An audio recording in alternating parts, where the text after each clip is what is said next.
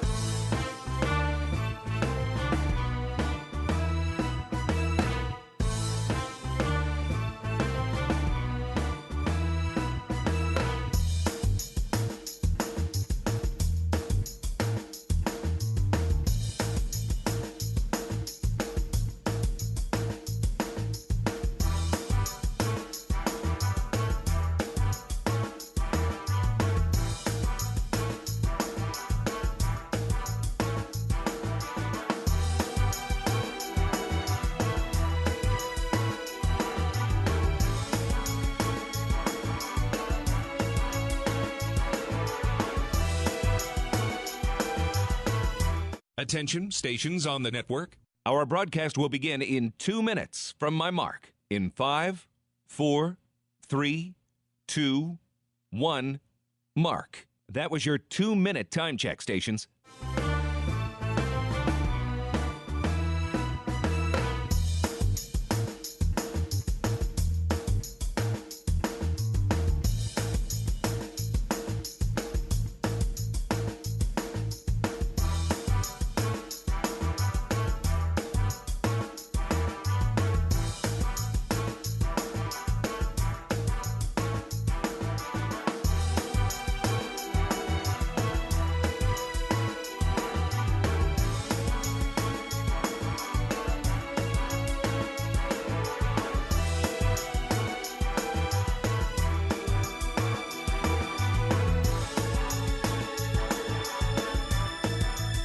Attention, stations on the network.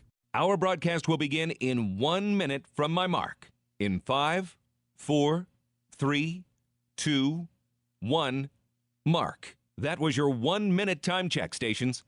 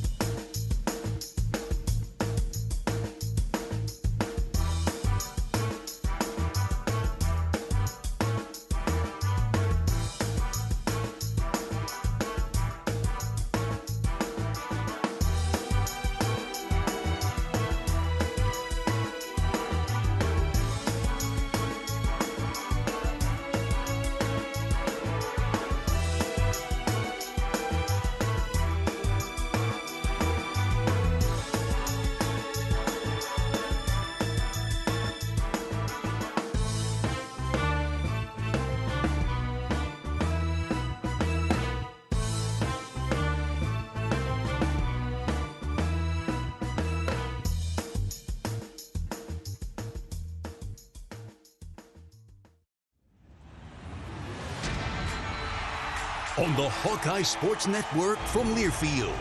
This is Hawkeye Baseball.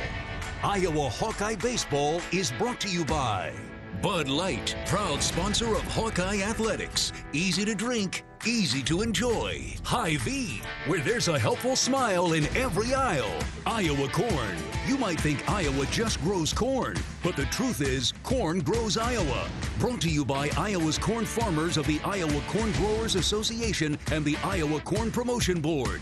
Also brought to you by Oak Knoll Retirement Community and by University of Iowa Healthcare. Changing medicine, changing lives. Hawkeye Baseball is on the air. From the campus of the University of Iowa, it's baseball time in Iowa City. Live from an overcast day at Duane Banks Field, it's the final home game of the season for Iowa baseball, who welcomes St. Thomas for the second time this season. Good evening and welcome to the broadcast booth at Banks alongside my fine color analyst John Evans.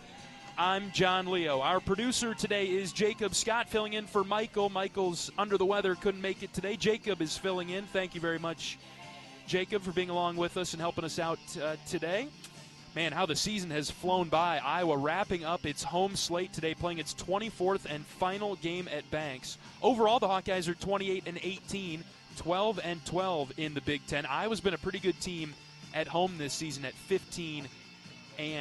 St. Thomas is 9-33 this season. We saw St. Thomas earlier this year, all the way back in the month of March. On March 10th, Iowa won here 7-2, right before conference play started up. So these teams have already met this season and are now meeting for the second time. This is the final midweek game of the season for Iowa as we get ready for Nebraska and Purdue coming up in the final 2 weekends. We'll not have a midweek game, as nobody does, in the final weekend, heading into the final weekend of the regular season. Iowa 9-1 in midweek games this season. Lost last Tuesday to break that unblemished streak at 9-0. Lost to Illinois State a week ago. A quick look at St. Thomas, hitting .271 as a team. Iowa hitting .309 as a team, but doing much better in midweek games. Iowa batting .422. We'll dive a little bit deeper into this matchup as we get into segment number 2. But Iowa coming off of another series win. It's the third series win in a row for Iowa.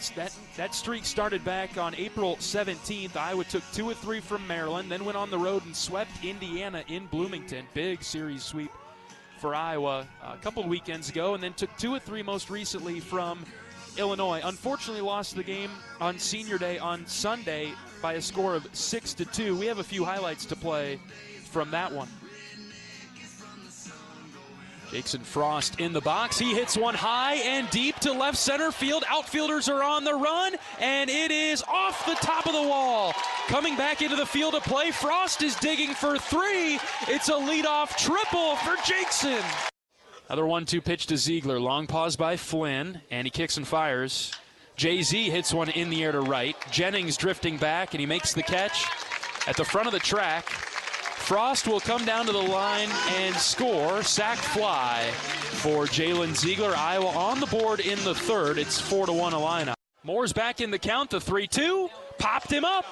This is on the infield. Infield fly is in effect. Cooper Schulte at shortstop. He makes the catch. Great job by Cole Moore to come back and get out number 2. Huge job from the freshman there to get an out after falling behind 3-0.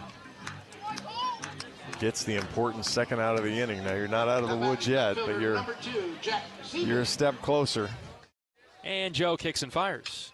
Line drive into left. Ziegler coming forward. He dives. He made the catch. We're going to have the Illini doubled up. Throw to second. Yes, double play.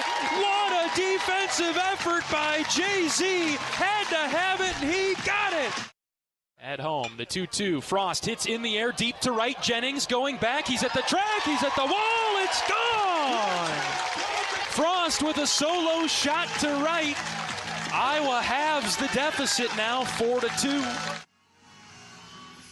Ultimately, Illinois won the finale 6-2 to salvage something of the series for Illinois as they won Sunday's game. Iowa won the opener on Friday 9-3. Kyle Olivo got the win in that one. Reagan Hall took the loss. Illinois led 2-1 after 4, but Iowa hung up 7 runs in the 5th inning to pull away from Illinois and win its 3rd straight series opening game.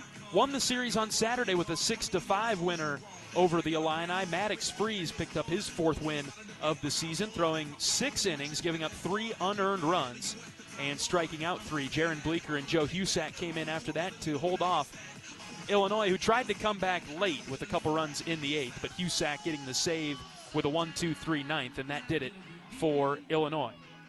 So Iowa took the series 2 out of 3. Final game at home against St. Thomas coming up in just a few minutes, and then we turn our attention to 3 games at Nebraska this weekend, and then Thursday, Friday, Saturday against Purdue in Des Moines. That's the final part of the regular season schedule for Iowa, and hopefully playing at the Big Ten tournament as Iowa looks to be in pretty good shape for Omaha. All right, we'll take a break. We'll be back with more pregame coverage of Iowa Hawkeye baseball when we return on the Hawkeye Radio Network from Learfield.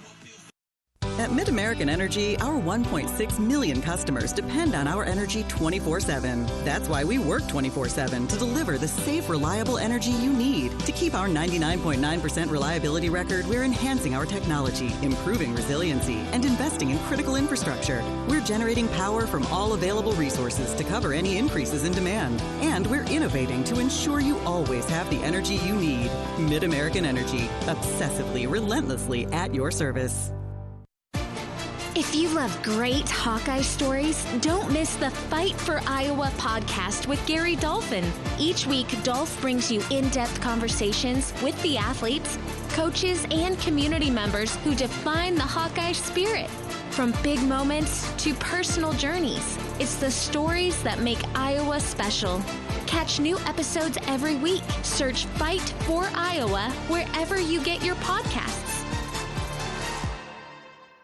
Brown Deer Golf Club offers a pure golf experience. Manicured bentgrass fairways with tees and greens carved into gracefully rolling landscape. Challenging yet extremely playable. Improve your game with PGA instruction and our full-service pro shop. Treat yourself to Divots Bar and Grill for lunch or dinner. And our scenic banquet room is perfect for weddings or any special event.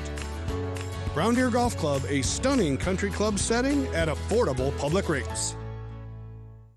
You asked for all the extreme internet performance at an all-in price, and we listen. Get 1 gig internet with a 2-year price lock and everything included. Unlimited data for non-stop streaming, powerful Wi-Fi for enhanced coverage, built-in online threat protection, and internet equipment. All for just $65 a month for 2 years. It's the extreme 1 gig internet deal you asked for. Call 844-4FASTER or visit extreme.com for details. Offer available to new customers only. Price doesn't include one-time charges, tax, and government fees.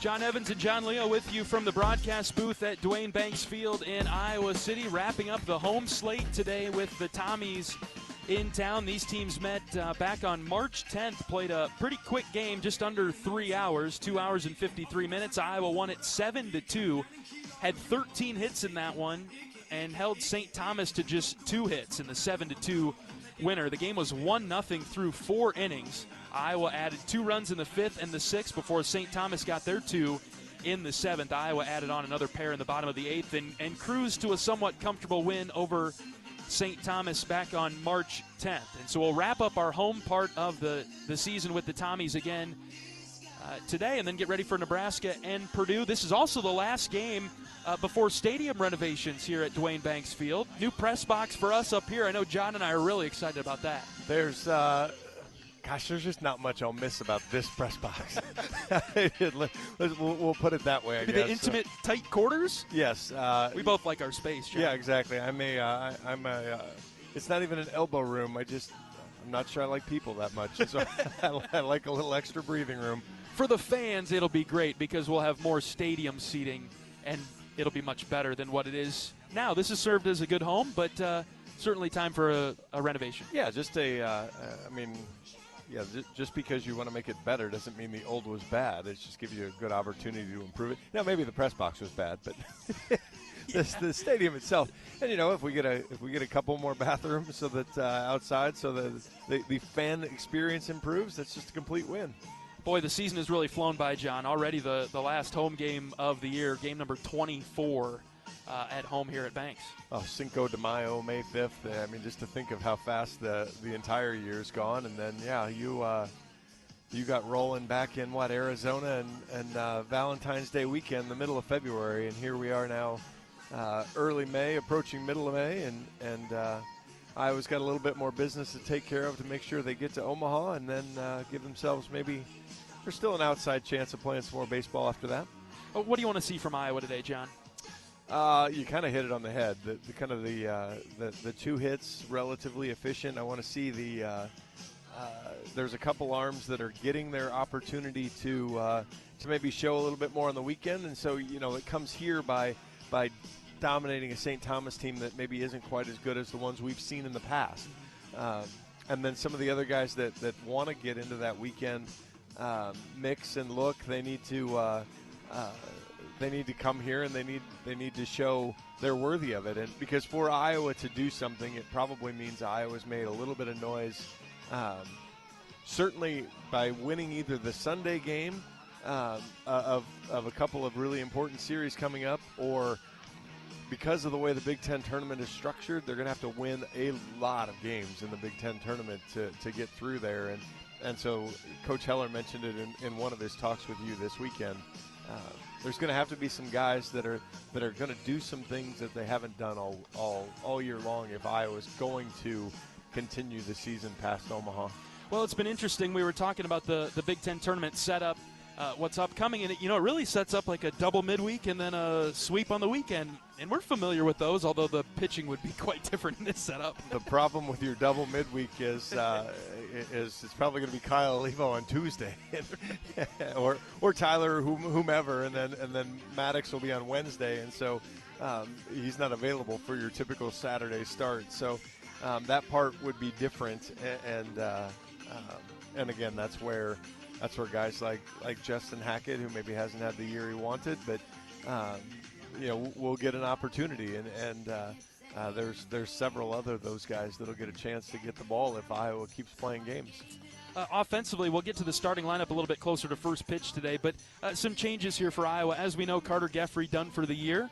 If you missed that over the weekend, Max Burt, Matt Delgado, they're both in the lineup today. Delgado will catch. We see the corner outfielders a little different than what we've been accustomed to. Brett White's going to start in right today. Jalen Ziegler in left. That could be to rest Strohmeyer and Narrett, or about halfway through the game, we might see Kellen and Joey back in there. Well, and St. Thomas is starting with a left-hander. Both Kellen and Joey haven't maybe had their best swings with a left-hander, so you just get them a little bit different view. And Jay-Z's done a nice job, and Brett White's been fantastic in his midweek opportunities, and so that's a guy that's trying to find his way on the field more. And so every time he's come out, I love the effort and energy he's put in, and so kind of a well-earned start for him at this point. All right, John, let's do it one more time. Might as well. We're here. Let's go win a ball game. All right, we'll be back after this to talk with Coach Heller as our pregame coverage continues on the Hawkeye Radio Network from Learfield. Our mission at Oak Knoll is to provide exceptional retirement living and health services through life care. I'm Steve Rowe, CEO. We are a not-for-profit life plan community and have served the Iowa City area for 58 years. Oak Knoll is located near the University of Iowa hospitals and clinics, Kinnick Stadium, Carver Hawkeye Arena, Hancher Auditorium, and downtown Iowa City. Visit our website at oakknoll.com to learn more. We are a proud sponsor of Hawkeye Athletics. Go Hawks! Hawkeye Nation, here's something big. U.S. Cellular is now part of T-Mobile. That means Iowa fans are now on America's largest 5G network, bringing even more strength and coverage to every game day and every day. As the official wireless partner of the Iowa Hawkeyes, we're proud to power every call, every post, every celebration. U.S. Cellular and T-Mobile, better together. The silly moments, the proud moments, even the hard moments. They're what make life remarkable. And they're why Wellmark Blue Cross and Blue Shield is here for every moment. Committed to making healthcare better, more affordable, with more choices for care. And service and coverage that give you peace of mind no matter what comes your way. So you can show up for every tender moment, every brave moment, and every wouldn't miss it for the world moment, knowing that Blue is here for you. Go to Wellmark.com/every moment to find a plan right for you. Go for the big Honda savings at your local Honda dealer. Go for the selection and inventory. Honda cars, trucks, vans, and SUVs are in stock and on sale. Go for the most Car and Driver 10 Best Awards with 98 trophies. And KBB.com's Best Value and Performance brand. Search your local Honda dealer today. Based on 2025 Consumer Choice Awards from Kelley Blue Book, visit KBB.com for more information.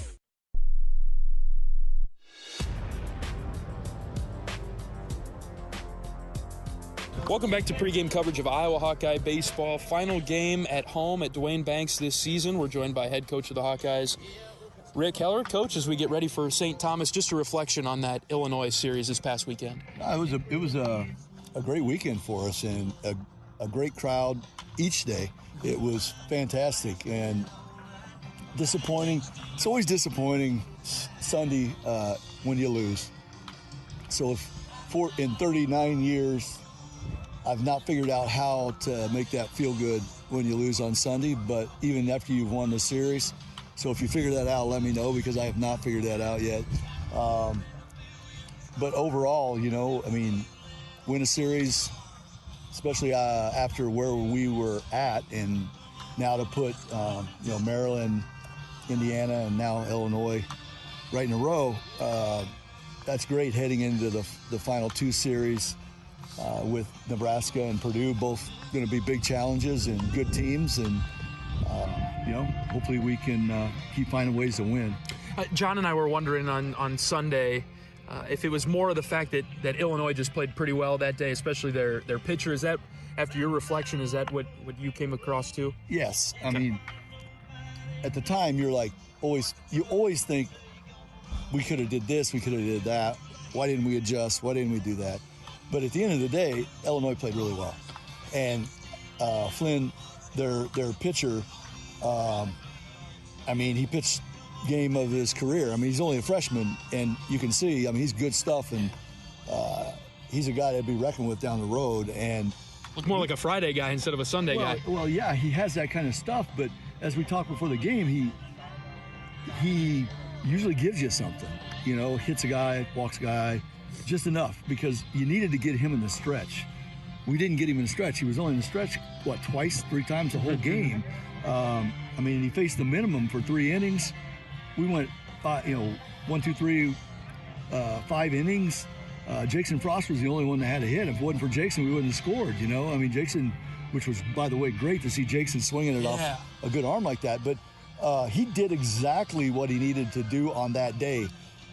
That day, he didn't want to hit the ball to left field, so he just pounded our lefties with cutters in on their hands all day long. Didn't want them to get their arms extended. Jason was the only one that did, and that was off the other guy when they finally went to the bullpen. But he could have finished the game. In fact, I was surprised they took him out. He only had 90 pitches. And, no, he just pitched a gem. And then if you think back, what also has to happen in a game like that, we probably hit 4 or 5 balls that would have got innings going. And the 50-50 plays, they made them all. Yeah. Diving play, Caleb Wolf, diving play. They made plays. And so you tip your hat, and we didn't do anything offensively. I was really proud of our pitching staff. Rundy wasn't great and was getting hit. He wasn't like walking the house, but he was getting hit and give up 4 runs in the first 3 innings. And on a day when we couldn't just go to Bleecker or just go to Olivo or just go to somebody that has been there. We had talked before the game with our staff that today's the day. Somebody's got to step up, and a bunch of guys did. We got great outings out of the young guys, and guys really stepped up. Archer pitched good, and they gave us a chance. Cole Moore, Berlin Frost came in again in a tough spot. I was so pumped and I felt like we were going to win because of that. And for whatever reason, they're pitching and us not hitting that day. it didn't happen. But man, that was great by our staff. That's the first time this year that's happened. You know, I mean, we've been in that situation plenty of times, and usually it's a blowout, 10-run, and 4-2. I mean, we got a shot, and then unfortunately we give up a couple runs in the ninth and made that a 2-run lead, a 4-run lead look like about a 10-run lead the way that we were going offensively and how well they were pitching. But I was pleased with that, and I thought there was a lot of positives, and talked about that. But at the end of the day, I'm belaboring the point, but you were dead on. You tip your hat and they beat us. Got to 500 in Big Ten play now at 12-12, Coach. Pretty good number there. 12 might have been the number for the conference tournament. Where do you feel in terms of the conference standings? Well, I guess I would love to see us find a way to have a winning record. I mean, we got 6 games left. Let's have a winning record and let's get as many as we can. It'd be great to sweep them all, and I looked, and I don't think mathematically we can push for the top 4 if that would happen. I think, maybe not. Where they sit right now, I think they're at 17 or in that range. Yes. So it would be tough to do that, but it'd be fun to try to win every game. That. Every single game we play, the goal is to go out and win. But it gives you a good feeling knowing that there's a little leeway there. You don't want to go into the last weekend or the last game of the season, which I've done times before, where you got to win today, last day to get in. And crazier things have happened, but if we just go play well, we should be in a good place. Well, I guess I like your answer there, Coach. I thought you were going to talk about maybe feeling pretty good about getting into the Big Ten tournament. You're talking about improving your seed and keeping climbing. That's why I like that answer. I don't know if I was expecting that, but you look at those games against Nebraska and Purdue upcoming, the challenges that they'll present that'll get you ready for the Big Ten tournament. They're going to be tough games the whole way, the whole rest of the way now. Yeah, no question about it. We played a tough non-con schedule. Mm-hmm. We've played a tough conference schedule. You hope that we've learned a lot and that we've gotten better, and you hope that we are a better team because of that. Final home game of the season today, Coach. We got stadium renovations coming to Banks, so some of us in the press box and the fans in the stands are very excited about that for next year. Did you bring a hammer or a sledgehammer? I've got a little something in my car, Coach, that I can contribute. I would like to take and I think that press box down. I think you get the first swing at it. Yeah. Maybe I'll be in the top 5 somewhere. You guys get the first swing. I don't have to sit in it like you do.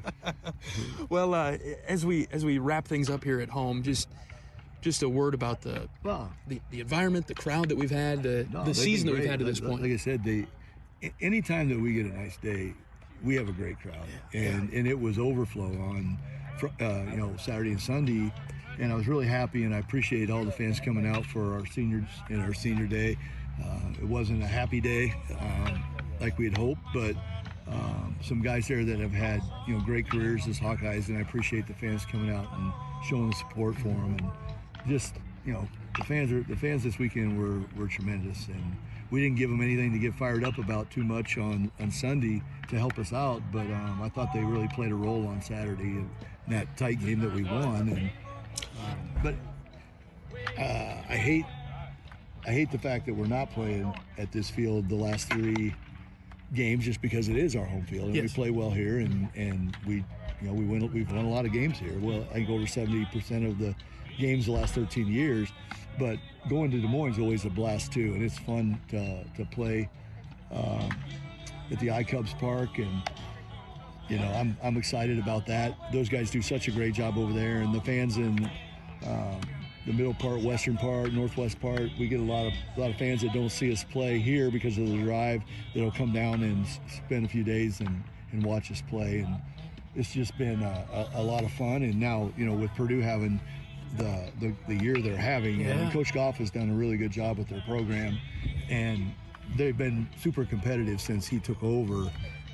But this is probably the best year since they hosted a regional back when Coach Schreiber was there, the year before the new stadium opened, which dates me. It's got to be maybe 2013 maybe.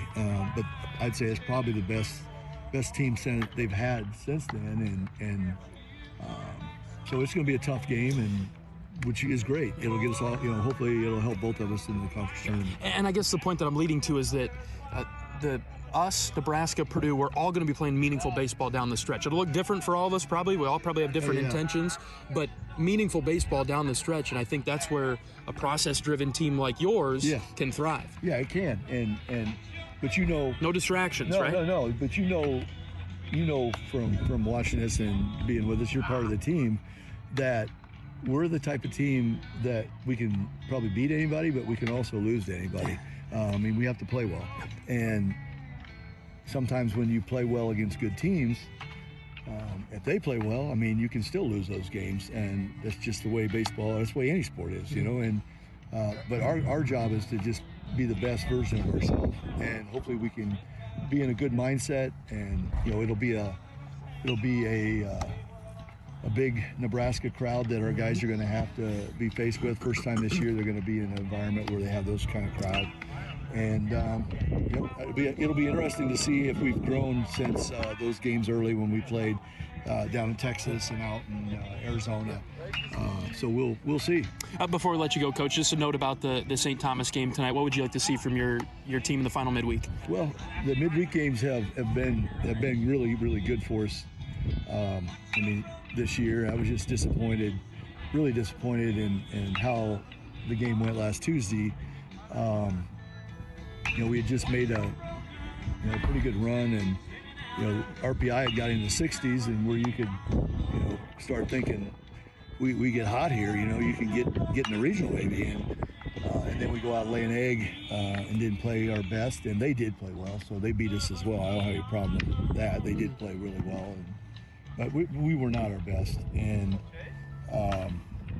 I'd like to see the season-ending game here at Banks a winner, and it'll have a different look after this game. The next time that we're out here for a real baseball game, and a lot of hard work and a lot of people that were really generous to donate to the cause for all the stuff you see right now, and this will be a big addition for us. Well, thank you, Coach, for leading that effort. Let's send this version of Dwayne Banks Field out on a winner. Good luck against St. Thomas. All right, thanks, John.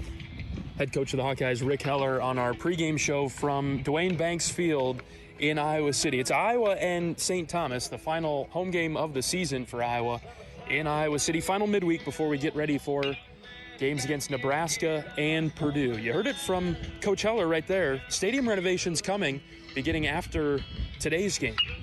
The construction crew will come in later this week and get to work on Banks. We've got a new home next season. Looking forward to that. But first, our final game of the home season against St. Thomas coming up after this on the Hawkeye Radio Network from Learfield. You might think Iowa grows corn, but the truth is, corn grows Iowa. Corn can even fuel your drive to watch the Hawkeyes play when you choose Unleaded 88. It's a fuel that's cheaper, cleaner, and greener. Plus, it's homegrown, making Unleaded 88 the clear choice at the pump and totally worth the hype. So as you head to cheer on the Hawkeyes this season, don't just fuel up. Pump it up with Unleaded 88. Find Unleaded 88 at a station near you. Go to iowacorn.org/88. Here come the Hawkeyes. And a Stockie racing to the basket, layup good. Iowa Athletics is gearing up for another amazing season filled with exciting matchups and electrifying plays. Working hard into the corner. Koch hits a three. Get your game face ready and come on out to cheer the Hawkeyes on all season long. Visit HawkeyeSports.com to find tickets, schedules, game times, and more on Iowa. Go Hawks. Touchdown! Touchdown, Iowa!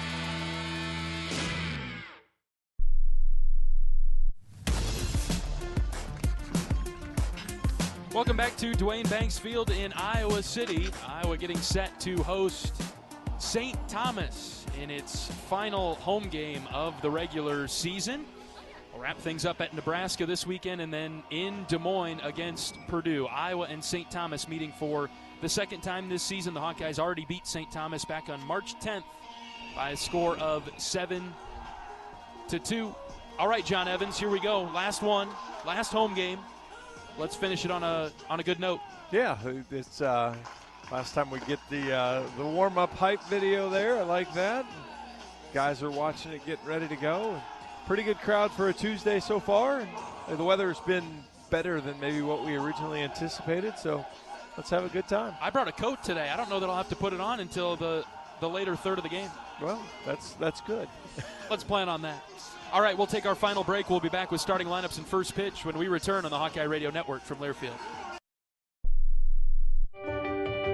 You power your day with passion and purpose. It's the same for Alliant Energy.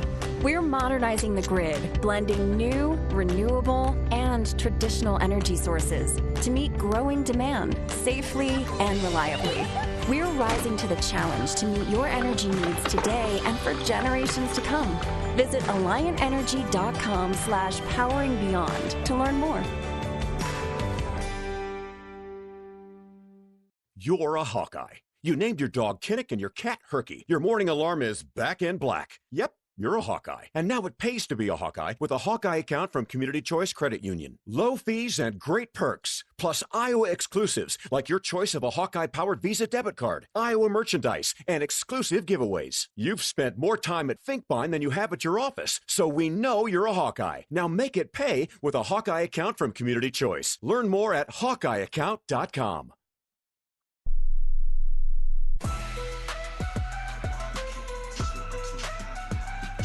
Iowa and St. Thomas coming up in a few minutes. The Hawkeyes down on the field warming up. We're about ready to go. We need to pause 10 seconds for station identification.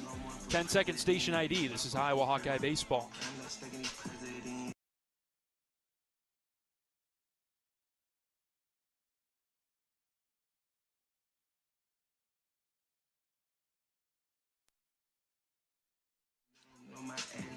Here is St. Thomas's batting order today. Tanner Recchio will lead things off and play center field. Nolan Welke, the left fielder, will bat second for the Tommies. Joe Roeder is at first base and batting third. In the cleanup spot today, Owen Bond in right field. Matthew Mollick, the second baseman, will bat fifth. Lucas McAnellis is the DH, batting sixth. 7-8-9 for St. Thomas. Adam Pooter, the shortstop. Tarek Verhage, the catcher. And Zan von Schlegel will bat ninth and play third base. Iowa defensively looks like this today. Jackson Frost starting at the hot corner at third. Up the middle, Cooper Schulte and Gable Mitchell. Caleb Wolf gets the nod at first base. In the outfield left to right, Jalen Ziegler, Miles Risley, and Brett White. Catching today is Matt Delgado, and the starting pitcher is right-handed freshman Cole Moore, making yet another midweek start. 3-0 on the season, 4.58 ERA, 19 2/3 innings, 14 hits, 10 runs have all been earned, 11 walks, 20 strikeouts. As I was glancing through, I think the part that's really impressed me, calendar turned. He had a really rough outing against Bradley the first time. His next appearance was against Bradley the second time, middle of April. Swing and a miss on the first one. Since then, he's thrown 9 innings, given up 1 run, just 4 hits, has walked 4, but he's been very good since the calendar turned into April. He's been one of the freshman arms that Coach Heller has talked about that has made significant improvement. A lot of freshmen have had to pitch this year for Iowa. And Cole leading the charge in the midweek games. He's pitching to Tanner Recchio here, left-handed hitter. 1-1 pitch is high. 2 balls and 1 strike. Yeah, a lot of the freshmen have kind of had to barge their way into the circle of trust, and some of them have dipped a toe in it, dipped a toe out, and Cole's gotten in it and stayed in it here for a while. 2-1 is just inside, ball 3. Home plate umpire today is Russ Lundquist. Kevin Young at first. Dean Broadbeck out at second. Kirk Rawl on the third base side. All right, 3-1. Moore goes from the stretch. The right-hander pitches. A fastball right down the middle for strike 2. Those are all new names. Don't recognize a single one of them. No, that's a different group. Where's Don? What's Don doing tonight? Don, Cody, where's the gang? Full count pitch is outside for ball 4. It's a leadoff walk for St. Thomas's Tanner Recchio. He'll take first, and look at his stolen base numbers. My, oh my. 31 of 35. Is that a typo? Do you think he might be going? Work cut out now for Cole. Keep the runner close and to focus on the batter, Nolan Welke. Don't remember him from the first time We played St. Thomas. He's another left-handed hitter batting .324. He's only played in 16 games, though. Done a nice job in his limited at-bats, though. First pitch strike from Moore, bottom of the zone. Dotted the fastball. 9 walks, 9 strikeouts as well, so he's done a nice job. On-base percentage, .465. Talk about somebody that's inserted his way into the lineup. At some point, you kind of, was joking with Jackson Frost and Ben Swales today. With Jackson, the last couple of games, has done a really nice job of barging his way into the lineup and trying to restake a claim.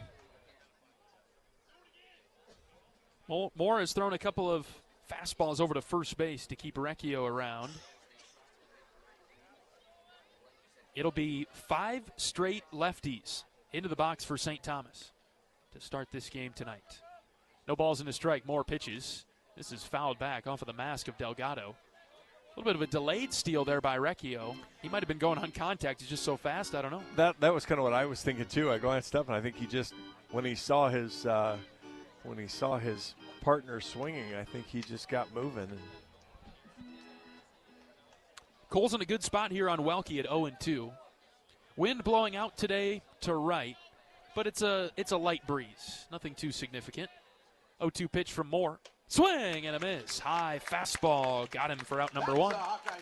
Really good fastball there, just off the edge of the plate. That looks really good to the hitter. With Recchio at first, the other thing to watch for is he's getting such a good jump on those. Jalen Ziegler's a little shallow out and left, but he's going to look to try to take that extra base on a ball that gets into the outfield. And with all these left-handers in the box, especially a ball hit to right like this one. This is in the gap, and it's down for a base hit. White is over, but it will get to the wall. Recchio is around third. He'll try to score, and he will. This is a double for Joe Roeder into the right center gap, and St. Thomas is on the board first. It's 1-0. Fastball outer half of the plate. Really good piece of hitting there. Stays with it, pulls it out to right center field, and then problem for Brett was it bounced over his head, and so he got there to cut it off, but took such a big bounce he couldn't actually cut it off. All right. 362 hitting. Owen Bond is up. He leads the team. And the first pitch to him from Cole is outside. Again, another left-hander in the box. He plays right field. This looks like a big, strong hitter for St. Thomas. 6 doubles, 5 triples, 2 home runs. 5 triples? Yeah, that part surprised me as I was reading the line there. 1-0 from Cole, way outside, ball 2. 1-0 St. Thomas, just underway in Iowa City.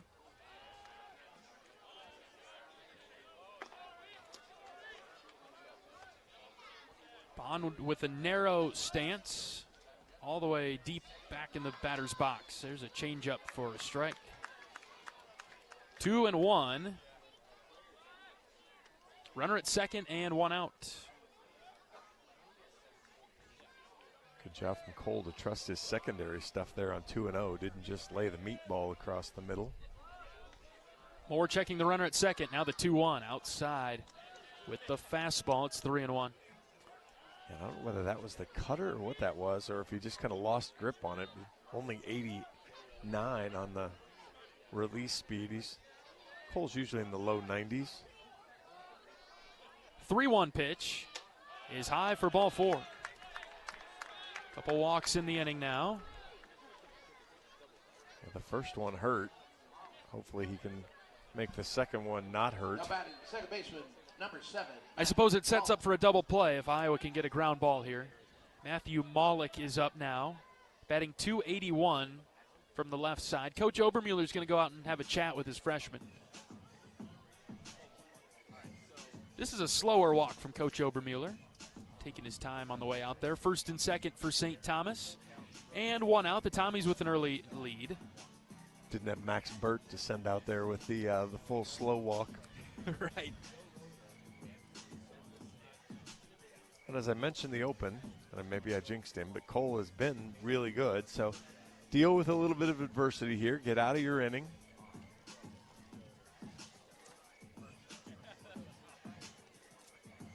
And it's been, the good part of the order here that's done some damage. But in these situations, Cole has really thrown one inning and then been out because Iowa goes with their midweek pitching approach. We didn't really get the notice from Coach Heller today on what his plan is pitching-wise. I would assume that it's the standard, probably try to go with the new pitcher every inning. Yeah, Cole was so good 2 weeks ago. He got an extra inning, and then he got an extra inning, and then he got an extra inning. Ended up throwing a career-high 4 innings back on the 21st. Yeah, the double midweek. Trying to find the strike zone with the fastball right now. And to John's point moments ago, I don't know if he's really dipped that much off the velocity because he's down to the upper 80s now. He was popping the mid at 93 to start this inning. 1-0 pitch. That's fouled off of Delgado, 1-1. There it is, much better from Cole. Well, I think that's the piece of it is sometimes you can it gets to be a little sand in the gears, and you're trying to think about, okay, I got to aim this. I need to get strike one. It's like, just let it go. Trust your stuff. That's the freshman part of it.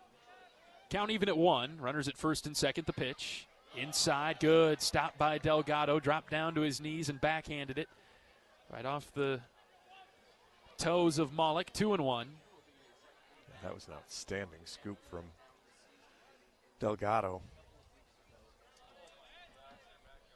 Iowa playing Malik to the right side a bit. Frost on an island at third, and the pitch called strike. Very delayed call. Is that what we're going to have to deal with tonight, John? Well, I hope not, because I was about to come out of the booth on that one. We'll have to talk about the SEC using the ABS in their conference tournament at some point. Oh, man. Can you imagine that here? 2 balls and 2 strikes. The pitch blooped in the air, left side. That's foul beyond the St. Thomas dugout, third base side. You've certainly got my mind going on that already. How they can just plop that in the middle of the year, or at the end of the year, I guess. Yeah. Oh, well. We just made up a rule, and here we go. Count remaining 2-2, the pitch. Breaking ball called, third strike. That came out of nowhere from Cole. Good pitch, and it froze Malik. Cole's second strikeout of the inning. Well, and I think that's exactly what Malik thought, too, was, wait, that came out of nowhere. Curveball with a little bump to it. And now we'll see Lucas McAnellis. He bats .264 from the right side for St. Thomas. Moore pumps a strike by him. Low inside corner. That's a good spot from Cole. I love what he's done here, too. He's got the velocity back. He's trusting himself. If you're going to go down because you're giving it your best stuff. Checking on the runner at second. The 0-1 lined into right. White drifting back. Brett still moving, but he's got it. He tracked it down and made the catch on the run for the third out. All right, just 1 run for St. Thomas. Really nice job by Cole Moore to work out a damage there. Yeah, after he got into a little trouble, he got the visit and got back after it. Cooper Schulte will lead off the bottom of the first when we return on the Hawkeye Radio Network from Learfield. Our mission at Oak Knoll is to provide exceptional retirement living and health services through life care. I'm Steve Rowe, CEO. We are a not-for-profit life plan community and have served the Iowa City area for 58 years. Oak Knoll is located near the University of Iowa hospitals and clinics, Kinnick Stadium, Carver Hawkeye Arena, Hancher Auditorium, and downtown Iowa City. Visit our website at oakknoll.com to learn more. We are a proud sponsor of Hawkeye Athletics. Go Hawks! Save time when you shop online with Hy-Vee. Hy-Vee makes it easy to order groceries online through our app or Hy-Vee.com.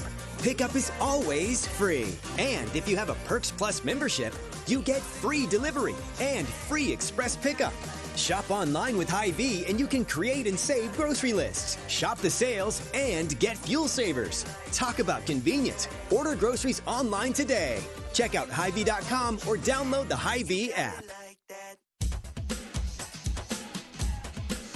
Hawkeye Baseball hits Des Moines May 14th through the 16th, taking on Purdue at Principal Park. Presented by 1-800-BETS-OFF. Find game times and tickets at HawkeyeSports.com.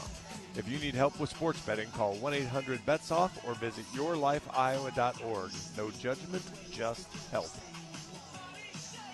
1-0 St. Thomas with the lead as we move to the bottom of the first inning. Here is the batting order for Iowa today. Cooper Schulte will lead things off. He'll be followed by Gable Mitchell and Miles Risley. Heart of the order for Iowa tonight, Caleb Wolf, Max Burt, the DH, and Matt Delgado. And then 7, 8, 9, Brett White, Jackson Frost, and Jalen Ziegler. The starting pitcher for St. Thomas is left-hander Warren Bowe. 8 2/3 innings on the season, 15 hits allowed, 13 runs have all been earned, 17 walks, and 9 strikeouts. He's pitched in 7 games. He's given up runs in 6 of those 7 games and multiple runs in 4 games. So be important for Iowa to know where the strike zone is, make him get in it, and then when he does, do damage. He'll throw the fastball in the upper 80s. He will try to mix pitches, but again, just through the season, he's struggled to consistently find the strike zone. All right, Schulte will lead it off for Iowa. Left versus right to start. Bowe stands at an even 6 feet tall, a freshman from the state of Wisconsin. And the first pitch to Cooper is a strike on the outer third. Because of course it is. Right. He'd paint the edge beautifully, wouldn't he? Cooper batting .282. Here's the 0-1 from Bowe. Outside, and now 1-1. I'm surprised reading that number, .282. Seems a little bit lower than what it feels like Cooper's been doing for us at the top of the order. Yeah, I think he's done a really nice job since he moved to the top, really. Ball and the strike on him. And the pitch. Outside, ball 2. Like all the guys at the top, there's been like a game or two that, it's the 0 for 3, 0 for 4, maybe with a walk in there. But for the most part, he's been solid and added some pop at the top of the order. Right, leads the team in doubles and home runs. Here's the 2-1. Outside, he's got a really good eye here. 3 in a row out of the zone now from Bowe, who's tried to hit that edge like he did on the first pitch of his outing. Yeah, I mean, the top 3 guys in the Iowa lineup all have over 20 walks. So done a really nice job there. 3 balls and a strike on Schulte. He's trying to draw another here, the pitch. Low. Schulte walks. He'll jog on down to first. The best part of that at-bat, we talked about it kind of over the weekend too, is trust the scouting report. He paints the outside corner on strike 1, and then your tendency could be, okay, this looks good, I'm going to expand the zone. He didn't. He stayed within himself. He waited for his pitch, never got it. 4 pitches later, he's on first. Part of that good discipline. And Gable Mitchell up now. That was a floater that stayed upstairs for ball 1. 79 miles an hour there from Bowe. Opponents are 84 of 97 stealing bases against St. Thomas. Okay. Schulte with a good lead at first. He's headed back to the bag, though, as Bowe whips it over there. Yeah, St. Thomas working with an ERA of almost 8 on the season and allowed 45 unearned runs on top of that. 1-0 pitch to Gable. Popped up, left side, and foul. You put some of those stats together, and maybe that's how you can wind up with St. Thomas having a 9-win season so far, which is such a rarity. They've been one of the better midweek teams that Iowa has played over the years. Absolutely. Since they've come up to Division I, they've been fantastic. And so, and a good partner for Iowa that way. Right. They've been so good in the past that I guess maybe it just worked out this way with the scheduling, but they're one of 3 teams that Iowa plays twice in the midweek. Illinois State and Bradley. Tried to play UIC twice, I suppose. 1-1 pitch. Schulte on the move to second. Here's a hit and run. Mitchell lines it into right. Schulte will take third without a problem. And Mitchell lines one into right for a single. Hawks have runners at the corners. 102 off the bat. Lined out to right center is exactly right. He got an off-speed pitch down and in, kind of right in Gable's sweet spot. He drove it over the second baseman's head, and the Hawks are in business here in the first. That was a nice, smooth swing out of Gable. He didn't overswing, didn't swing too hard, and still made good contact out there to right. Amazing when you get that barrel, how it jumps. And now Miles Risley in the right-handed batter's box. First pitch to Risley, fouled back. Got a little piece of it.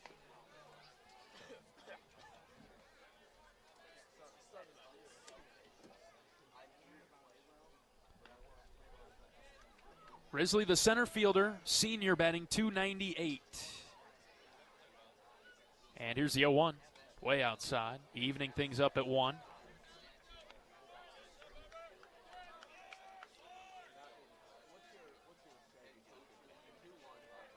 Senior heavy top of the order.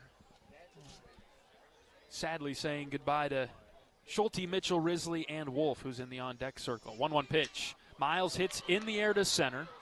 Recchio camped underneath it, just to the right of the Tiger Hawk. Schulte will tag from third. He'll jog down the line and touch home. We're tied on the sac fly from Miles Risley. It's 1-1.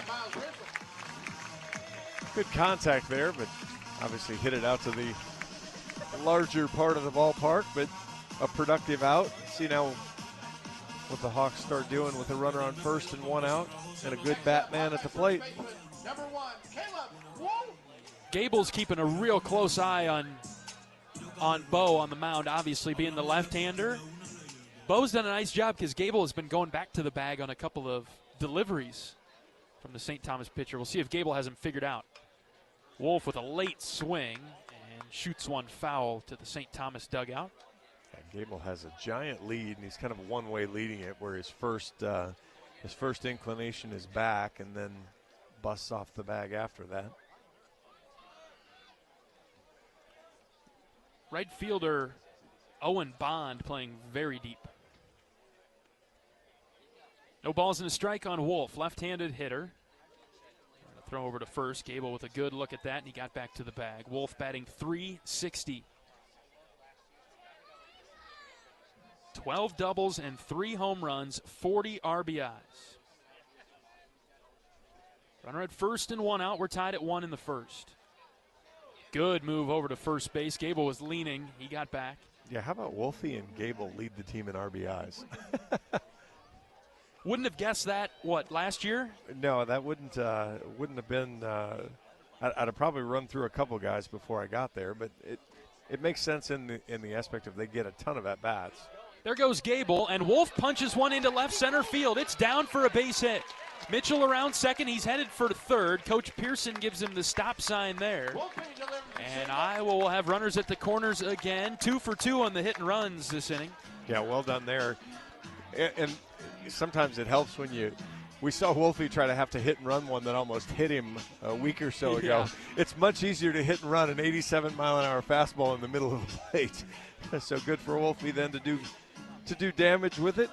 Elevated into the outfield. Hawks back in business again with runners on the corners. And right in the middle of the order, here's Max Burt. What a spark he's been. We're big Max Burt fans. Absolutely.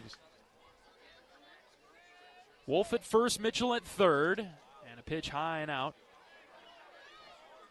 I think it was, let me make sure I get it right. Max is batting .329 for Iowa. Ethan Petrick wrote a nice article in the Quad City Times about Birdie.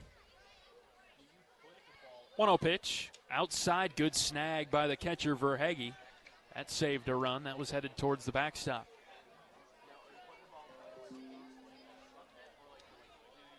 Yeah, I saw that article. Thankful for Ethan for writing up a nice piece on Max.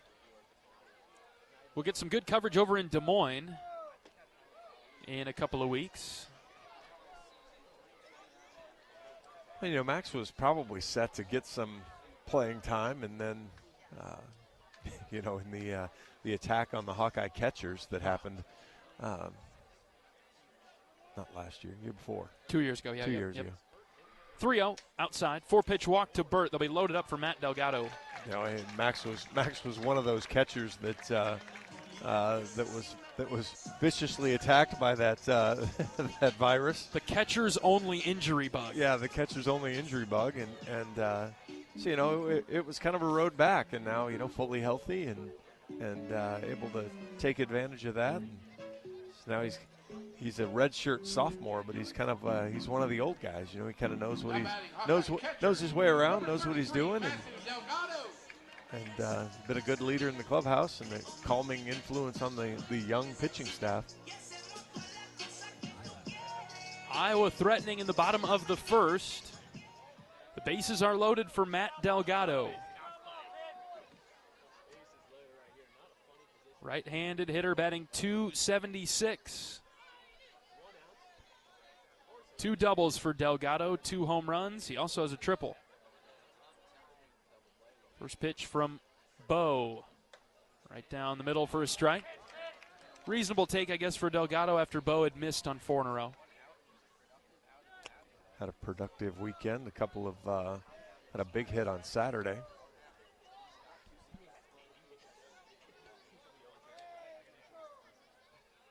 The 0-1 to Delgado, hit in the air down the right field line, tailing just foul. And now it's 0-2. Looked good for a long time as it lost momentum. The little gentle breeze just kept taking the spin and pushing it a little farther foul. He needed to not hit it so far. Brett White is on deck. We'll see what the situation looks like for Brett if he can come up this inning.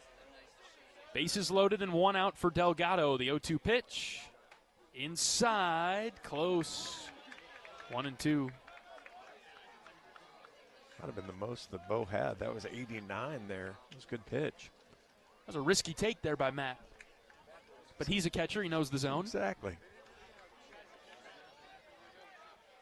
Bo comes set. Left-handed starter for St. Thomas. The pitch. High and away.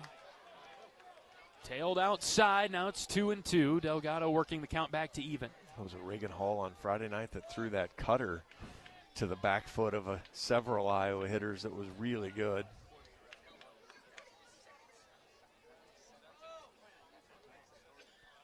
Two-two. Down and away. Ball 3. Sometimes I've found that the best pitches aren't necessarily the dirtiest, right? They don't have the most movement. It's the really sharp cutter. It's the really good changeup that are the most effective. Yeah, and in that case, works all the way across the plate or just by the angle. 3-2. Delgado shoots up the middle for a base hit. Mitchell will score. Wolf getting the wave around third. He's headed home. He'll score 2. Matt Delgado. 2 RBI single. The Hawks have the lead. It's 3-1. That's a solid hit, too, because that fastball's probably 2 balls off the plate. Still, because he wasn't trying to pull it, he was willing to go where the pitch was. Sends it back over the second baseman's head at 99. Gets it into the gap, and runners get to the corner. 2 get in, 1 get to the corner, and still in business here in the first. Really similar, I think, to the swing we saw from Gable Mitchell. You hammered the first part. I look at the velocity then, just nice and smooth and easy. Just get the hands through and do a job there with 2 strikes. Here's Brett White. First pitch swinging, fouled it off the cap of his bat. We're getting a good look at Brett this year. First year with the program. He redshirted down at Baylor. He's a local kid. Played high school baseball at Solon from North Liberty. What do you make of Brett's season so far? It's been fun watching him. Yeah, I mean, that's, again, we talked about it in the open. He's taken advantage of the opportunities that he's gotten. 0-1. Breaking ball, caught the edge. Good pitch, 77, 0-2. And he really hasn't tried to do too much. He's walked 8 times. The on-base percentage is over 500. Again, limited at-bats, but still he's done a nice job when he's gotten them. He's going to bring some power, too, as his career develops. 0-2. Strike 3 called. Good fastball, outer edge. And White strikes out for the second out of the inning. Oh, I feel bad. I might have jinxed him. Well, I've joked about it with Coach Sutherland before. You hate to be the when a guy's spraying it all over. You hate to be the guy when he figures it out and he throws the fastball, the breaking ball, and they all hit. It's like, oh man. Yep. We've seen how many guys have we seen in the lineup? First 6 guys in the lineup, that wasn't the case. 2 down for Jackson Frost. He's the 8 hitter for Iowa today. 3-1 Hawks in the first. Jackson seems to be coming on now down the stretch, just when we need him. Bo ready with the 1-0. Here it comes. Frost takes a floating pitch for a strike. Well, it's a guy too that I mentioned it with Cole Moore as he was struggling a little in this outing. There was probably quite a bit of sand in Jackson's gears there for a minute, and just came in this weekend, had some good at bats. 1-1, cut on and missed. Might have been a little bit late on 88 there. Yeah, and then but now you hope he can build on this weekend. You hope it was more a flash of, okay, yeah, that's the old Jackson. We're going to see him again and keep that confidence high. Here's a line drive over to the right side, off of the second baseman's glove into right field. Burt will score. Delgado heading to third. Frost is on. We'll see how it's scored. Short hop to the second baseman, Malik. Did not make a great play on it. Couldn't get in front of it. In a tough break, they gave Iowa the error on the scoreboard. Nice. A batting left fielder, number 7, JC Jalen Ziegler. It's 4-1 Iowa.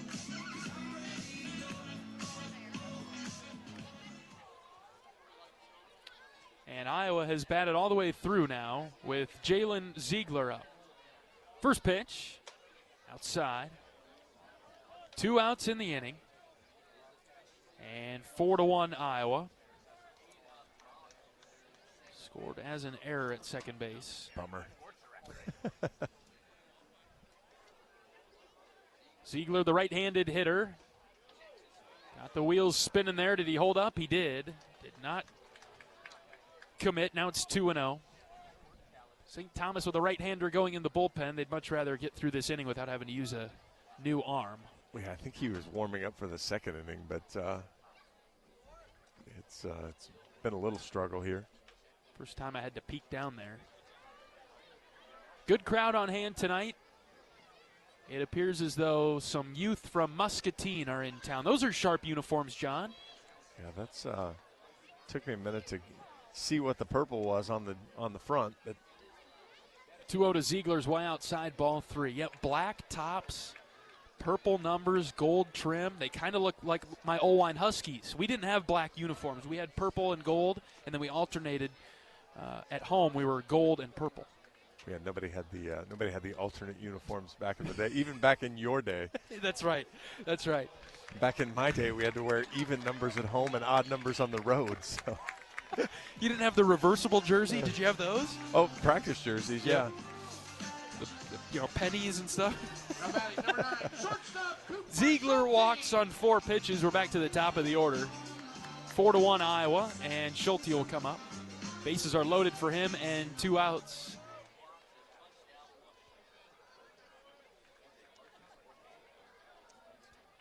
Bo will continue to pitch to Schulte, whom he walked. First pitch, Schulte hits high and deep to left field. It's hooking, and it is foul. Oh, man. 104 off the bat, 402. 2 feet foul. A touch early from Coop. I thought it was going to stay fair. I wanted to see the third base umpire be pointing to his right with his back turned to the plate. Instead, both hands came up instead. I wonder if Bo will throw that pitch again. Probably try to go somewhere else. Based on what I've seen, he doesn't have full control over where they end up. But that's okay. I mean, that's college pitching in a nutshell right there. 0-1 to Schulte. Here it comes. Low. Just below the zone. That's a good pitch from him, but down. Ball and a strike on Schulte. Just about to give this crowd something to get real fired up about. And Bo's a freshman, too, so, I mean, it's going to take some time to figure it out. Schulte hits this one deep to right center. Outfielders are on the run. Center fielder back. It's off the wall. Delgado scores. Here comes Frost and Ziegler as Schulte unloads the bases with a double off the right center wall. It's 7-1 Hawks. 104 off the bat again. This time he went to the meteor part of the park, and it goes 390 off the wall. And to your point, we will get that pitching change now. Iowa puts up a big number, 7 in the first. And a pitching change coming for St. Thomas with 2 outs. Schulte out there at second. He just drove in 3 Hawkeyes. And Iowa's up 7-1. We'll take a pitching change bonus break and be back after this on the Hawkeye Radio Network from Learfield.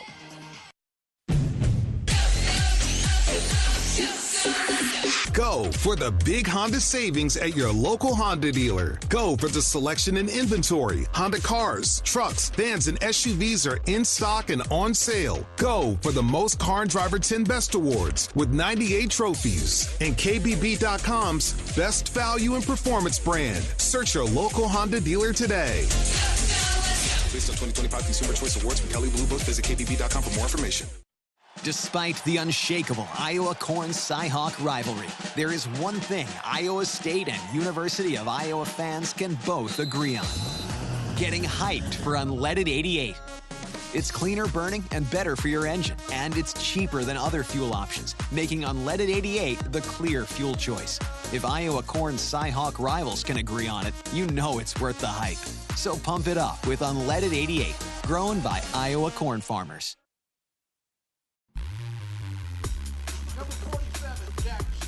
Oak Knoll's mission is to provide exceptional retirement, living, and health services through Life Care, a not-for-profit life plan community serving the Iowa City area for 59 years. Oak Knoll's community located near the University of Iowa Healthcare Campus, Kinnick Stadium, Carver Hawkeye Arena, and downtown Iowa City.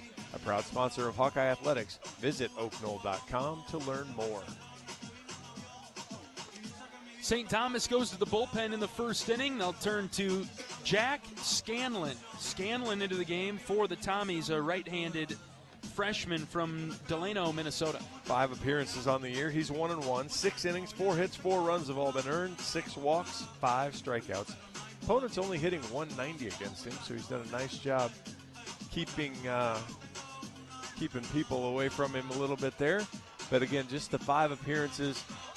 They got off to a slow start at the beginning of the year. He pitched in March, didn't throw again from the end of March until the end of April when he pitched against Minnesota in back-to-back outings. But his last outing against Minnesota was his first career clean outing as he threw an inning without giving up a hit or run, struck out a batter.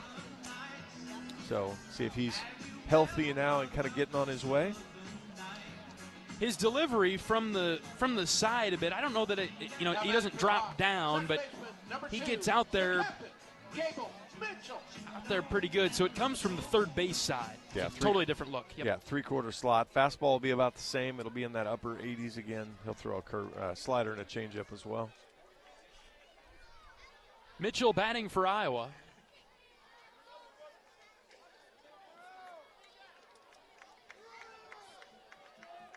Two outs, and Schulte out there at second base.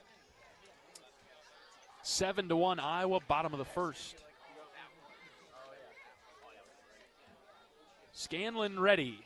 The right-hander delivers inside and got by the catcher. I thought it hit Gable, but it got through. Schulte will take third. Gable wasn't going anywhere, right? No, off-speed pitch. He was just kind of didn't violently move out of the way, but wasn't going to be afraid to take it either. And now Schulte at third with 2 outs, the 1-0. Gable watched sail high and out.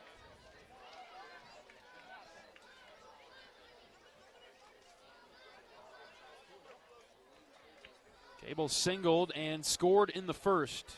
Perfectly executed hit and run. 2-0 pitch. Downstairs. Got a flinch from the home plate umpire, Russ Lundquist. He didn't pull the trigger. A flinch from Gable, too, as he wanted to and then realized it was dropping below the zone.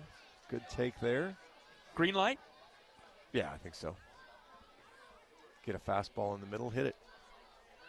The pitch. Inside, ball 4. Get a fastball inside, take it. Good job by Gable. He's on for the second time today. And here's Miles Risley. He hit a sac fly to deep center. The Red, Miles Risley.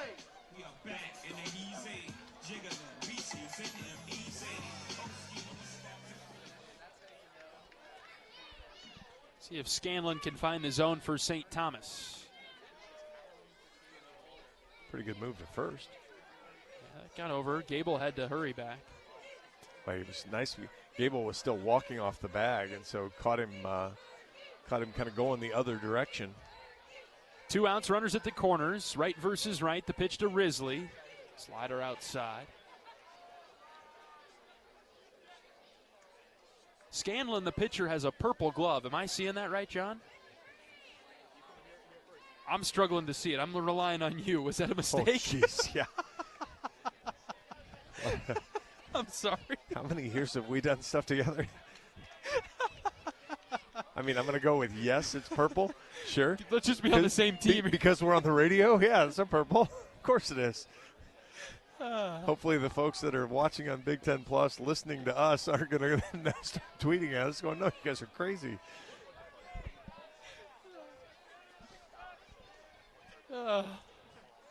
We got enough fans here where there wasn't any dead air. Crowd might pick that up. 2-0 on Risley with 2 outs. 2 on for him. Here's the pitch. Inside, called a strike. That's actually a pretty good spot there from Scanlon. That's an exceptional pitch if you're down 2-0 to come back and bust the inner third there like that. Not much Miles would be able to do with that. Gable creeping forward at first, and he has to head back to the bag. Yeah, he has a giant lead over there now. I don't really think you're going to run 7-1 at this point in the first inning. Yeah. Not very Coach Heller-like, I don't think, but we'll see. 2-1, the pitch, low and in, same spot. He hit it again, 2-2 now.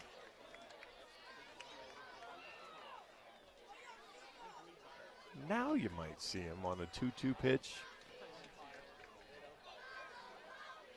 Yeah, I think it's reasonable. Anticipate getting an off-speed pitch. And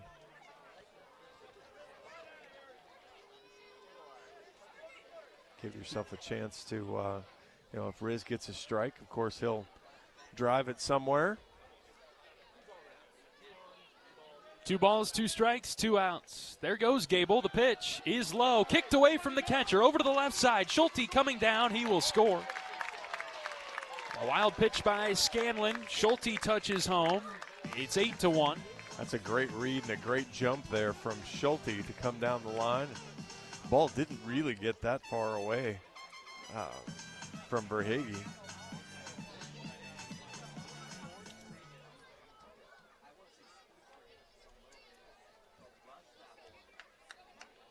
And now Mitchell out there at second. Full count on Risley. The pitch. Line drive, left side. That's over the St. Thomas bullpen foul. Boy, that was a top spinner. Got to think about where I parked over there now. Woo! Herky. All the kids want Herky.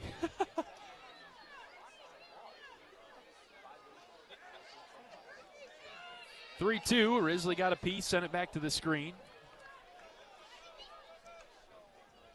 Herky making friends with Coach Spiraw right now. Coach Spiraw just trying to enjoy some baseball and some peanut M&Ms down there. We see Coach at a lot of games. He's here a lot. Yeah, he's a regular attender. Risley sends one on the ground to third. Von Schlegel's got this one. He throws across the diamond to retire Risley. It's a long first inning, but a good one for the black and gold. 8-1 is our score as Iowa bats around and then some. We'll bring you the second after this on the Hawkeye Radio Network from Learfield.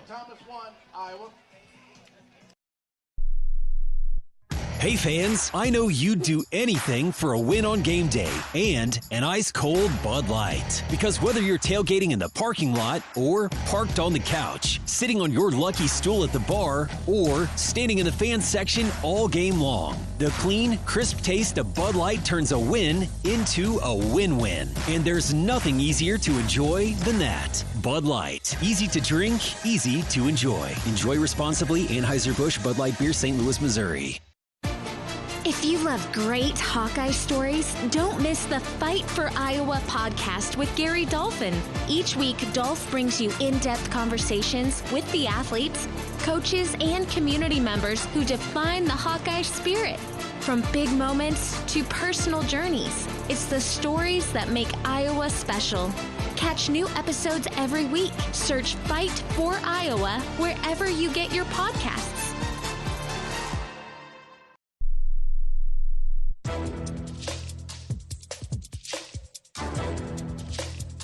This copyrighted broadcast is an exclusive presentation of Learfield under the broadcasting rights granted by the University of Iowa. Reuse of this presentation is prohibited without the expressed written consent of the university and Learfield. Announcers are provided by Learfield and approved by the university. Hawkeye baseball hits Des Moines May 14 through 16, taking on Purdue at Principal Park, presented by 1-800-BETS-OFF. Find game times and tickets at HawkeyeSports.com. If you need help with sports betting, call 1-800-BETS-OFF or visit yourlifeiowa.org. No judgment, just help. Top of the second in Iowa City. Hawkeyes leading St. Thomas 8-1. Second pitcher of the game for Iowa today is Brady Ferguson, right-handed freshman from Omaha. 11 appearances on the season, 17 innings, 17 hits, 17 runs. They've all been earned. 10 walks, 18 strikeouts. Opponents hitting .279 against him. Had a clean inning last week against Illinois State. Had a not clean inning in a third against UIC, but was good his 2 outings against Bradley before that. So 3 of his last 4 have been solid. Again, something for the another freshman to build on. Ferguson will pitch to 7-8-9. Pooter, Verhege, Von Schlegel. 8-1 Iowa. Ferguson goes down and away to start. Right versus right here. Pooter, the shortstop, batting .301. Good sample size here. Fergie will get the fastball up there in the low 90s. Throw a mix off that. That was part of the mix as he spun a breaking ball in at the bottom of the zone, 1-1.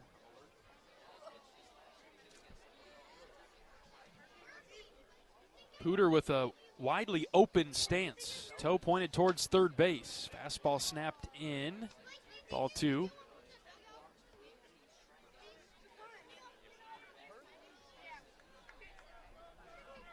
Cole Moore started for Iowa. He threw the first inning, gave up 1 hit, 1 run, had 2 walks and 2 strikeouts. 2-1 is hit foul to the right side, off the top of the net. John can't make the play coming out of the dugout. Got his fingertips on. We haven't seen John in a while. He's busy at the Colonels, I guess. They start at home or what? Yeah, they must have started at home. Got to keep his spirits up, John. Got to get the next one. 2 balls and 2 strikes. Here's the pitch. Fly ball, shallow right. Yeah, it's carrying now a bit for Brett White, who's under it. And he makes the catch for the first out. Yeah, that ball got out there a little ways, just kind of kept working. Wasn't that well hit, but just kind of kept moving on the floater up in the zone. Got that first out. And now Tarek Verhege is up. He'll go from the left side. One of 6 left-handed hitters in the lineup for St. Thomas tonight. And he bats .164. Verhege starts him off with a strike.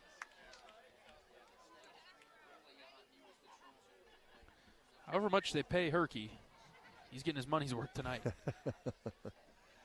Yeah, I did have to turn down the your extended mic. I was just getting too much of the extra extra chirp in my I was going to start shaking my fist at the cloud eventually, and so I decided not to get there. Your Comrex is my Comrex, John. However that saying could go. Ball and a strike on Verhage. The pitch from Ferguson sailed outside, 2-1. If we put a headset on Herky, would he be a good in-game interview?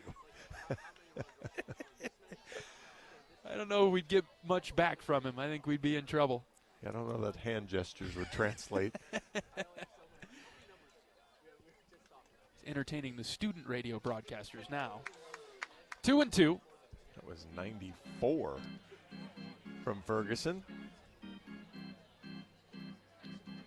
And Brady's keeping it in the lower part of the zone. That was on the outer edge. I think it had a little run to it also. The 2-2 Ferguson. Tried to hit the outside corner, just missed. Full count. I love how, again, we talked about it, how Delgado just turned that screw back to try to get it back in there. Nice, gentle movement to twist it, but off the plate. Full count. Here's the pitch from Ferguson. Line drive, right center field for a base hit. White sprinting over. He knocks this one down, stayed in front of it. And it's a one-out single for Verhage. Good piece of hitting there. Ferguson came back into the middle of the plate with his fastball. Verhage was right on time. Now batting third baseman, number 3. And a great job from Brett White to get over and cut it off and make sure that a single is all it was.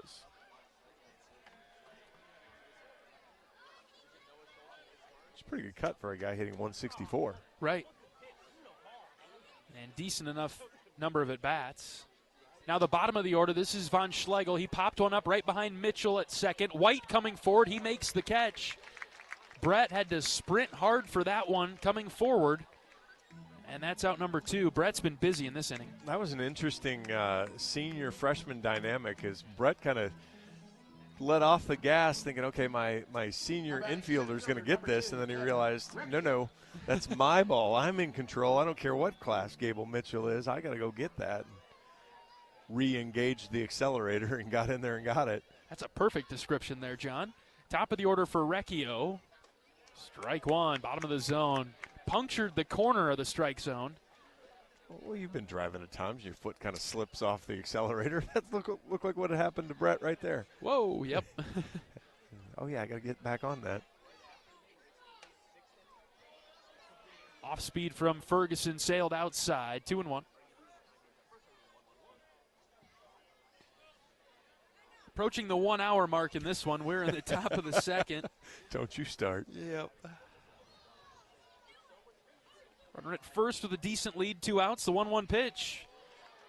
Bottom part of the zone called a strike. Good spot there from Fergie. When I said you wanted a really long game for our last one together this season, I didn't necessarily mean because of this. Although this is a better way than like 12 or 13 innings. That's right. Or being on the other end of it. Next pitch from Brady is outside, 2-2. It sounds like this will be it for you and me this year, John. I believe that's accurate, unless there's a huge write-in campaign.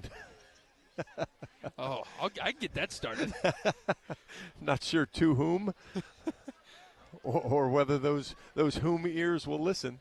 High ball, this one to shallow center. Risley tracking it, and he makes the catch for the third out.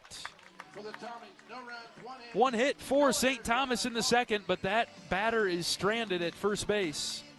And we'll go to the bottom of the second with Iowa leading 8-1. This is Hawkeye Baseball from Learfield. The lights are bright, and Coach Heller and the Iowa baseball program are ready to put on a show. Tickets for the 2026 Iowa baseball season are on sale now. Enjoy a customized mini plan option or take advantage of single game tickets. Make your way to HawkeyeSports.com for more information. Brown Deer Golf Club offers a pure golf experience. Manicured bentgrass fairways with tees and greens carved into gracefully rolling landscape. Challenging yet extremely playable. Improve your game with PGA instruction and our full-service pro shop. Treat yourself to Divots Bar and Grill for lunch or dinner. And our scenic banquet room is perfect for weddings or any special event. Brown Deer Golf Club, a stunning country club setting at affordable public rates. Experience Heller Ball at Iowa City's Duane Banks Field. Support Iowa baseball by snagging single game tickets today. Download the Hawkeye Sports mobile app or head to HawkeyeSports.com for more information.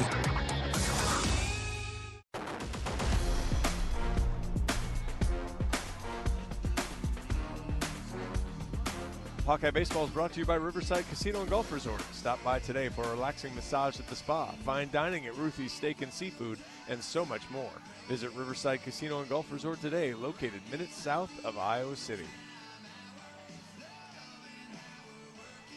Bottom of the second inning coming up. Iowa 8, St. Thomas 1. New pitcher into the game for the Tommies. This is A.J. Rasmussen, right-handed redshirt sophomore. Another one from Delano, Minnesota. 6 appearances on the season, 8 1/3 innings, 14 hits, 14 runs, all earned, 10 walks, 8 strikeouts. Opponents hitting .438 against him, but in his 6 appearances, one of them was at Iowa 2 months ago, and it was the only inning he didn't give up a run. Okay. Only outing he didn't give up a run this season. It's a success.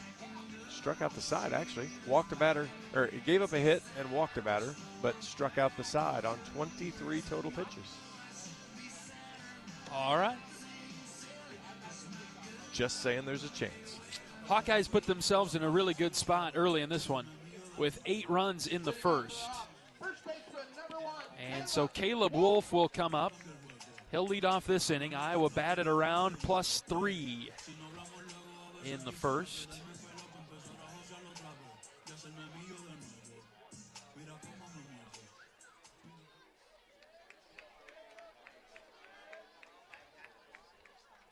And the first pitch to Wolfie is a strike. Low outside part of the zone today, and it's 0-1. Rasmussen goes from the right side. He pitches to the left-handed hitting Caleb Wolf. Out of the windup, here comes the 0-1. Ground ball up the middle. Shortstop Pooter is over. He makes a clean play to first, but it's dropped by the first baseman and into the Iowa dugout. It was a higher throw from Pooter, and Roeder got his glove on it, but it went right into the camera well, heads up. In that section down there, Miles. Miles is our photographer today. Now batting, designated hitter number 3, Max Burt. And so Wolf will wind up at second base. And that brings up Max Burt.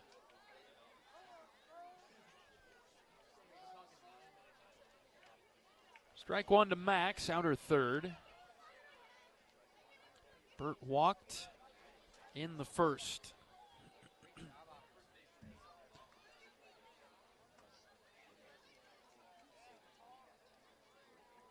Wolf out there at second. Here comes the 0-1 to Burt, right versus right. Floating breaking ball stayed upstairs, evening things up at 1. Iowa beat St. Thomas earlier this year 7-2 in a well-pitched and low-scoring midweek game. Iowa has scored more in the first inning than they did in that entire game back in March. 1-1 to Burt. Outside, called a strike. That is a good 2.5 balls outside of the zone. So I see where we might be headed. Woo. Max needs a bit of an extension on his bat if he's going to reach that one. He moves closer to the plate. The 1-2 is downstairs. Burt left it. 2 balls and 2 strikes now.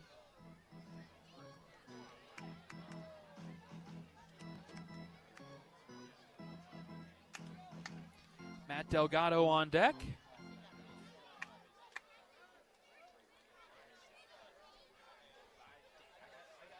Nobody out in the inning for Iowa. Here comes the 2-2 from Rasmussen to Burt. Breaking ball, he hung with it and fouled it off.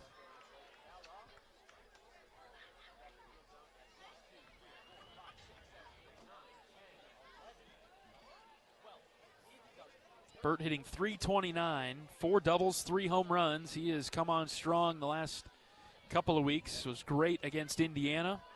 Very good against Illinois as well. Here comes the 2-2. Another one from Rasmussen to Burt. Long pause. And the pitch. Low and away. Count's full now.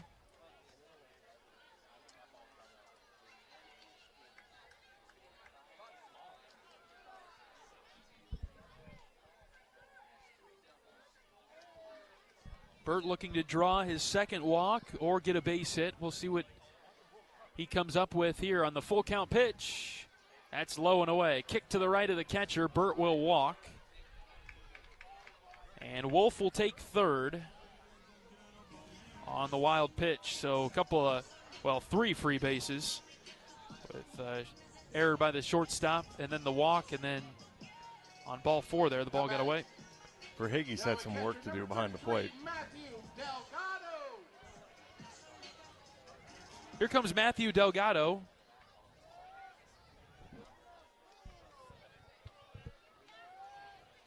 He came through with a 2 RBI single in the first. Runners at the corners for Iowa. Delgado swings and misses. Boy, that is something Iowa hasn't done much of tonight, swinging at a pitch out of the strike zone. That is part of the new strike zone. Kyle showed me the picture of one of the strikes there, which I might be glad I missed that one. 0-1, low. Yeah, we're about a ball or 2. 6. We go into the hour in, and we're in the bottom of the second inning strike zone. Is that what we went to? Yes, that's where we're at.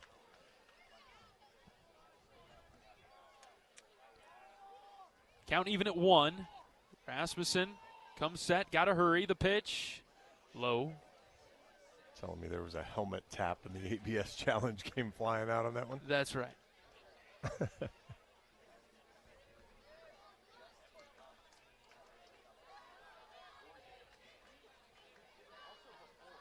Delgado hitting .288 for Iowa.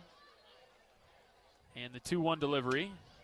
Delgado popped it up down the right field line. Long run for all 3 Tommy defenders, and none of them will get there. The ball drops foul. Just a few feet to the right of the line. Just one more. Hopefully that's the only time we have to endure that tonight. One more for good measure, John. Just one more. Oofta. God, 3 in a row too. It's just like I hadn't heard it all year. Yeah, all of a sudden, it's been 24 home games. It's been a mystery, and all of a sudden it's let's just play this one again. Here's the pitch, outside with the floater. I've got John laughing, so he can't do the play-by-play now. 3 balls, 2 strikes to Delgado. Wolf at third and Burt down at first. Oh, it's good. You know what? It's unique to Iowa City. I haven't heard it anywhere else. Exactly. You got it, Joe.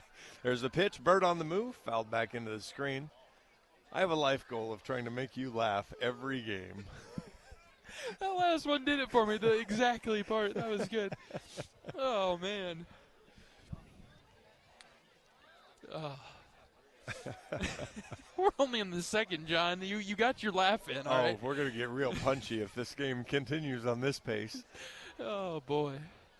Full count on Delgado. Nobody out. And the pitch. Delgado hits a ground ball to first. Picked up by Roeder there. He gave a look at Wolf, who was coming down the line from third, and scores.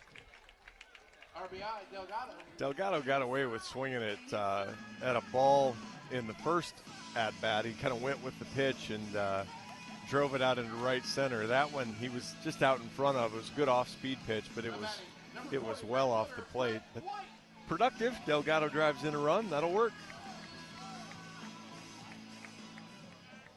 First out of the inning on the ground out. 9-1 Iowa. And here's Brett White.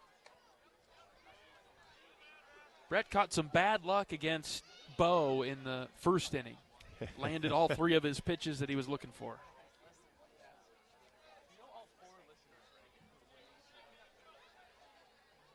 White struck out. He's in the left-handed batter's box.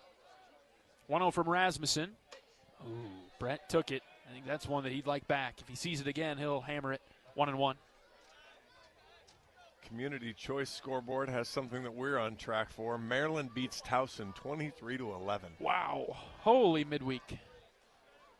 Unfortunately, Maryland scored 23 runs on 12, count them 12 hits. Wow.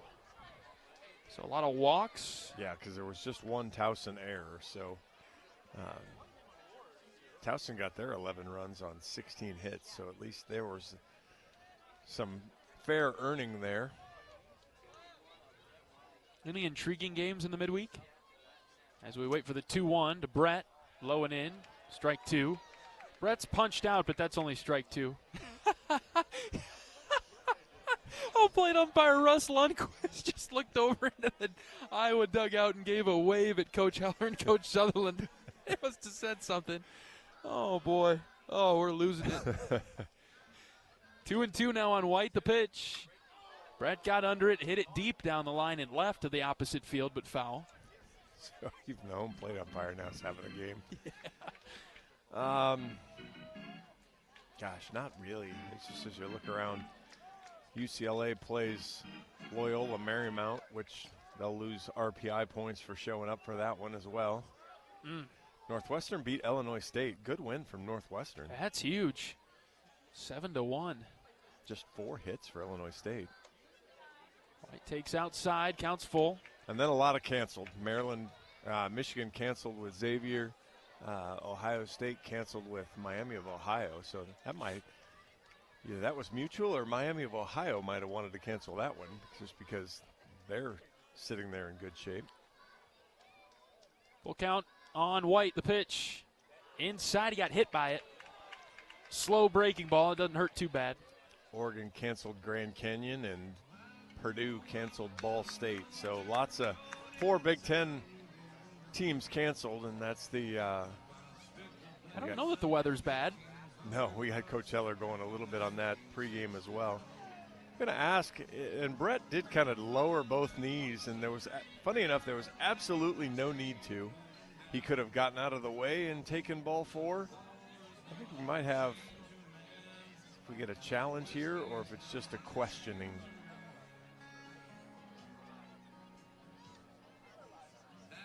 Coach Chris O'Lean is looking for some sort of explanation. We'll have seen it all in the first couple of innings if he challenges this. Thank goodness. He could have.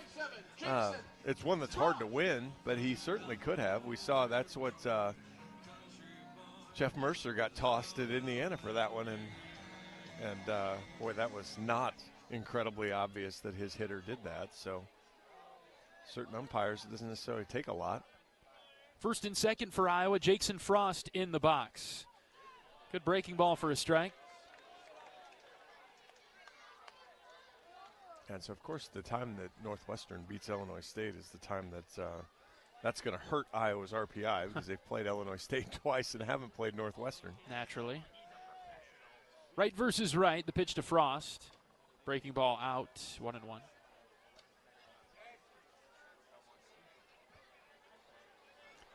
Michigan State, and we can talk about this probably at length as the game goes on, but Michigan State's probably the one team that Iowa's watching closest to wrap up their Big Ten tournament hopes.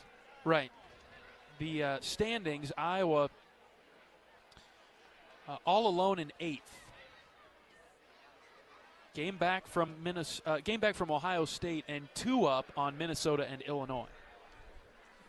2 balls and a strike on Frost with 2 on and 1 out. The pitch. Outside corner for a strike, evening things up 2-2. Oh. Yeah. He believed the screw jerk back. Yep. That's a good take. And here's the pitch. 2-2 up and in. Just about got Jackson in the shoulder. It's 9-1 Iowa in the bottom of the second. We've played over an hour. 1 hour and 6 minutes. My wife says we talk about the weather a lot. We're going to be talking about the time of game just quite a bit tonight. Yeah, just in case, people join us late. Oh, was there a delay? Yeah, not really. Frost on this one, but fouled it back. Yes, there was. 9 runs on 5 hits for Iowa, 1 run, 2 hits for St. Thomas. That delay is we've seen 112 pitches so far. We're not through the second. Actually, we've seen about 117 because that doesn't count this at bat.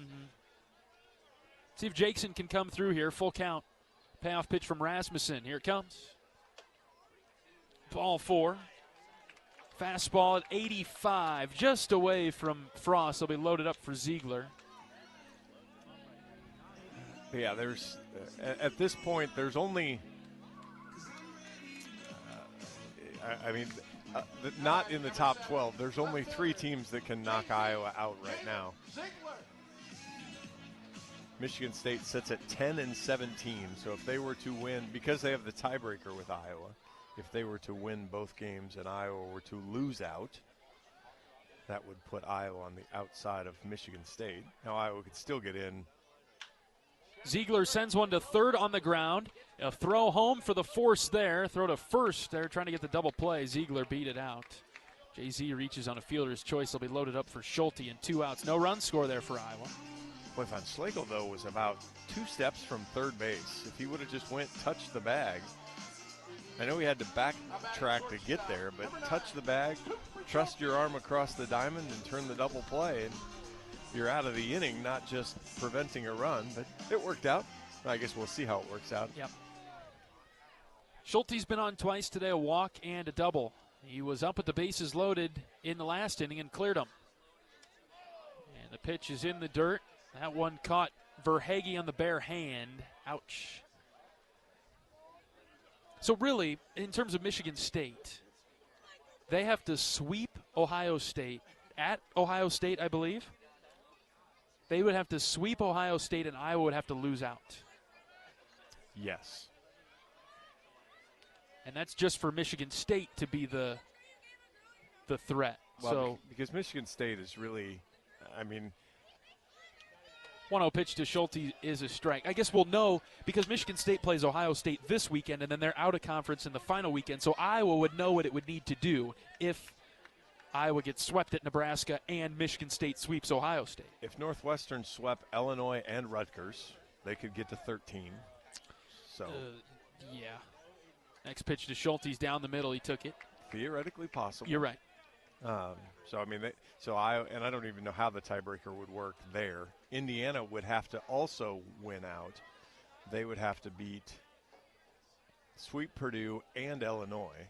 Sweep Purdue in West Lafayette. Oof. Yes, and they would have to sweep them because if they end up tied with Iowa, Iowa would win the tiebreaker there. So they have to get one game ahead of Iowa. So again, those are the 3 teams left that could jump in, that could somehow, if every other possible outcome went against Iowa, to get them out of the mix. Ball and 2 strikes on Schulte. Here's the pitch. Ground ball left side. Shortstop's got this one. Pooter goes the close route to second for the force. Iowa leaves the bases loaded, scoring 1 run in the second. 9-1. We'll bring you the third in 60 seconds. We'll continue our talk on the Big Ten standings when we return on the Hawkeye Radio Network from Learfield. You power your day with passion and purpose. It's the same for Alliant Energy. We're modernizing the grid, blending new, renewable, and traditional energy sources to meet growing demand safely and reliably. We're rising to the challenge to meet your energy needs today and for generations to come. Visit AlliantEnergy.com/poweringbeyond to learn more. Hello, Iowa. Here's a promise. Wherever you are in this great state, University of Iowa Healthcare is here for you, even if you never walk through our doors. Educating, caring, leading research, sharing our expertise with all. Because we believe that UI Healthcare is here to make all of Iowa better. UI Healthcare, changing medicine, changing lives. Visit uihealthcare.org.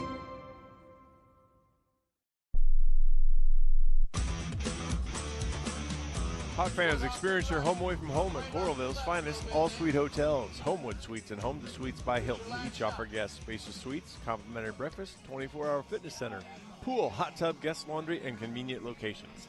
Let their warm and friendly staff take care of you and your family when you visit Hawkeye Country. Third inning in Iowa City, and the Hawkeyes with the lead at 9-1. We'll see Brady Ferguson for another inning of work. He'll get a couple. I'm a big fan of that. Yep. He was good in the second, giving up one hit. And could be an opportunity here for Brady to prove that he can throw a couple of innings. Iowa may very well need him in the Big Ten tournament. Yeah, there gets to be the Lincoln guys out a little bit, too, just to kind of see where you are. Now, we talk about these other teams in the Big Ten that we're watching. That is totally excluding the fact that Iowa controls all of its so-called destiny for making the Big Ten tournament and having a decent enough seed. I asked Coach Heller about it before the game, and he was asking me about what the number is to get to be a top four. I think the top four would be pretty tough for Iowa. It'd need a lot of help from those teams in the top four. Yeah, if Iowa were to win out. Ferguson pitching well against Welke. He's already got him down. The count's 1-1. If you swept Nebraska and you swept Purdue, Iowa could actually get it could be interesting at the very least that last weekend. Just outside of the left-handed hitting Welke, it's 2-1 now. Now again, that's just like we were just Northwestern isn't going to sweep the two they have. You're asking Iowa to do something that they haven't done. They've played well, but outside of Indiana, they've had trouble putting all three games together. Right. Even in some of the non-conference, with like Lindenwood, some of those, there were still some challenges. 3 balls and a strike. Ferguson trying to settle in the third. The pitch dropped it in for strike 2. But it was funny, then that became an RPI exercise for Kyle and I. And if Iowa could sweep Nebraska, I know, giant if and Christmas nuts and all that fun stuff, Iowa would probably get to almost 60, if not upper 50s with that. Now you're talking. You're getting into a pretty close range. You're not going to get that much juice out of Purdue, but because Purdue becomes a neutral site series, that becomes hugely beneficial for Iowa as well, as opposed to playing them at home. Ferguson throws it by Welke. He's tardy on the fastball, and Brady strikes him out for the first out of the inning. And so, then if you started thinking about that, not only from is there a chance that Iowa could get to the top 4, sure, possible, however unlikely, but there's also this weird possibility where Iowa could get into the fringe of bubble talk. Sure. 1 out for Joe Roeder. He had the RBI double for St. Thomas in the first. He watches strike 1 go by. Because if you did that too, you'd go from 0-8 in quad 1 games to 5-8 or 6-8 in quad 1 games. Yep.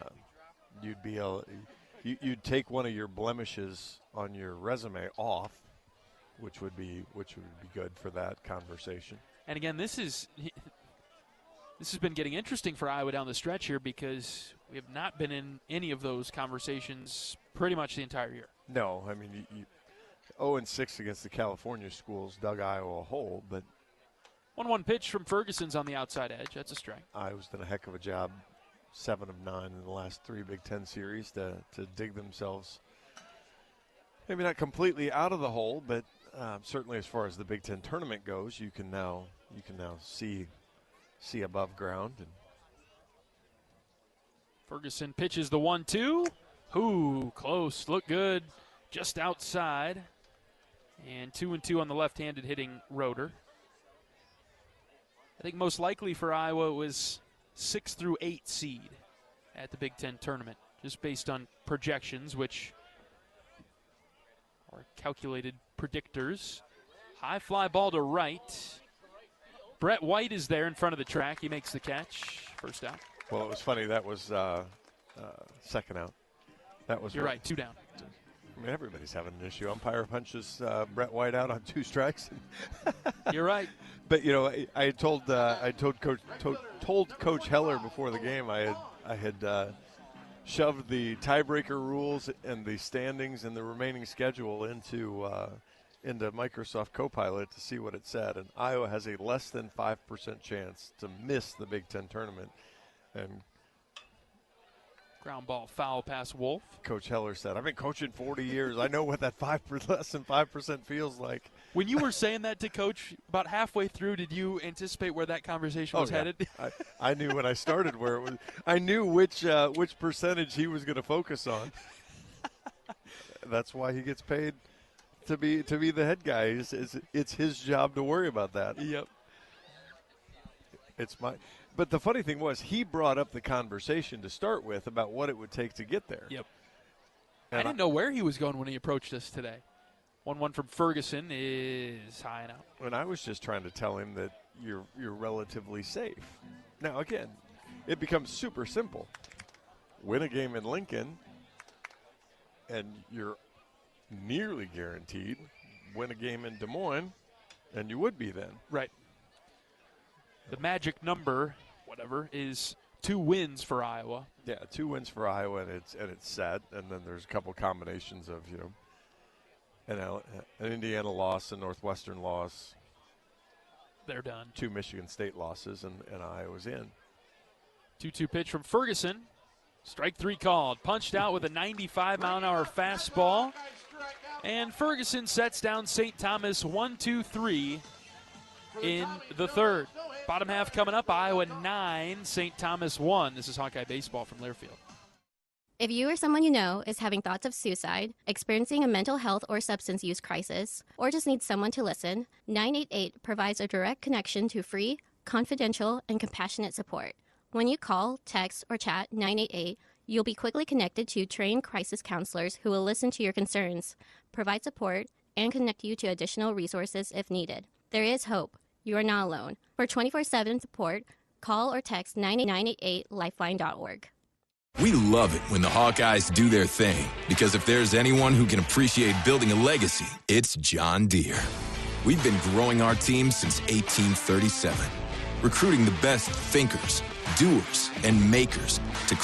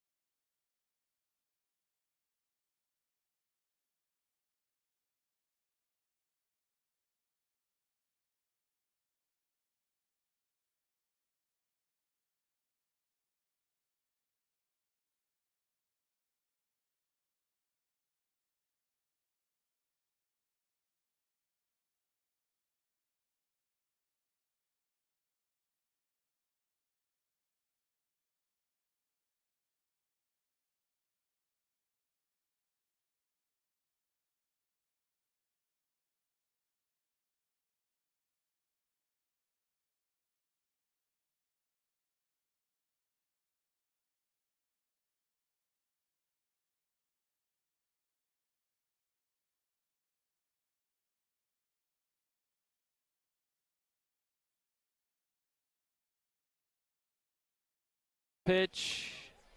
Strike one.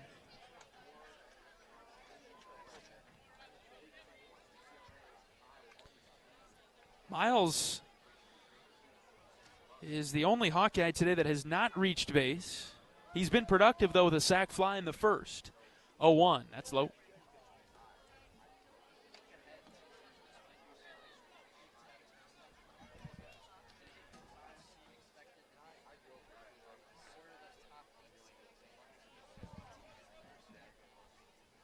Rasmussen goes from the windup, the 1-1 pitch. Risley chopped to third, and it's through into left field. Diving effort by Von Schlegel, but Risley is on with a one-out single. Funny how baseball works. Sometimes the less powerful contact that's just extremely well placed works out. This ball's just right in the 5-6 hole, bounces through. I kind of set that up. You did. You reverse jinxed him. It was great. I try to go with the reverse jinx, but I'm very aware of the broadcaster jinx that works against us. I think I failed us this weekend at some point. I don't remember exactly what it was, but you and I can get into the reverse jinx off every once in a while when it comes to some other sports that we're talking about. Caleb Wolf in the box. Worried about Risley over at first. They've thrown it over twice. And that's a fair worry. Riz is 12 for 12 on stolen bases this year. 9-1 Iowa, bottom three. One out for Wolf. Singled in the first, reached on an error in the second, scored both times. That's up and away. Now, whether you run on a 9-1 game is a whole different issue, but yeah, we're getting pretty close to the red light being on for base stealing. I think straight steals for sure. Again, you might do something different on the 2-2-3, obviously 3-2, but later in count stuff, you might get a little more freedom on the base paths.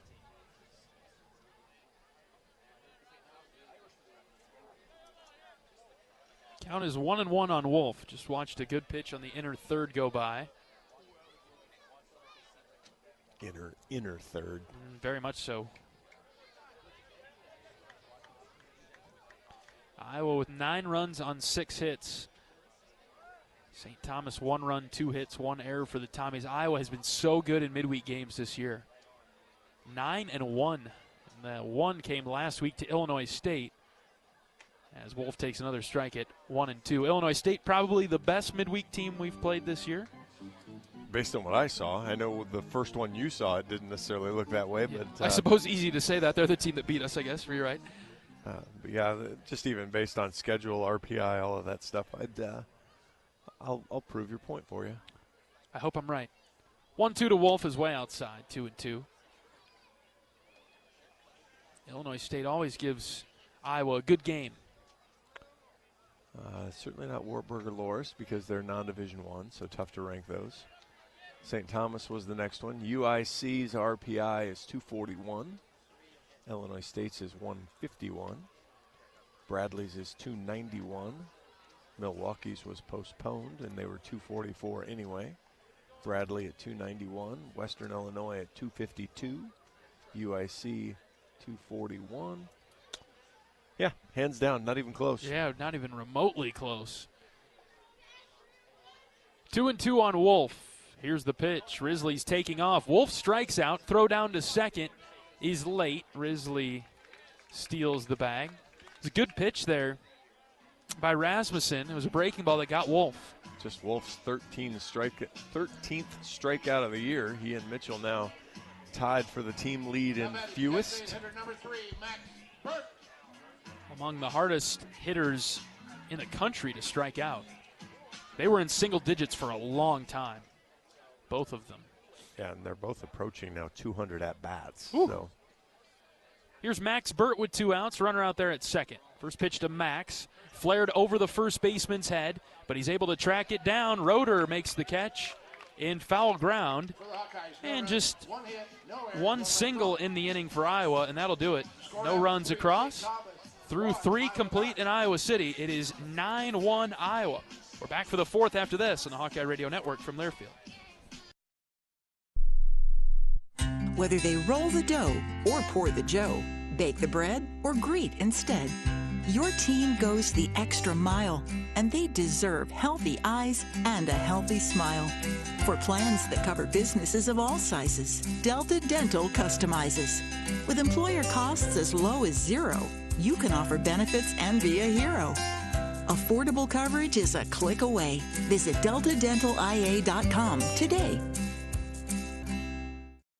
Hey everyone, David Kahn here. It's time to play ball. The 2026 season is upon us, and the best way to get in the game is by listening to College Sports Now's official baseball podcast, Dugouts, Dumbbells, and Dingers. Each week, we'll have exclusive interviews with players and coaches that take you inside the locker room as we unpack the top stories of teams all across the country. We're delivering our best fastball, so step into the batter's box and tee us up. Available wherever you podcast on the College Sports Now feed or on YouTube. Just search Dugouts, Dumbbells, and Dingers.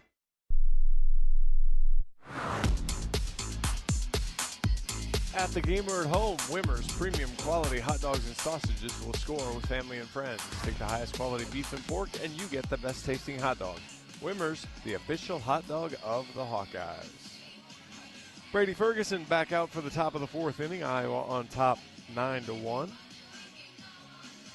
2 innings pitched, 1 hit, 2 strikeouts for Ferguson. He's faced 7 batters, 33 pitches thrown. That one hammers off the backstop. Delgado slings it down to second. And it'll be Mullock, McNellis, and Pooter. 5, 6, 7 for the Tommies. Second baseman, number 7, Matthew Mullock. Mullock 279 on the season. Struck out back in the first inning.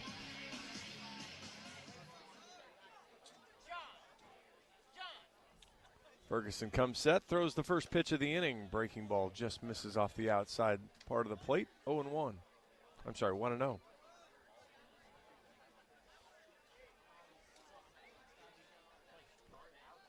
Ferguson working quickly, pitches. Well outside this time, 2-0.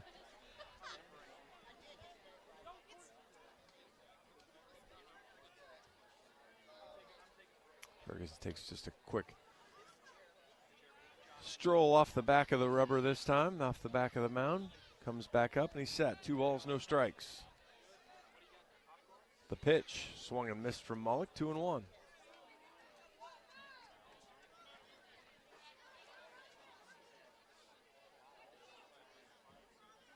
Mullock, the lefty, slightly open stance. 2-1. Catches the bottom of the zone, 2-2.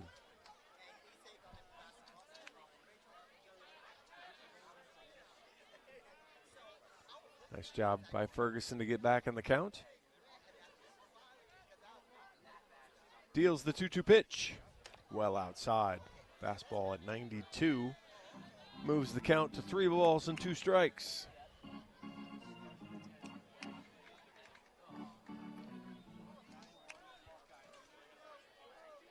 Mullock only walked 7 times this year. Fouls that pitch off. Stays alive. Good off-speed pitch there from Ferguson. Left it kind of right in the middle of the plate. Mullock was able to just fight it off as he recognized it was a strike. So we'll do 3-2 again. Here it comes. Outside, ball 4.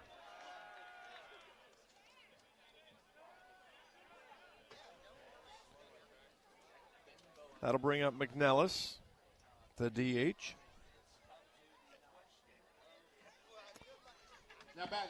Also 0 for 1 now on the day, the right-handed hitter.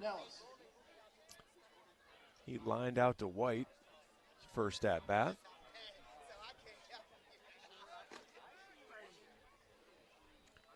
First pitch goes toward White again. White chasing to the line. Can he get there? No, it'll bounce just in front of him as he grabs it on a hop for 75 points before it goes over the half wall.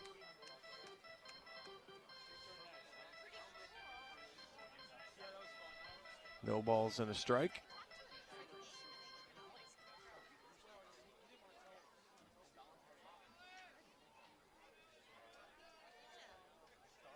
The pitch from Ferguson.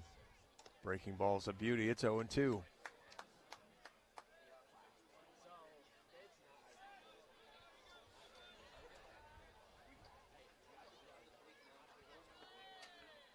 McNellis has grounded into a double play this year. Here's the 0-2 pitch. Fouled it back into the screen. Try it again.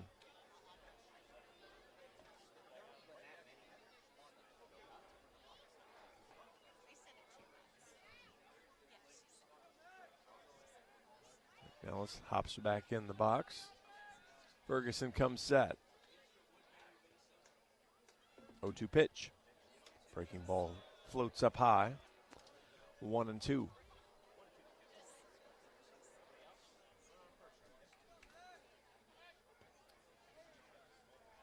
Ferguson threw 3 innings against Lindenwood, gave up 4 runs. That's his longest outing of the season.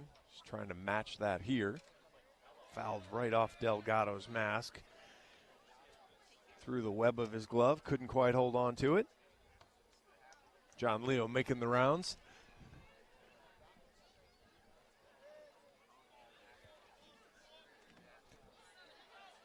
A ball and 2 strikes. Ferguson set at the belt. Delivers. Boy. Oh, called him out. Wow. That's a Hawkeye strike. Check swing from McNellis. Didn't look like he went through the zone, but first base umpire Kevin Young quick to point the right fist at him. And the strikeout is the first out of the inning. Adam Pooter now with 1 down.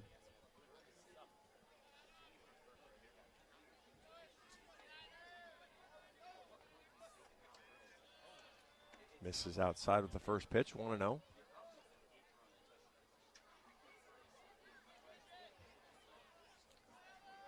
The third strikeout there matches Ferguson's career high. A 1-0. Up high, throw down to first is late.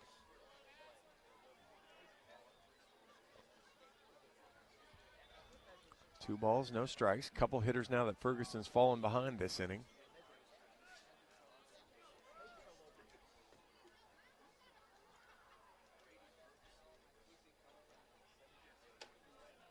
And now he moves to 3-0.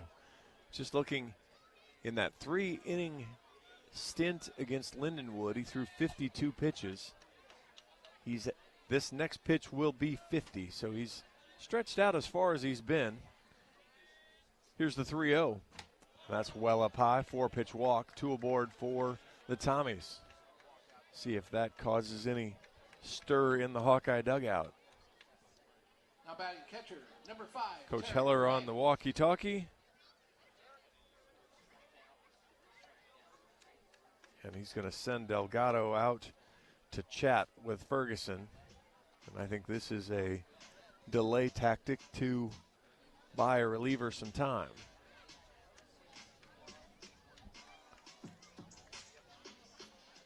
Couple walks in the inning. Career high in strikeouts, but also a career high nearly in pitches in an outing. Coach Heller on the walkie-talkie one more time. He's not afraid to make a mid-at-bat change either. Verhage, the hitter, he's 1 for 1, single to right, and Coach Heller popping out of the dugout. We'll wait for the official arm tap, because my guess is if he's waiting for somebody to warm up, he's going to let an umpire roust him first. And although they are going to the bullpen. Good outing from Brady Ferguson, and that'll be it for him as he hands the ball to Coach Heller. We will tell you all about the new pitcher as John Leo's back from making his mayoral rounds in the stands. We'll be back here in 60 seconds. This is Hawkeye Baseball from Learfield. The silly moments, the proud moments, even the hard moments. They're what make life remarkable. And they're why Wellmark Blue Cross and Blue Shield is here for every moment. Committed to making healthcare better, more affordable, with more choices for care. And service and coverage that give you peace of mind no matter what comes your way. So you can show up for every tender moment, every brave moment, and every wouldn't miss it for the world moment, knowing that Blue is here for you. Go to Wellmark.com/every moment to find a plan right for you. Save time when you shop online with Hy-Vee. Hy-Vee makes it easy to order groceries online through our app or Hy-Vee.com. Pickup is always free. And if you have a Perks Plus membership, you get free delivery and free express pickup. Shop online with Hy-Vee and you can create and save grocery lists, shop the sales, and get fuel savers. Talk about convenience. Order groceries online today. Check out Hy-Vee.com or download the Hy-Vee app. For all things college baseball, including live games and talk, tune into Sirius XM College Sports Radio Channel 84 and streaming on the Sirius XM app. All right, pitching change for Iowa in the fourth. Here comes Gannon Archer. Archer, right-handed senior from Adel. 1-0 on the season in his 13 appearances, 11 2/3 innings, 11 hits, 12 runs have all been earned, 7 walks, 5 strikeouts. He's kind of fallen into this firefighter, come in to get out of the dirty innings guy. Last 3 outings, he's been pretty good, giving up a run in 4 innings pitched. Had a tough outing against Maryland, but was really good against Indiana. Got out of a spot like this against Illinois State, and then gave up a run in actually without a hit against Illinois on Sunday. So just need him to come in and do this. Iowa's done a nice job with Brady Ferguson. Last week we talked about how many times the chain got broken. Yeah. Iowa's done a nice job, Brody particularly, of keeping the chain intact nicely. And so we'll see Archer pitching to Verhaeghe. Verhaeghe singled in his first at-bat.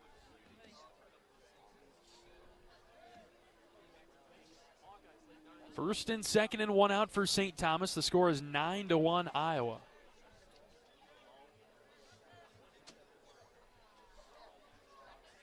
Archer goes from the stretch against the left-handed hitter. Gannon's ready. First pitch is just high and in. Now is not the time to shrink our strike zone. Look good.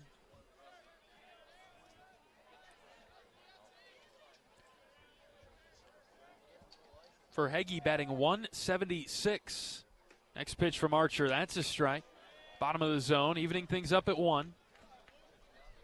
Not sure Arch could have hit 2 completely opposite sides of the strike zone with those 2 pitches. Totally across the board there. 1-1. Outside corner, strike 2. Man, oh man. Tap your helmet. Tap your helmet. So Gannon's come back and fired a couple of strikes now. He's ahead of Verhaeghe, the 8-hitter. And the 1-2. Line drive, base hit to right. White comes forward to grab it, sending the runner around third. Here comes the throw. It's cut off by Wolf. It actually got through then to Delgado.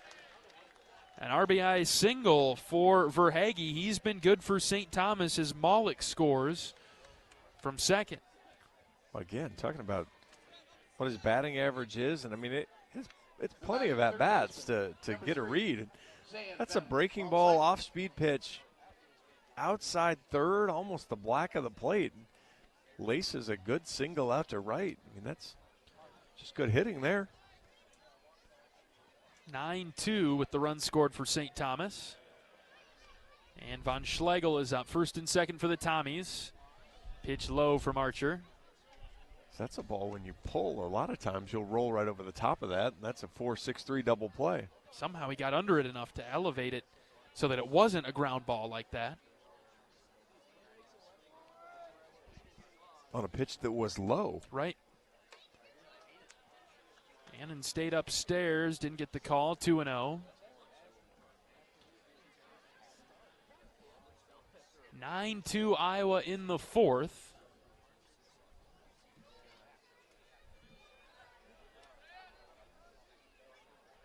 Archer comes set from the belt, pitches. High and out, ball 3. Top of the order for St. Thomas is on deck.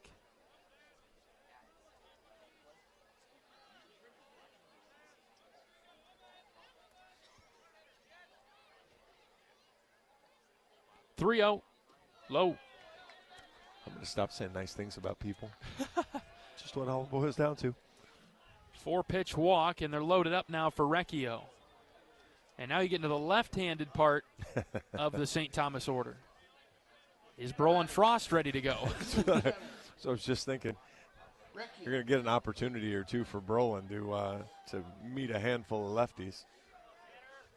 Going to let Archer pitch, it appears.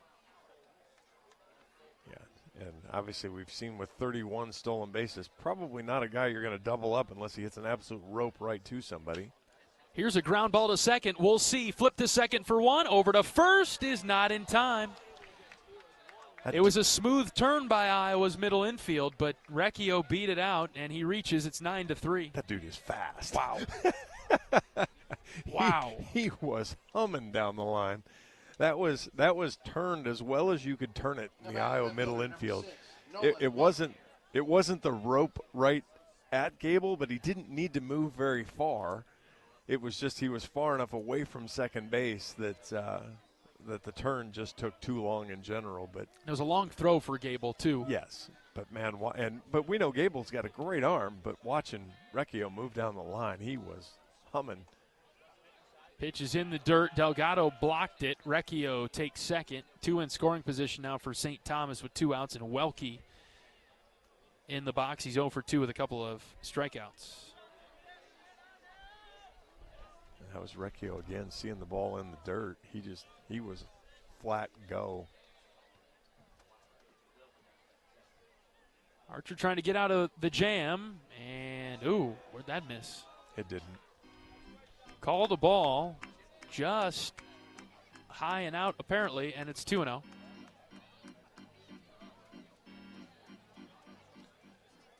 StatCast saw something we didn't. It's got the guy on third that scored on that wild pitch. Here's a spinner hit up the middle to Schulte at short. He gloves it and throws out Wolf. Throws it over to Wolf for the out. Welke is thrown out. And the Tommies leave a couple, but 2 runs for St. Thomas. On 1 hit, they leave a couple on, and it's 9-3 Iowa. We'll see how the Hawkeyes respond when we come back to the bottom of the 4th after this on the Hawkeye Radio Network from Learfield. Can you think of anything that costs the same today as it did 10 years ago? There isn't much. That is, unless you're a Mid-American Energy customer. Thanks to all the renewable energy we're generating, our customers pay nearly the same rate for electricity today as they did back when we were all singing, "Call Me Maybe." And with Mid-American making even more investments in clean energy, you can count on enjoying those same affordable rates for the next decade. Now that's obsessively, relentlessly at your service. You're a Hawkeye. You named your dog Kinnick and your cat Herky. Your morning alarm is back in black. Yep, you're a Hawkeye. And now it pays to be a Hawkeye with a Hawkeye account from Community Choice Credit Union. Low fees and great perks, plus Iowa exclusives like your choice of a Hawkeye-powered Visa debit card, Iowa merchandise, and exclusive giveaways. You've spent more time at Finkbine than you have at your office, so we know you're a Hawkeye. Now make it pay with a Hawkeye account from Community Choice. Learn more at HawkeyeAccount.com. Oak Knoll's mission is to provide exceptional retirement living and health services through Life Care, a not-for-profit life plan community serving the Iowa City area for 59 years. Oak Knoll's conveniently located near the University of Iowa Healthcare Campus, Kinnick Stadium, Carver Hawkeye Arena, and downtown Iowa City. A proud sponsor of Hawkeye Athletics. Visit oakknoll.com to learn more. Matt Delgado will lead off the inning for Iowa. Bottom of the 4th, it's 9-3.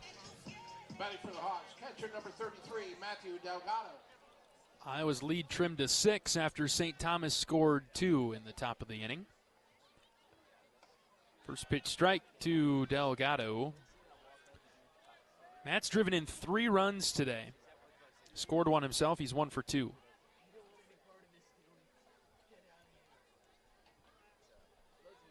Delgado hits in the air to left, but he got underneath it. Welke, the left fielder, is there. 1 down. Yeah, got it in on his hands a little bit. Wasn't able to make super solid contact. That was a back spinner, wasn't it? Yeah. Kind of launched it. Not in a good launch way.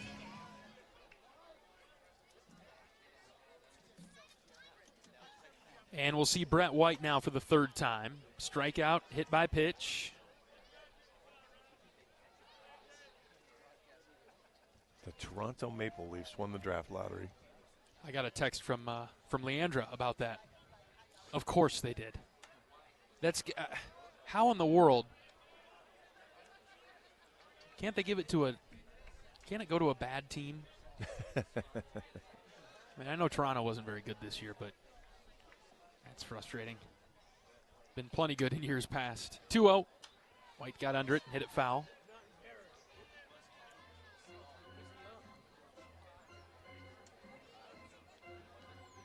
Yeah, that'll be, they can pair a talent with Austin Matthews. That wouldn't be all bad. Sure. 2 balls and a strike on White. Pitch from Rasmussen. Hit in the air, left center gap. This ball is carrying. It's deep. It will one hop over the wall for a ground rule double for Brett White. Ground rule double, Brett White. 102 off the bat. Went to the opposite field there. Took the fastball that was out on the outer half of the plate, drove it to left center field. Boy, if he can abuse the opposite field with power like that, the future is bright for Brett. And now Jason Frost is up. 9-3 Iowa, bottom of the fourth. Runner at second and 1 out. You still following the Stanley Cup playoffs? Yeah. I don't care nearly as much, but yeah. Frost swings at the first pitch, lines one into left center, down for a base hit. Recchio goes to pick it up, and he bobbled it, so White will get the wave around third, and he will sprint home. RBI single for Jason Frost. I think White was getting the wave anyways, despite Recchio kicking it around out there in center. Yeah, I think he'll get the RBI. You'd especially hope the friendly scorekeeper, Joey Narrett, will now get his pinch hitting opportunity for JZ. You kind of called that one earlier. Yeah, I was just kind of thinking too, Iowa scored 1 run in the bottom of the second, but had the bases loaded and 1 out, and you had a couple of empty calorie at-bats, as Coach Sutherland likes to call them. Didn't have a great third inning, and so it's good to see Iowa kind of get back going here, especially after St. Thomas scored a couple runs. You kind of get stale, and all of a sudden it could have gotten interesting. So 10-3 now. Here is Joey Narrett. Takes a strike up and in, 83 miles an hour. Narrett for Iowa batting .292, left-handed hitter.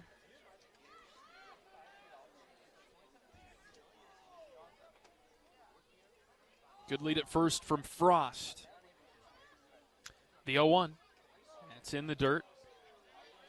Good block that time by Verhage.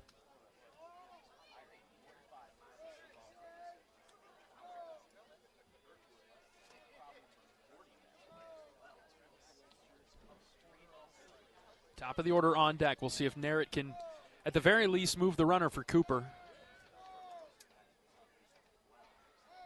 1-1.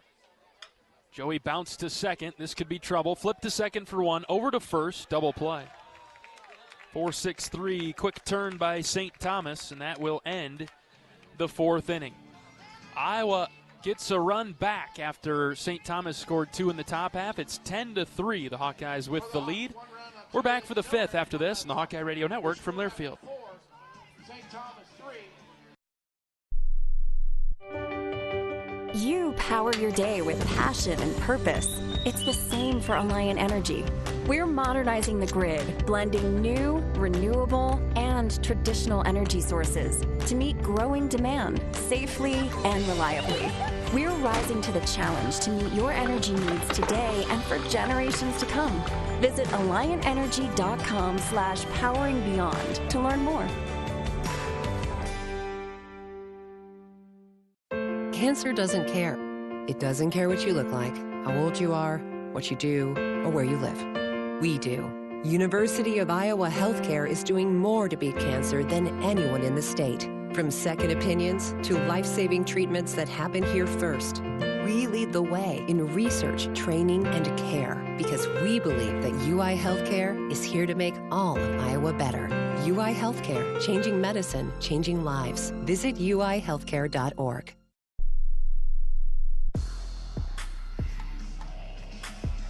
New this spring, Brown Deer Golf Club in Coralville has partnered with Bread Garden Market for food and beverage operations. Let the Bread Garden Market staff plan your next event at Brown Deer and create a memorable experience with fantastic food and service. Divots Bar and Grill opened May 1st with delicious entrees for those who golf and those who love a good meal with a view.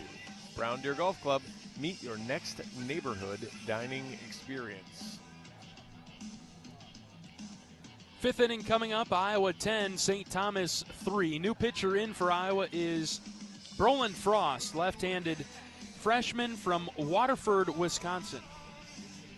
14 appearances on the season, 17 in a third innings, 11 hits, 7 runs, 6 of those are earned, 6 walks, 16 strikeouts.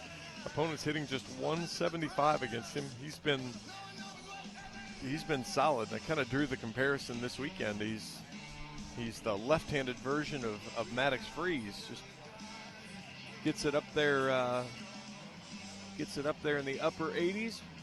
Throws a good slider, good changeup. Just kind of knows who he is and what he does. And sweeps it up there and gets some outs. Hitting out the fifth, first baseman number 16, Joe Roeder. And I like what you said there, John. He sticks to what works for him, right? And he doesn't strike me as one of those younger guys that's trying to do too much. He knows what type of pitcher he is, and now it's just becoming efficient and effective with that as it translates to the college game. Well, and you know, obviously when you're 87 to 89, look good there and missed just high and out. Count even at 1. Your job doesn't become necessarily to figure out how to throw 95. It becomes how do you make 87 dot. Dropped one in there at 77 for a called strike. Make 77 dot even better. He's ahead of Roeder. Left versus left. Swing and a miss. Strike 3. Dirty changeup from Frost. Yeah, then he throws 79, drifting away from the left-hander. Brings up right fielder number 45, Owen Bond. And that'll bring up Bond.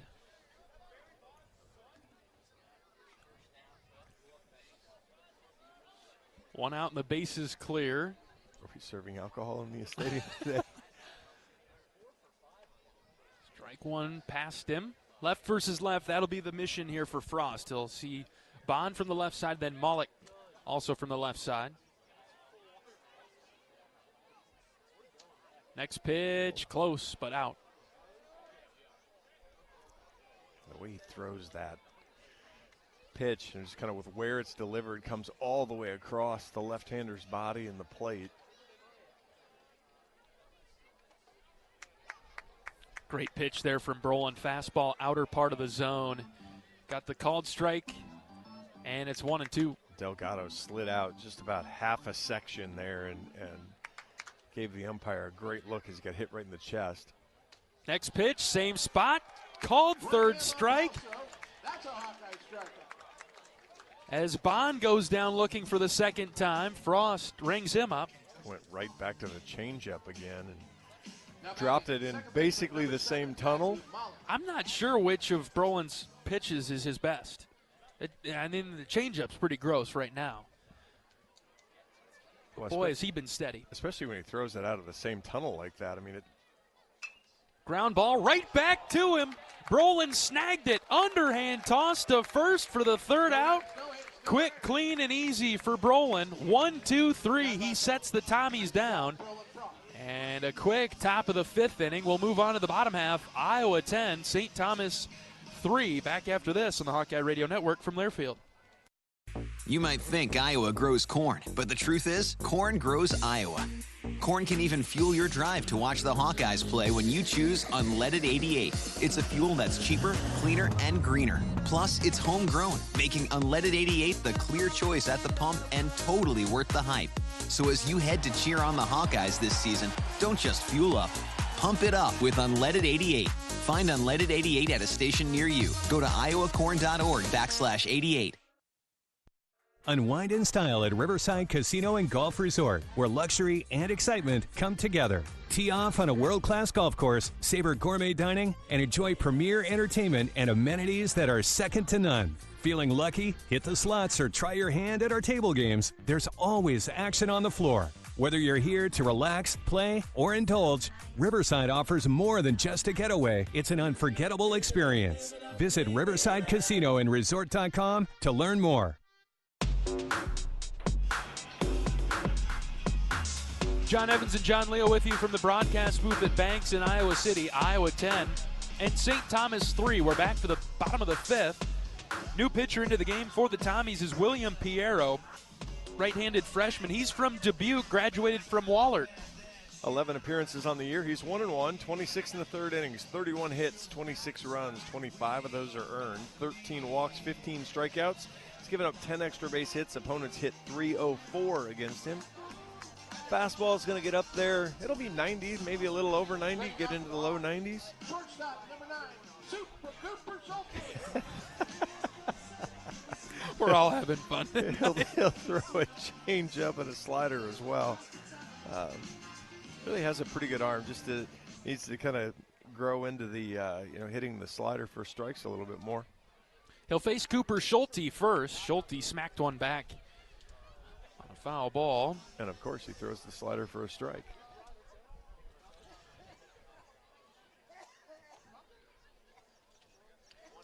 Schulte up for the third time today. And the 0-1 bounced to the plate.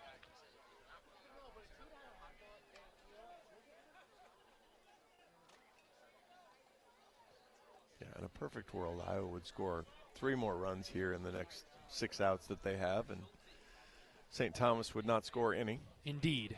And we'd play 12 more outs, and we'd be able to put a bow on this thing. That's right. And it'll still be a 3-hour game. Well, we're due for a time update. We have been playing for nearly 2 hours. 2-1. Inside to Schulte, called a strike 2-2. We'll get an ID break after Schulte's at bat. That's 94. Was a bit inside, but umpires had a friendly strike zone today for pitchers. 2-2. Schulte lines to second. It's caught by Maulik for the first down. With Gable Mitchell coming up, let's pause 10 seconds for station identification. This is Iowa Hawkeye Baseball.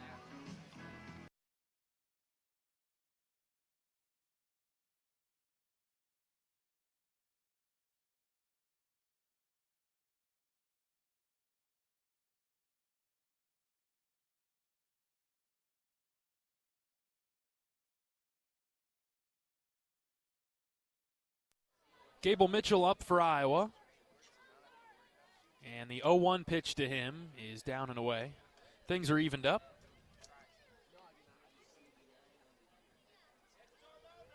That was well struck from Schulte. Just unfortunate luck for him was right at the second baseman.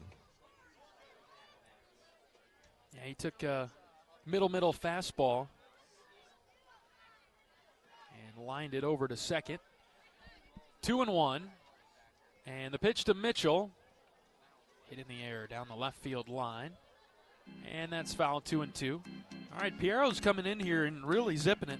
A lot different than what the others have looked like. But just like I was starting to talk about last inning where you wanted to see Iowa string together some good at-bats and unfortunately then bounce into a double play. Able to rip that back into the cords. Schulte has it's a good at-bat. He hits it 102 off the bat, so he just made an out. And you want to see Gable and Riz string some together, get Wolfe to the plate this inning. 2-2 to Gable. Line drive left side to the backhand of Pooter. He cannot make the play, and Mitchell will wind up at first. He did basically what Schulte did, right? Except it bounced in front of the shortstop. Schulte, the right-handed hitter, set it to the right side of the infield. And Mitchell, the left-handed hitter, set it to the left side of the infield on a middle fastball. Yeah. Coop hit it just a little bit better, so it carried all the way out to the second baseman. Mitchell missed it just a little and didn't get out to him and ate him up on the backhand side. Had a little bit more slice to it. Goes down as a hit. Sorry. Risley's up with 1 out, and he was showing the bunt but pulled it back. He hasn't been in full agreement with umpire Lundqvist's strike zone either. Right. Iowa up by 7 in the 5th. Here's the 0-1. That's low. Risley swung at it. I talked about how good his at-bat was. I think it was Schulte's at-bat. The first inning got dotted up with a pitch and then took balls that were close. That one was a little frustration from Riz there. Catcher setting up way outside, and the pitch sailed away. Throw down to first on the back pick. Mitchell was heads up. He's back. Piero hit a spot there, didn't he? I think so. Unfortunately for him, it was the left-handed batter's box. Quick move over to first. Gable's back.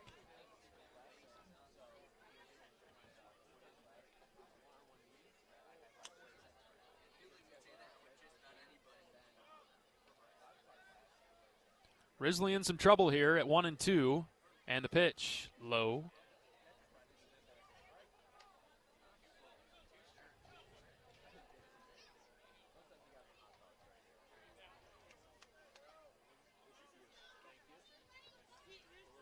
Big gap in right center for Risley as the 2-2 is hit on the ground left side, and it splits the shortstop and third baseman, gets into left field for a base hit. Runners are still moving as the left fielder bobbled the ball. Throw to third, not in time. Mitchell somehow beat that tag and throw. That's a great slide from Gable Mitchell. We'll get an insta challenge, though, from the dugout. As Gable slid all the way to the home plate side of third base and got way inside trying to get around the tag. Umpire was right there, so hard to imagine how he missed it.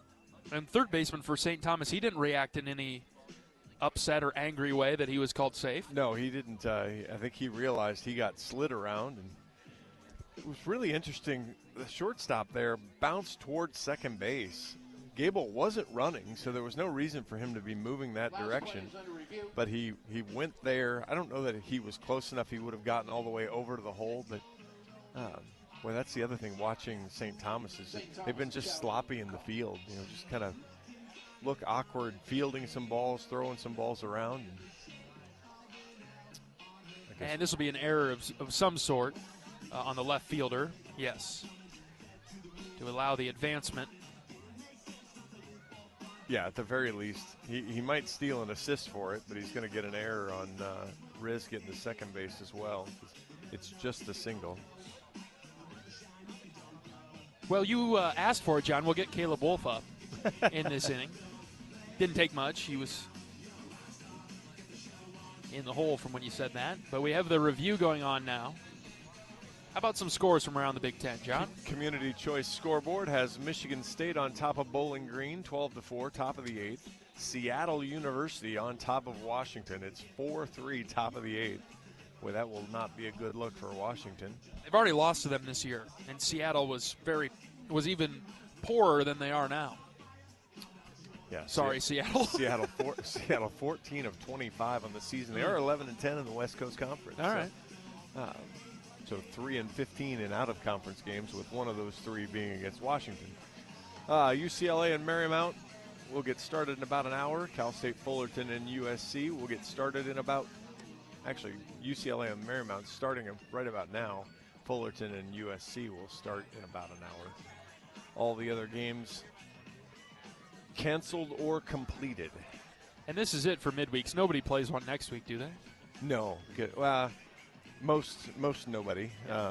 There you could play a Tuesday if you really wanted to, but with your final conference weekend starting on Thursday, most teams don't want to either mess with the travel or, if everybody could figure out how to play a home game, they might do it. But somebody's got to go on the road. I suppose if you catch it on your way to wherever you're headed.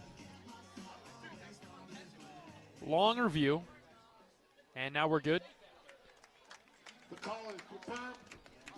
And safe at third. Well, but at least we checked that box. There we go. Needed a lengthy replay. All right, here's Caleb Wolf. Fine green turf, Wolfie. Yep, 10-3 Iowa in the 5th. is an arm chucking it down in the Tommy bullpen. Strike one to Caleb. Off speed at the bottom of the zone.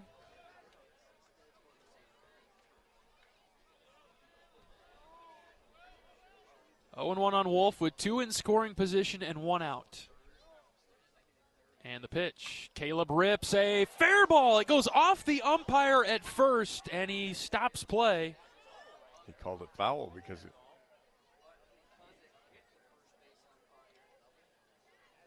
And everybody's kind of standing around here. The umpires are going to come together. I thought it was a fair ball, John. He's going to need some help because obviously he didn't see it.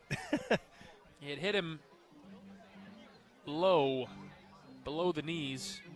First base umpire Kevin Young. Looked like fair from up here, but I don't know what you do now. Yeah, now we get it. Now we get into mechanics of the game at that point. That was scoring 2 runs. That was headed for the right field corner near the bullpen. Yeah, it was scoring 2 runs. Wolfie was standing at second base, but yeah, I'm not sure we're going to get any of that part. And right now I think that's what the umpires are trying to decide is the mechanics of what happens when a fair ball hits. Was it a fair ball? And then what happens after that?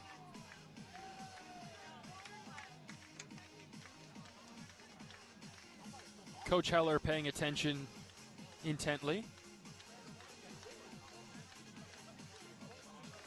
Umpires are huddled up first base side of the mound, covering their mouths as they speak. I don't think anybody can. I don't know if anybody can hear them. Well, so interestingly enough. What you got, John? A fair ball hitting an umpire is generally a live ball if it's already passed or touched an infielder. Not sure that had. If the ball strikes an umpire before passing an infielder, it's umpire interference resulting in a dead ball. The batter's awarded first base and forced runners advance, which means both Hawkeye runners will have to go back to second and third because neither were forced. That's correct. I think he called it right on the field then, because he said fair ball, then got hit by it as he was, and then called it dead. Yeah. So I think the bases. So we think the bases will be loaded for Max. That is my take, because I don't think the ball was past the first baseman. I think it's close, but I don't. And it didn't hit him. And it didn't hit. Yeah. So I think that was. Coach Heller likes the answer. Yep. And that's what it is, John. No, but they're going to let Gable score, so they're wrong, though. Those runners are not forced. They should not score. All right, well, Coach Heller liked the answer because Iowa scored. He did. Now, again, I think he's... Oh, boy. And St. Thomas's coach, Chris O'Lean, is a little bit more animated and not as happy. Because he's right. But unless he's got a rule book... He's pointing into his own dugout. Well, hopefully his dugout has a rule book that they can bring out for him, because that's going to be his only luck right here.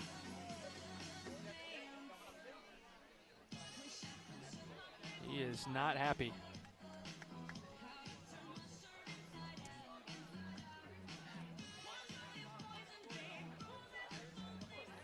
Third base umpire has strolled down. He wants in on the fun. I think he just wants to break it up if he needs to. He's there for a friend. I'm keen on that idea. Full wingman action there. You bet. We have literally now seen nearly everything. Yes. Especially the delay grid has been filled up. Just when you thought it was safe. Third base umpire now is circled around. Not sure what he's going to do from there. He's going to watch his right ear with the fastball coming in from Piero, who's throwing some warm-up tosses. Okay, so runners at the corners for Iowa, and and Max Burt up. Yeah. If all, oh jeez. St. Thomas should probably just quit throwing right now. It's really breaking down here. Pitcher's missing the catcher, catcher's missing the pitcher. Yeah, if all of this stands, which it shouldn't, It's 11-3, and I think we might have a rule book out here now. Oh, boy. Are we phoning a friend?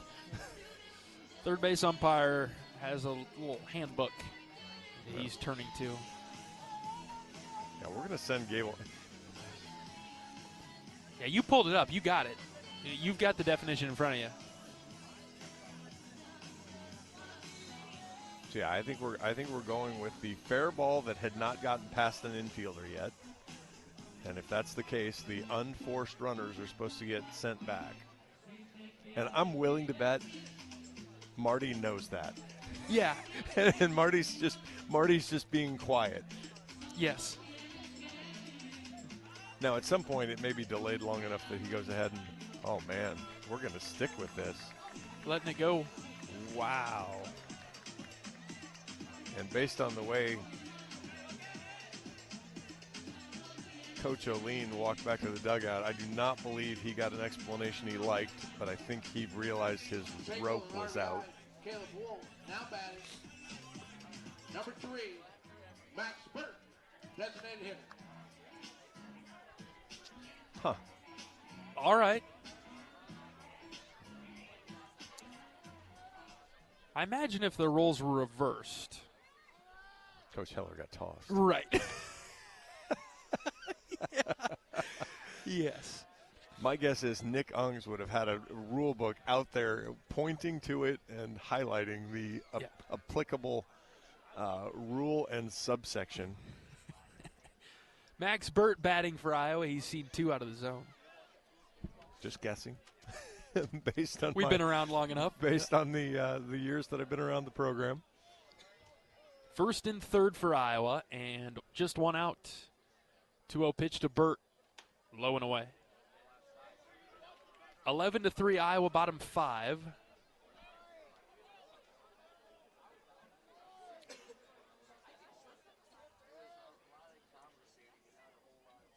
Three balls and no strikes. The pitch to Burt is outside for ball 4. They'll be loaded up now for Delgado.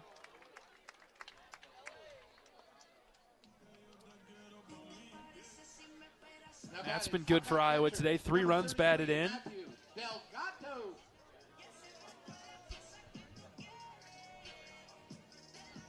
Remember that part when we said we hadn't heard these 4 umpires before? Time called now, and we've been playing for so long that Riz's helmet battery died.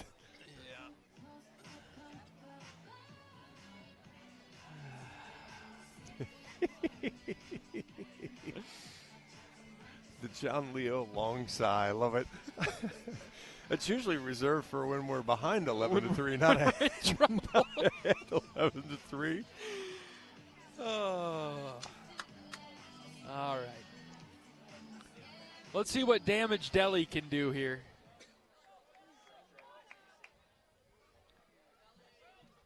Piero goes from the windup. First pitch, Delgado sends in the air to right, but foul. I'd like an RBI single to make it 13-3 so we can start trying to count down outs. There we go. Delgado's good with those. I'll take the 100 hopper right up the middle that he had. High strike called, nothing in 2. 2 good off-speed pitches from Piero. I mean, do you stick with that, or you go ahead and show him 91, 92? And Coach Sutherland's going to have a quick chat with Delhi and say, hey, what are you looking for here, my friend? Yeah. Let's keep our approach solid because we need you to produce. Iowa has not been very good with the bases loaded today. I shouldn't say that. Had missed a couple of opportunities. Been good in some spots. Remember those more vividly than the successful parts? Well, that's because we were successful the first 2 and unsuccessful the last 2. I think are probably the why that sticks out. But yeah, otherwise Iowa 5 for 11 with runners in scoring position, 8 for 16 with runners on base. Wow, yeah, a lot of chances. All right, brief visit between Coach Sutherland and Matt Delgado is wrapped up. Here's the 0-2 to Delhi. High, bend him back.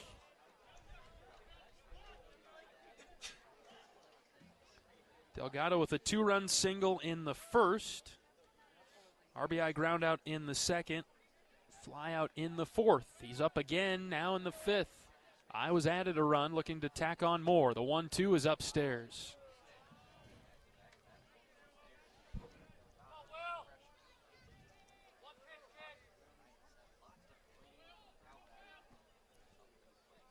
Count even at 2 now, the pitch.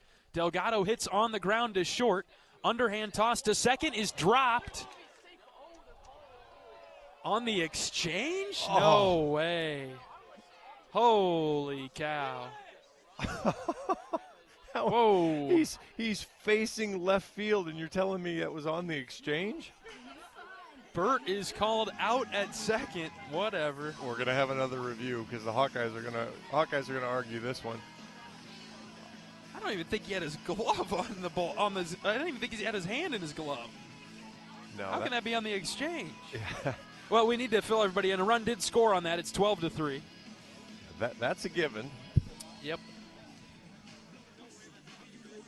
Oh, boy. Just to see if we can have a 30-minute bottom half of the inning again.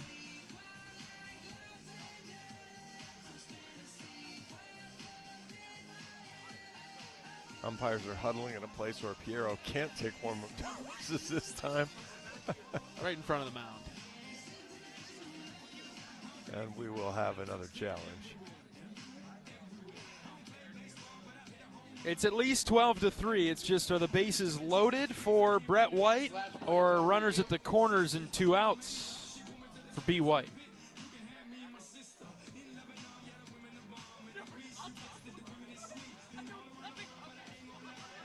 I know what I'm rooting for because I want to make sure we get that extra run across. Yes.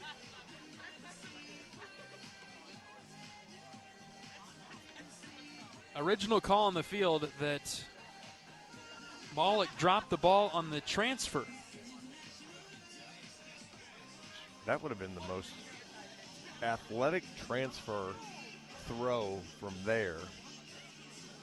I thought it was reasonable that he picked the ball back up before Burt got to second base, then on the transfer. Yes.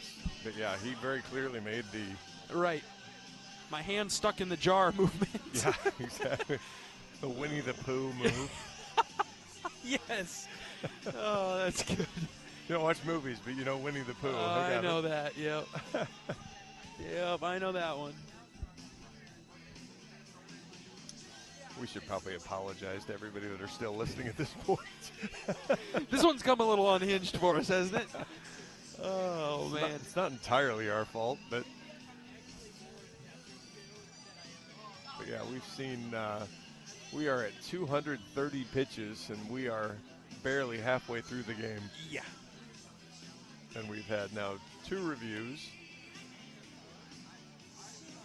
2 coaches' arguments. A lot of warm-up pitches by Piero. Because he's been the one that's been left out to dry during all this.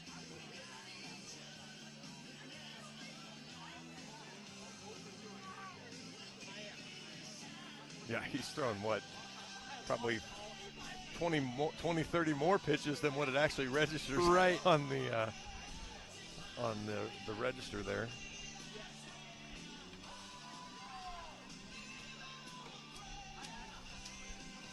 I'm about to text event management down there. Get that monitor going a little bit. Let's get this review going. I'm just hoping we play that sound effect again before we leave. Oh, are you? Oh yeah, let's roll her out of there again. Might as well get. You might lose me. Oh. This is how we don't get Marty after the games. Yeah. Well, we hope that the fans that are sticking this one out with us in a 12-3 game that's just never really gotten off the ground today. We've been stuck in the mud from the beginning, and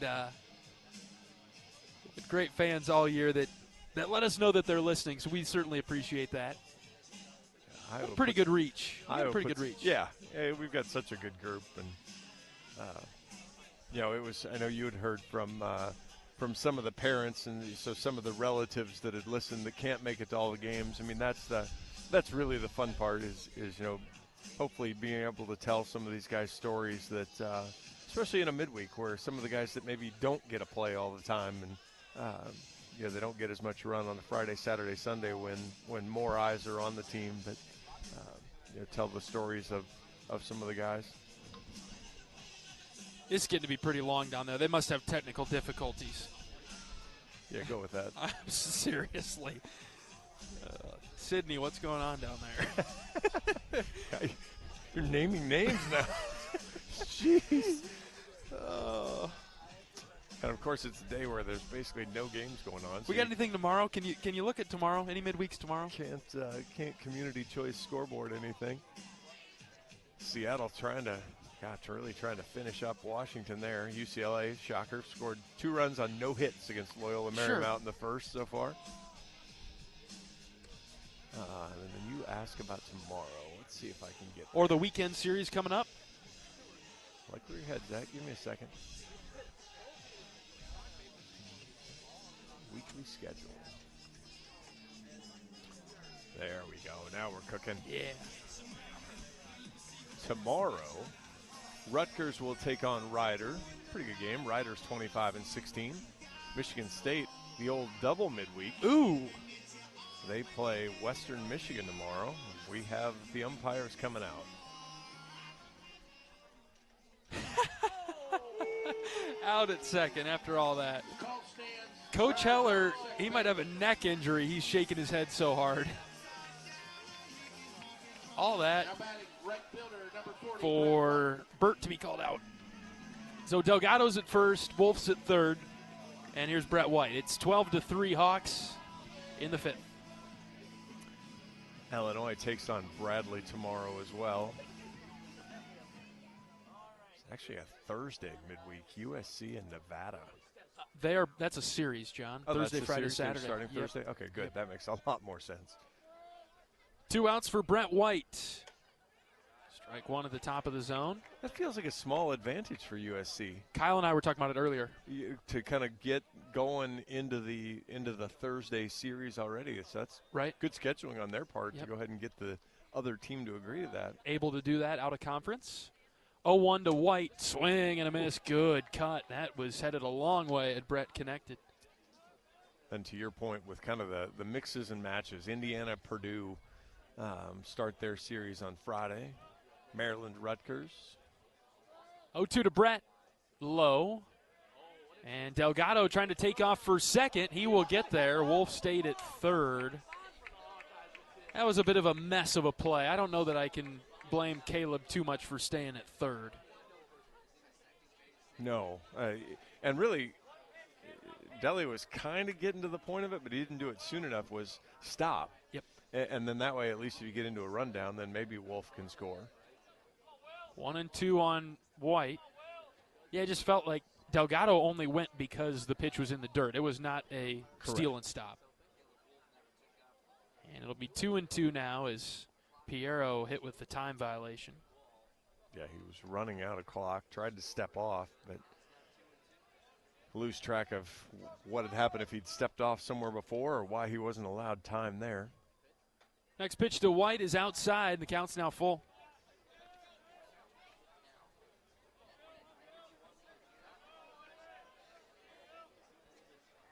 Brett trying to come through for Iowa in the 5th. He had a double his last time up. The 3-2, fouled back. Good hang. Yeah, good job there, staying with the off-speed pitch.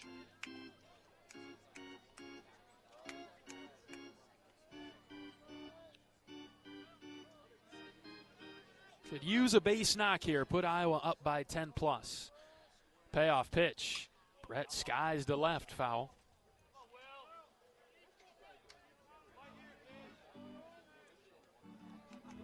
Piero at about 35 pitches or so now, not including all the delays that have been going on. Ooh. Third 3-2 pitch. Brett takes high and away. Ball 4. It's another good at bat from Brett. He just stacks them up, doesn't he? Really does. I know he struck out in the bat today, but boy, it's been a series of good at bats. You know, again for a young guy, sticking with it. Now batting third baseman, number 27. Another bases loaded chance for the Iowa offense. Here comes Jackson Frost. Speaking of guys that started to stack together a couple good at bats.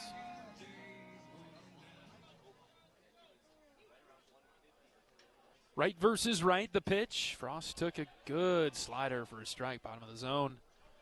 That's just a cap tip. What we've seen is you're going to get a low 90s fastball in the middle of the plate at some point in an at-bat. Or you're going to get one 4 balls off the edge of the plate that's called a strike. Tough. That's still a good take. Don't get into a bad habit. 0-2 pitch. Frost took strike 3, bottom of the zone. And the Hawks leave them loaded in the 5th. 2 runs, though, for Iowa. It's 12-3. We'll bring you the 6th after this on the Hawkeye Radio Network from Learfield. Whether they roll the dough or pour the joe, bake the bread or greet instead, your team goes the extra mile, and they deserve healthy eyes and a healthy smile.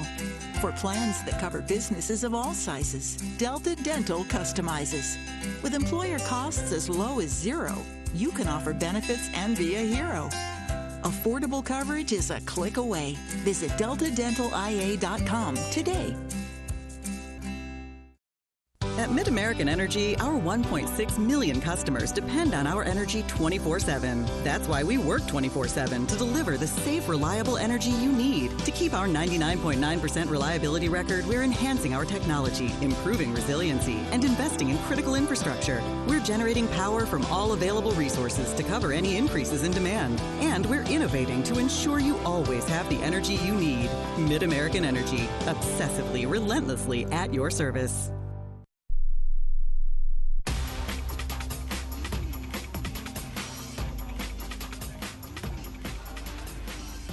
Top of the 6th in Iowa City. John Evans, John Leo with you from Dwayne Banks Field for the final time this season. 12-3, Iowa leading St. Thomas. New pitcher in for Iowa is Nick Terhar, right-handed freshman from Saginaw, Minnesota. Nick's 2-1 on the season in his 8 appearances. 9 innings, 9 hits, 8 runs. 6 of those earned, 10 walks, 12 strikeouts. Opponent's hitting .257 against him. Fastball is going to get up there. It'll be in the low 90s. He'll throw a cutter off that. Curveball, changeup as well. He's been relatively solid last 4 outings, no earned runs. Did give up a couple runs against Illinois State, both unearned runs though, as he had a couple walks and then error later hurt him in the inning. But see if he can get in the zone here, kind of get back on that horse. Yeah, actually, I guess I look at his last 2 outings. Hasn't given up any runs, but hasn't recorded an out either. Last 4 batters he's faced, he's walked. So need him to get back into a little bit better form there. If that inning hadn't taken so long, maybe we would have seen Brolin Frost for another. Yeah, I think Brolin was so good, it wouldn't have surprised me to see him get 3 more outs, but obviously I think that inning took 25-30 minutes, it felt like. Terhar pitching to Lucas McAnellis, DH, 6-hitter. Yeah, just 9 pitches from Frost to get through his inning.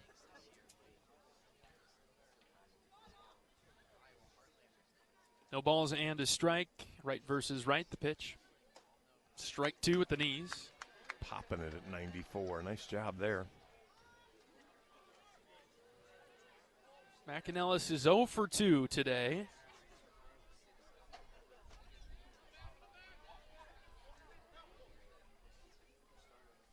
Next pitch from Terhar. Slider out.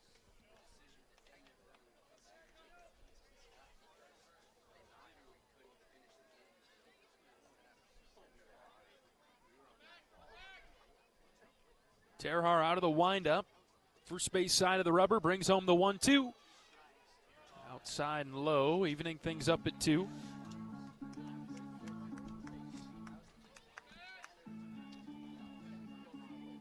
Just on a couple of sliders here. That's where when you've struggled to command control, go ahead and aim at the center. And this ball is shot into right, and it tails to Brett White. He makes the catch, out number one. Boy, off the bat, that looked like Risley's ball all the way, didn't it? Yeah, that is just full sliced as he was late on the 94-mile-an-hour fastball. But yeah, just to the point, as you're kind of working for your feel, aim at the center, give yourself plenty of room to miss. And I'm sure that's mostly what he's doing, too. It's just, maybe he gets ahead 0-2. He starts aiming for that outer side of the strike zone and doesn't want to miss in, so then he pulls it wide. Terhaar pitching now to Adam Pooter, strike one with the slider. Sure. Might as well at this point. Again, like we were talking about at the break. 0-1 pitch outside. As Jackson Frost got called out, the strike three pitch was perfectly fine. It was knee-high, middle of the plate. It was the strike two pitch that was – a hitter does not have a chance if you're calling a pitch 4 inches off the plate on the outside and 2 inches off the plate on the inside. Good slider there from Nick. Caught the corner, 1-2. Yeah, need extendo bat. Yeah, you cannot cover 23 inches of plate. There's a reason why the plate isn't that big.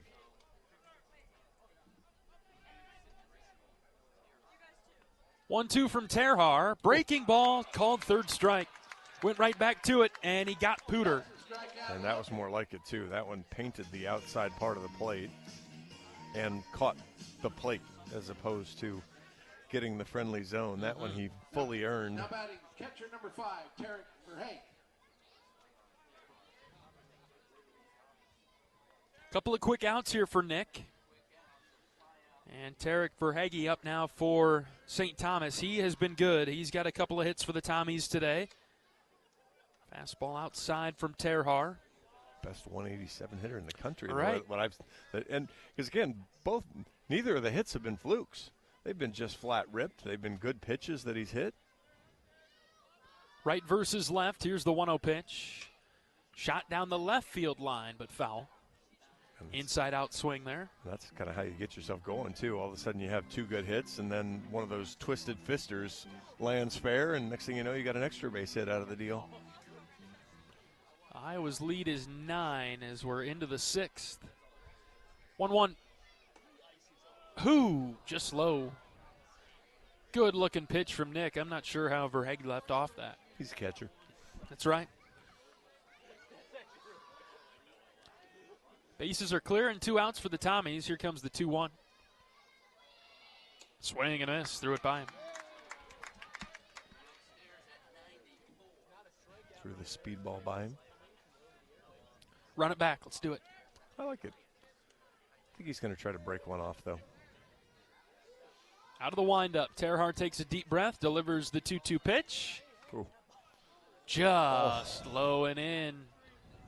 I'll take that every day of the week. That is a fantastic pitch, especially based on the way the strike zone's been called today. And instead goes full.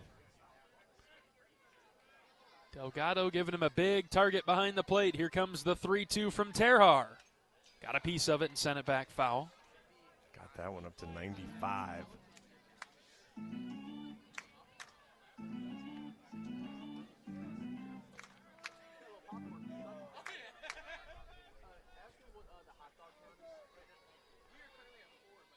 Another payoff pitch coming from Terhaar.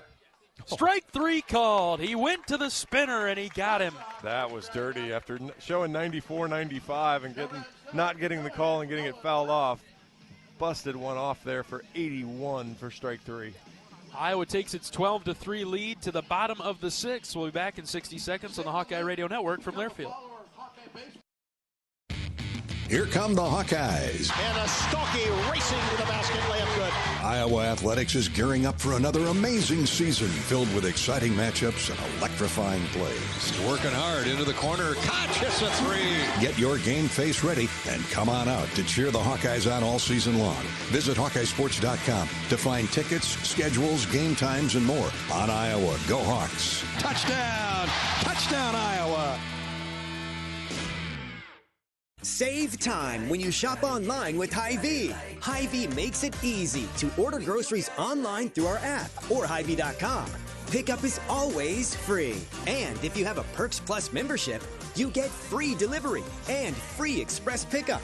Shop online with Hy-Vee and you can create and save grocery lists. Shop the sales and get fuel savers. Talk about convenient. Order groceries online today. Check out Hy-Vee.com or download the Hy-Vee app.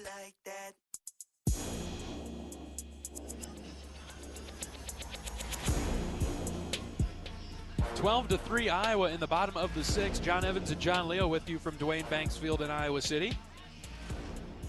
New pitcher into the game for St. Thomas is Ben Mosier, right-handed sophomore from Menominee Falls, Wisconsin. 8 appearances on the season, 9 2/3 innings, 15 hits, 16 runs, 14 of those are earned, 8 walks, 5 strikeouts. Opponents hitting .341 against him. Fastball is going to get up there. It'll be in the upper 80s. He'll throw a curveball and a changeup as well. As Iowa will look for a single run here in the bottom of the 6th inning to get it 3 outs away. And it'll be Narrett, Schulte, and Mitchell, 9-1 and 2 for Iowa. Just want to see Joey have a good at-bat here. Yep. We talked about it. Just he'll be scuffling just a little bit. Leading off the Hawks in the bottom of the 6th. Plays such a good defensive left field and has shown a lot of offensive production, so we know that it's there. Just cooled off in the last month or so. Narrett grounded into a double play in his last at bat.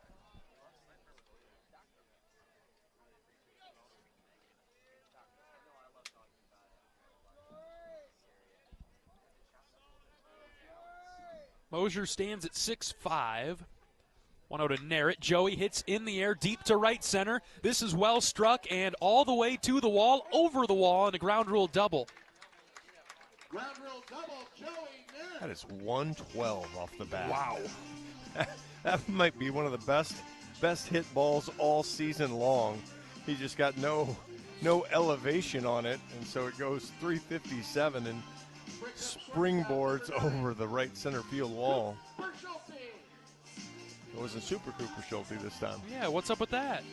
We can't selectively be Super Cooper.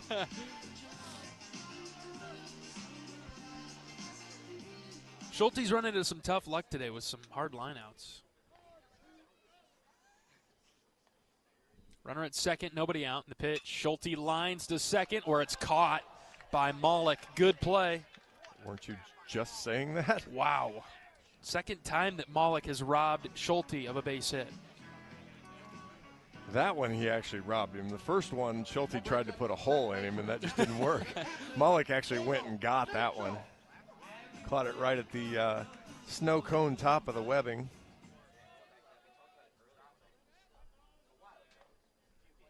And now Gable Mitchell up. Outside and low for ball 1 to Gable. You said 112 off the bat for Narrett? 112 off the bat for Narrett. Did you try to read the small print? Well, he's got both of the hardest hit balls this year. 1-0 to Gable, outside, 2-0. He hit one 112.2 against Minnesota. So Narrett, he's the one Hawkeye with 2 hits at 112 miles an hour off the bat. Which would explain why it'd be nice to really get him in a groove again, because he can do something nobody else has shown they can do. That's right. 2-0 to Gable. Up and away.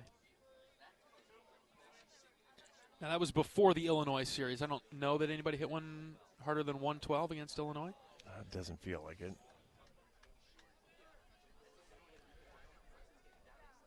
Narrett out there at second base. He'd put Iowa in position to run rule St. Thomas if he can score. If somebody can drive him in, it's 3-1.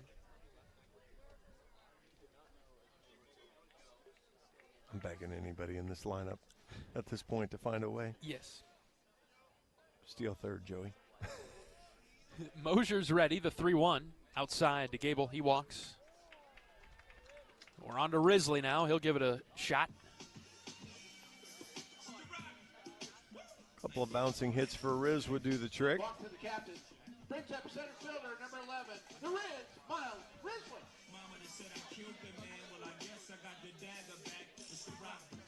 There's a guy just starting to toss down there, but I really don't think that's going to be the case. First and second and one out for Miles Risley, who's hit a couple of singles in his last pair of at-bats. And he takes strike one.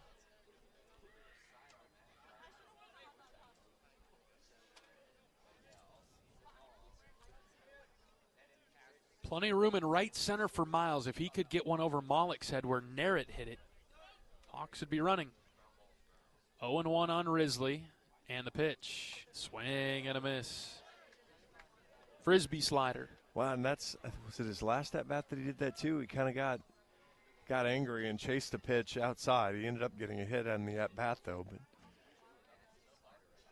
kind of got out of his rhythm there. Catcher setting up way outside. The 0-2, Risley chased it as well, and he strikes out, went right back to it. Yeah, I mean, if you see a guy that's willing to expand the zone, you got to give him another chance to do it. They threw it in the zone, and he got a hit on him the last at-bat. This time it was hey, let's throw it out there again, see if he can stop himself. Unfortunately, Riz couldn't. Big spot here for Wolfie. Come on, Caleb. First and second for him with 2 outs. And the pitch. Swing and a miss. Change up. Rolled off the table. Iowa chasing a few pitches in the last couple of innings. Get back to that approach at the beginning of the game. Just nice, smooth swings. Bond out there in right. He's in a different zip code. He's deep. 0-1. Way outside. Hagee reached over to grab it. Yeah, a typical Caleb Wolf line drive will drive in the run from second. That's all we need at this point.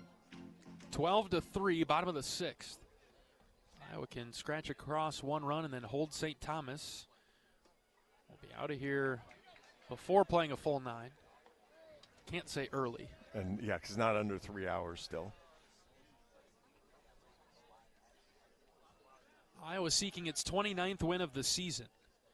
Currently 28-18. Have turned things on down the home stretch. The 2-1 to Wolf. Caleb sends up the middle. It's a base hit. Narrett gets the wave around third. He'll score, no problem. Wolf drives him in on the single.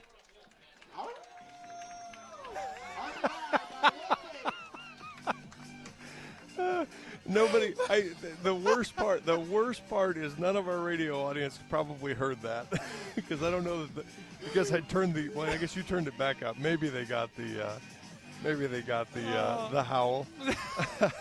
Jacob's telling us we got it. That's awesome. The howling of the wolf from Ronnie, our PA guy. So good.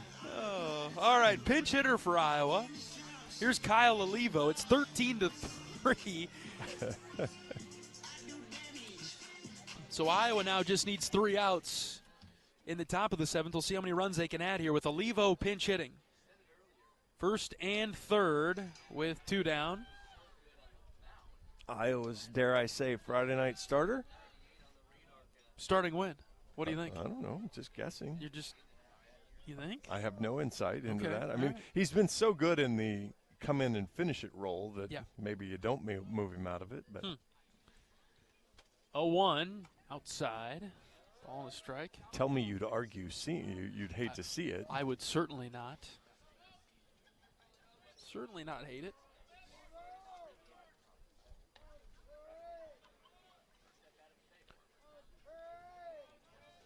Next pitch to Olivo, outside part of the zone now, and the strike, 1-2. Very diplomatically phrased. I tell you, John, year 4, I've grown. You've seen it. I now know why they don't give me the strike zone box every game. Restrictive. 1-2 to Olivo. Swing and a miss. Good cut by Kyle. He was swinging out of his shoes on that one. That was not a 2-strike approach. Olivo strikes out. Iowa's within the margin here, up by 10. 7th inning coming up, 3 outs away from a run roll victory if Iowa can keep St. Thomas off the board. We'll be back in 60 seconds on the Hawkeye Radio Network from Learfield. The silly moments, the proud moments, even the hard moments. They're what make life remarkable. And they're why Wellmark Blue Cross and Blue Shield is here for every moment. Committed to making healthcare better, more affordable, with more choices for care. And service and coverage that give you peace of mind no matter what comes your way. So you can show up for every tender moment, every brave moment, and every wouldn't miss it for the world moment, knowing that Blue is here for you. Go to Wellmark.com/every moment to find a plan right for you. You're a Hawkeye. You named your dog Kinnick and your cat Herky. Your morning alarm is back in black. Yep, you're a Hawkeye. And now it pays to be a Hawkeye with a Hawkeye account from Community Choice Credit Union. Low fees and great perks, plus Iowa exclusives like your choice of a Hawkeye-powered Visa debit card, Iowa merchandise, and exclusive giveaways. You've spent more time at Finkbine than you have at your office, so we know you're a Hawkeye. Now make it pay with a Hawkeye account from Community Choice. Learn more at HawkeyeAccount.com.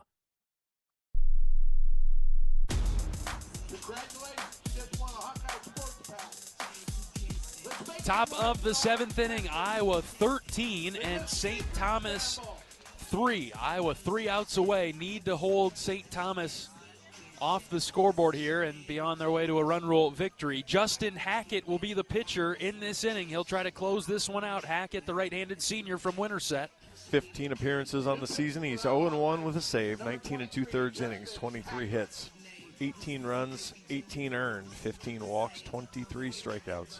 Opponents hitting .303 against him. He's given up a little extra base damage this year, but see if he can work around that in what will be his final outing at Banks. Last home game of the season. Stadium renovations will kick up in the next few days. So was it next week? Was that the... Somebody takes over tomorrow. Okay. But I don't think any wrecking balls or sledgehammers or jackhammers are applied until Monday, I think. Hey, we got the email about the restricted pedestrian access on the sidewalk here to Lot 75, so I consider that a shovel in the ground. All right, here we go. 9-1-2. Due up for St. Thomas in the 7th.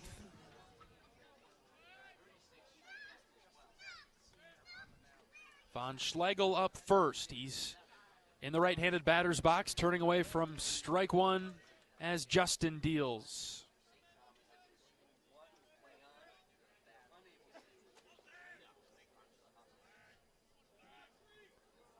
Hackett pitches the 0-1, low. 13-3 Iowa. We're getting set for 3 games at Nebraska, Friday, Saturday, and Sunday, opening the series against the ranked Cornhuskers at 6 o'clock on Friday. Line drive sharply hit foul over to the right. Nebraska ranked 25th in the country. Iowa looking for a ranked win or 2 or 3 over there. Haymarket Park, really nice ballpark. Crowds of about 6,000. Look at you growing, saying something nice about Nebraska. 1-2. Foul tip off of Delgado. I was looking at Hackett's stats from last year. Almost unhittable last year. 16 appearances, gave up just 9 hits. 18 2/3 innings. Yeah.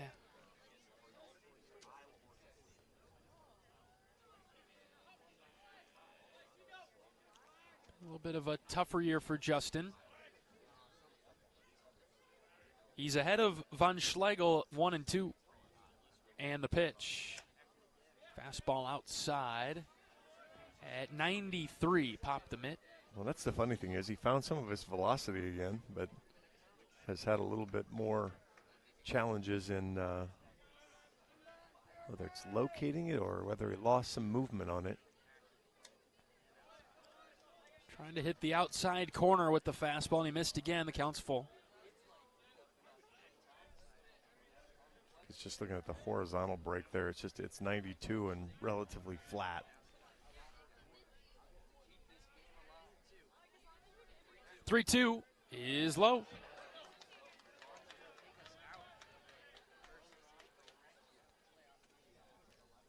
I don't remember enough about the shape last year to know how much of that part of it's changed.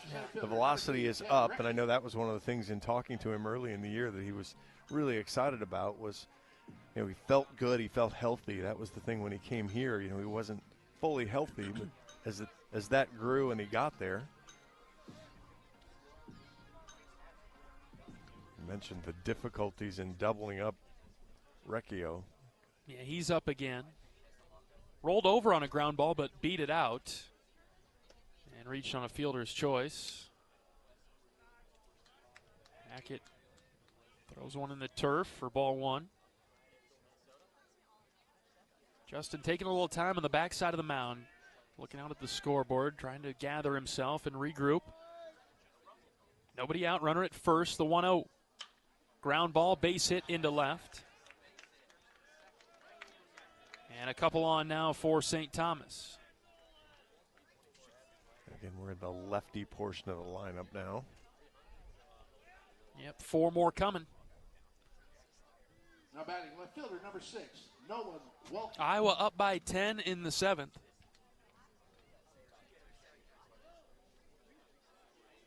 And Welke up. First pitch from Hackett. Outside corner for strike one. Good start for Justin. Still wouldn't argue a 4-6-3 double play. Let the runner move up to third and take your chances. Yep. Now we're in play for that with Recchio at first base. 0-1. Swing and a miss. And he can't go anywhere with the guy in front of him. That's right. he's a little, he's hamstrung. He's pinched in. Hackett's well in front here at 0-2. We'll see what he throws. The pitch in the dirt. Got away from Delgado. Kicked away to his right. And Von Schlegel will take third. Well, now you got to do work. Runner on third, nobody out.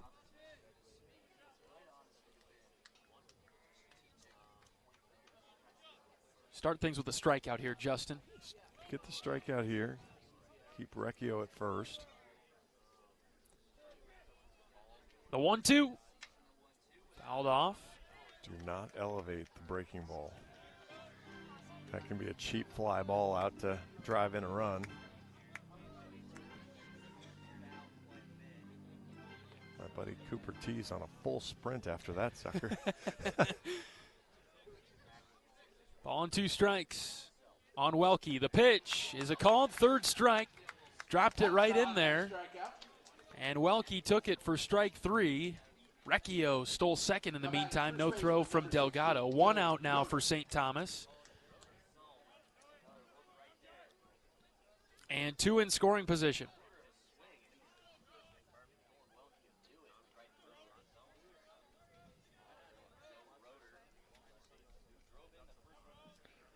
Roeder is up, another left-handed hitter. Hackett pitches, swing and a miss. Good movement there, a good changeup. That's what made him so dirty to left-handers before, is commanding that pitch. Yeah, really, he's a good pitcher against left-handers. That was his claim to fame last year. 0-1. Check swing. He did go, yes, 0-2. Boy, I thought that was a strike anyways. Yeah, 92 up and in. Now give him the changeup away. Get your second out on a strikeout on the changeup and get 1 out away here. Hackett from the belt pitches the 0-2. Grounded to third. Picked up by Frost. He looks back the runner at third, throws over to first for the out. And it's 13-4. Hawks had the infield back, so nothing you can do there on the weak ground ball, exceptionally weak ground ball. 35 miles an hour off the bat, but he did a job, drove in a run, kept the game going. And we will have to play the bottom of the 7th. 13-4 with 2 outs, and Owen Bond up. First pitch swinging and missing, way behind 91. Iowa pitching has been okay, 6 walks, but it feels like at least 2 of the runs have been guys that walked. Strike 2 on the outer third. Actually, all 4 I have 4. Yeah, yep. all 4 of them have been. All 4 guys, 6 guys have walked, 4 of them have scored. 0-2 to Bond. Downstairs. Good block by Delgado. That seems less than ideal. Right, that would be something that will get brought up, I'm sure. We hear it every time we're in a post-game meeting. All about the freebie war. 1-2, Hackett checking on Recchio at second, now pitching. High and out. All right, you show him the fastball up high. That perfectly sets up your changeup now. Throw the same pitch, throw the same tunnel, and then throw the pitch and drop it away from him for strike 3. Hackett's 2-2, high and away. He went to the change, didn't pull it down hard enough, and the count's full.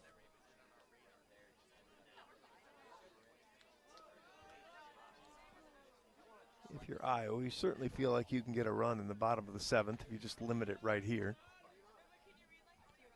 3-2 is strike 3 called. Low inside corner, Hackett gets the strikeout. 1 run for St. Thomas. The Tommies keep the game alive and will go to the bottom of the 7th. The Hawkeyes leading by 9. It's 13-4. Stand up. We'll sing a little bit to take me out to the ball game.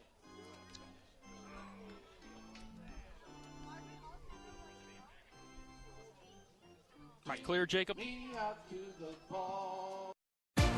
If you love great Hawkeye stories, don't miss the Fight for Iowa podcast with Gary Dolphin.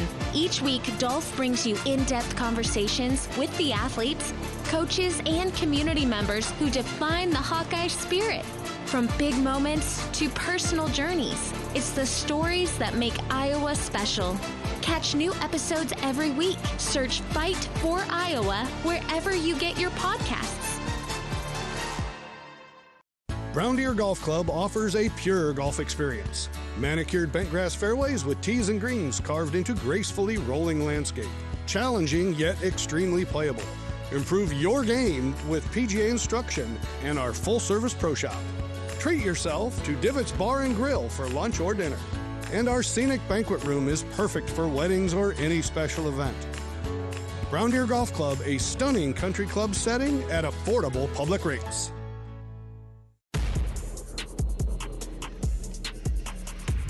Iowa 13, St. Thomas 4. The Hawkeyes can get a run rule victory by scoring 1 run in this half inning.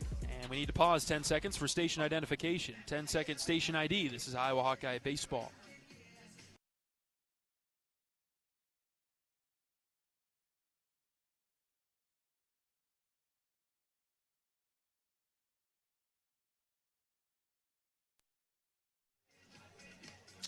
Need to apologize to my producer, Jacob, there. I didn't send us to break. I was so focused on the upcoming bottom of the 7th. Apologies, Jacob. You're doing a great job today. New pitcher into the game for St. Thomas is Chris Peterson. He'll be making appearance number 10. He has a 12.15 ERA in 20 innings pitched. He is a tall right-hander on the mound for the Tommies. 33 hits, 27 earned runs, struck out 13, walked 11. Opponents batting .359 against Chris Peterson, the new pitcher for St. Thomas. It's 13-4, Iowa with the lead. Matthew Delgado walk-off home run? Are you calling it? No. It's a little cold, isn't it? The air's a little light. I think it's going to take a little rally. Yep, okay. Delgado up first. Right versus right. And the first pitch to Deli. Gave it a ride to right, but foul.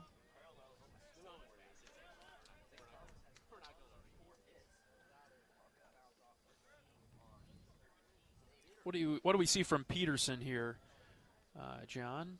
I was trying to figure out what his number was. 30. There you go. 0-1 on Delgado. The pitch way outside. Fastball gets up there it'll be low 90s. Throws a slider, throws a changeup. Really tries to mix a little bit. But kind of like some of the other guys, you are going to get a fastball in the middle of the plate at some point. 1-1. Delgado chops high to third. Foul.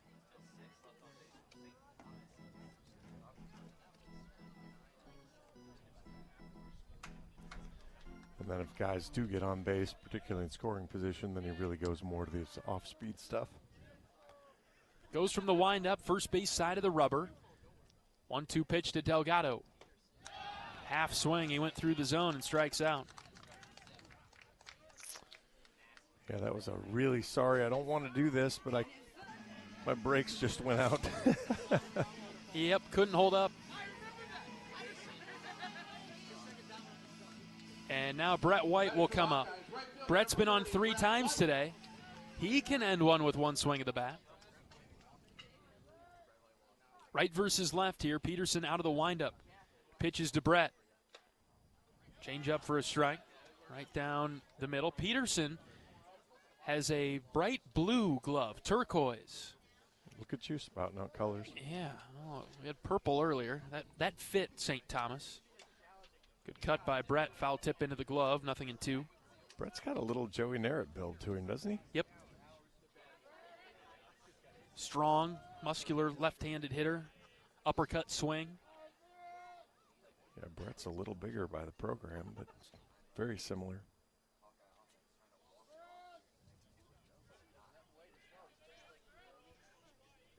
Here's the 0-2 to Brett. Swing and a miss. Peterson's been good out of the St. Thomas bullpen, and the first couple of Iowa batters have gone down by strikeout. Now batting for the Hawkeyes, number 13, Ben Swales. Well, the pinch hitter now for Iowa, Ben Swales.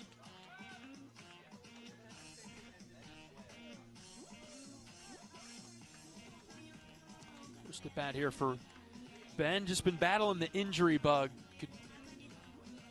Just when he gets in the clear.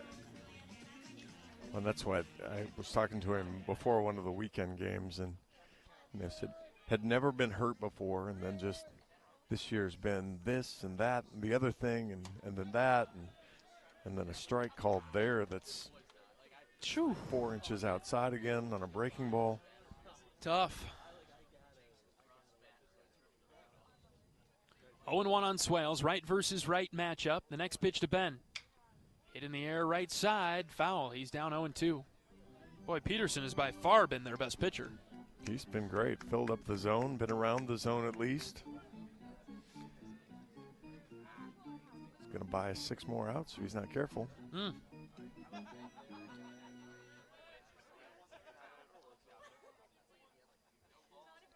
0-2 to Swales. Inside, just about hit him. Yeah, pulled his hands close to his chest. Do not get hit on the hands, Ben. No, don't need that.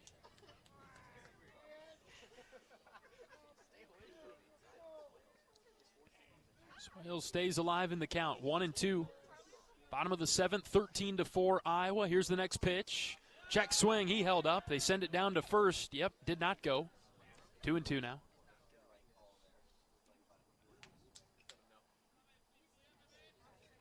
Love to give Joey and his bat speed an opportunity with a runner on. That'd be nice. 2-2 pitch to Swales. Here it comes. Low, ball 3. Good discipline by Ben. So who gets the next inning for Iowa? I don't know. Maybe we won't need to find out. The 3-2. Swales stabs at it and poked it foul. In the air over to the right again. Still got Joe Husak down there. I think you're saving him for the 9th inning at this point.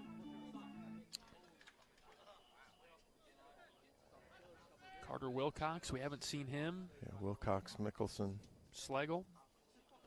Full count pitch to Swales. Swing and a miss. Chased a good slider. And Peterson strikes out the side for the Tommies.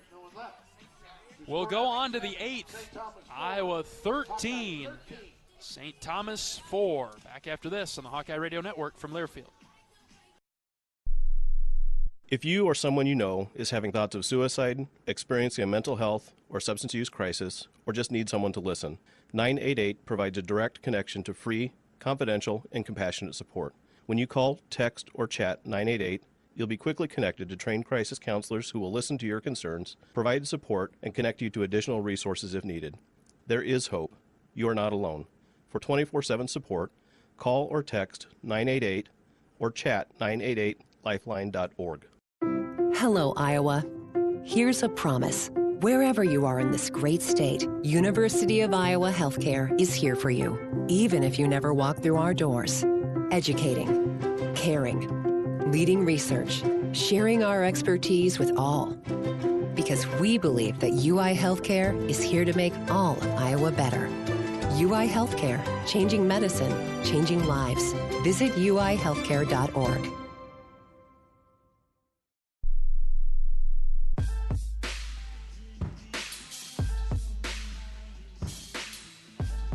Bo Leisure enters the game for Iowa. He'll pitch to the 8th, with Iowa leading St. Thomas 13-4.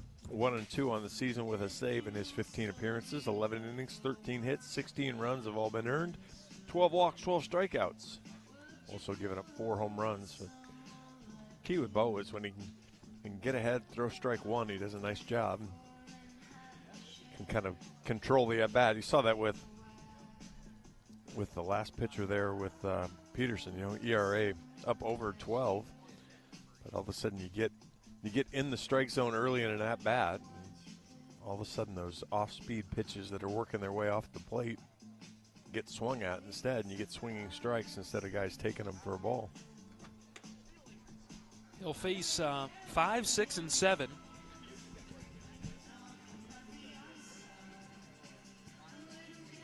As he's thrown his final few warm-up pitches. 13-4, we're into the 8th. 13 runs on 12 hits for Iowa. 13 runs, 13 hits. 10 left on for the Hawks. 4 runs, 4 hits, 6 left on for St. Thomas. Community Choice scoreboard, Seattle beat Washington 4-3. Ooh. UCLA 3-0 over Loyola. Boy, what a tough loss for Washington.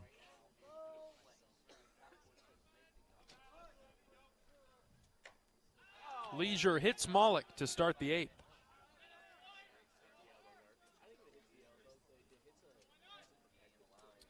That's not getting ahead in the count. Nope.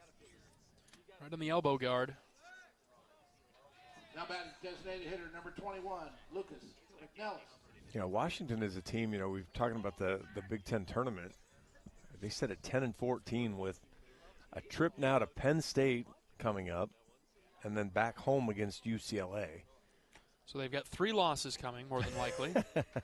You would think so. So their whole deal will come into whether or not they can win a couple against Penn State.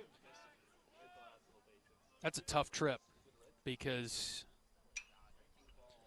we know that you can't fly into State College.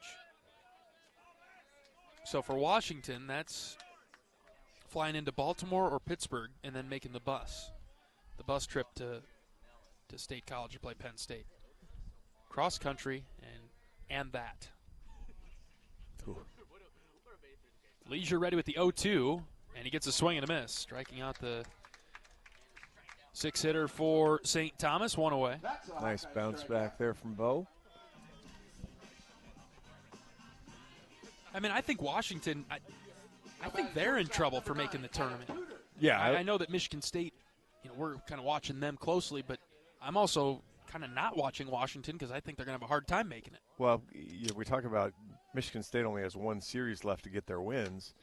You could almost make that argument that Washington only has 1 series left to get their wins because the last series is against UCLA. And you were on this 2-3 weeks ago. This was one that you had said, hey, watch out for them because their schedule doesn't line up to stack wins. Yep, they stole one from Oregon. As Leisure delivers a strike past Pooter. And we've talked about it a little bit too. They're the one team that if you get to the Big Ten tournament and you're on the bubble, they're really the one team that you don't want to face because they're 172 now. Ooh. Miserable RPI. In RPI, and so they're the ones that even on a neutral site will crater your RPI for the game. So for a team like Michigan, they do not want to play Washington. They do not want Washington to sneak in as the 12 and have Michigan be the 5. Good pitch from Leisure. Call the ball. was low, and it's 3-1. Yeah, so Michigan wouldn't want to play Washington because Michigan's in pretty good shape RPI-wise. Decent enough. 3-1, the pitch from Leisure. Fouled back, let go of the bat. Look out in the on-deck circle.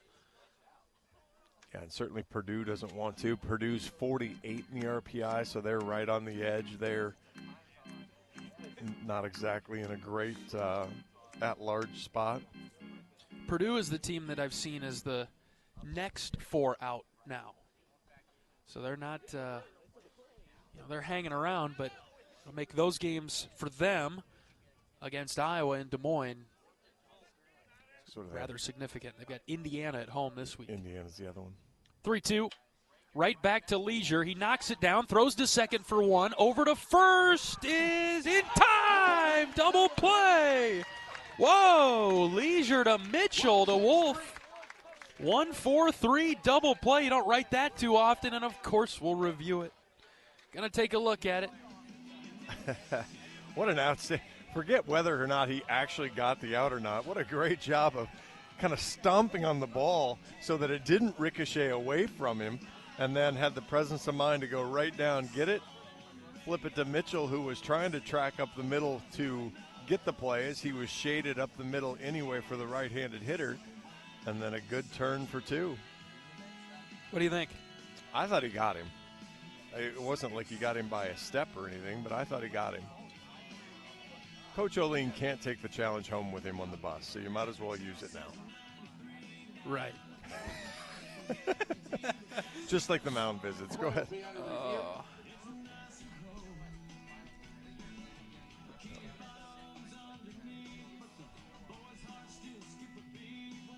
So we've got a challenge. Not sure why we pulled Coach Heller out of the dugout to tell him anything.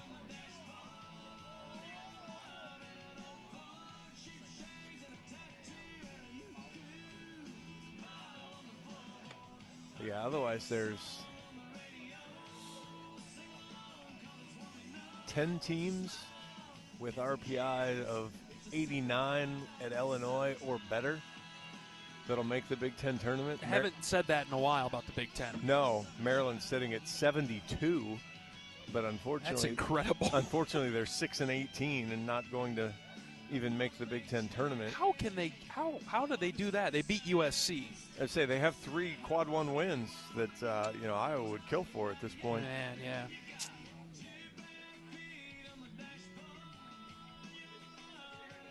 Sammy B just sent us a text and said safe. All right, well then let's call it on the field. Let's wrap this up. Let's move on. I'll take it at this point. Fine. Top 4 is going to be fun, John.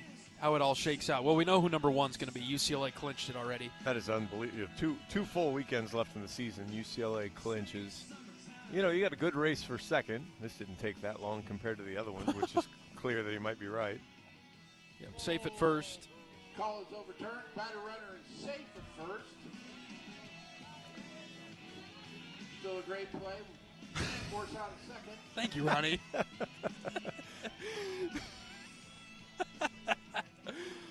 Good analysis. He's not wrong. He's not wrong. It was a great play by Leisure. Stomped on it. All right. But then, you've got a heck of a race now. 2, 3, and 4 look like they're probably set. In USC, Oregon, and Nebraska could be in any order. USC obviously has the inside track, although they only have 3 games left. So they could get run down by Oregon or Nebraska. And Nebraska's got the tiebreaker, of course. And then Purdue, Michigan, as that ball dots the outside corner for a strike. Purdue and Michigan are chasing.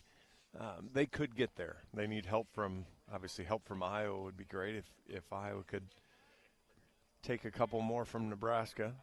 Nebraska was really cruising. Looked like they were easy top 4. Good pitch by Leisure, clipping the edge, 1-2. And it is no longer easy for them as, again, Purdue, Michigan, 2 games back of 4th. What can Iowa do? Where can Iowa get? Who does Ohio State have? They've got Michigan State. 1-2 pitch from Leisure is high. Can Iowa jump Ohio State? Let's see. Michigan State and Michigan. At Michigan. That might be tough. They're a game up on Iowa. I would have to win both series. 2-2, Leisure pitches. Strike 3 called as Verhage is punched out on a breaking ball in the inside corner. We'll go to the bottom of the 8th. It's 13-4 Iowa. 1 run will win it. We'll be back in 60 seconds on Hawkeye Radio Network from Learfield. Can you think of anything that costs the same today as it did 10 years ago? There isn't much. That is, unless you're a Mid-American Energy customer. Thanks to all the renewable energy we're generating, our customers pay nearly the same rate for electricity today as they did back when we were all singing, "Call Me Maybe." And with Mid-American making even more investments in clean energy, you can count on enjoying those same affordable rates for the next decade. Now that's obsessively, relentlessly at your service. You're a Hawkeye. You named your dog Kinnick and your cat Herky. Your morning alarm is back in black. Yep. You're a Hawkeye. And now it pays to be a Hawkeye with a Hawkeye account from Community Choice Credit Union. Low fees and great perks, plus Iowa exclusives like your choice of a Hawkeye-powered Visa debit card, Iowa merchandise, and exclusive giveaways. You've spent more time at Finkbine than you have at your office, so we know you're a Hawkeye. Now make it pay with a Hawkeye account from Community Choice. Learn more at HawkeyeAccount.com.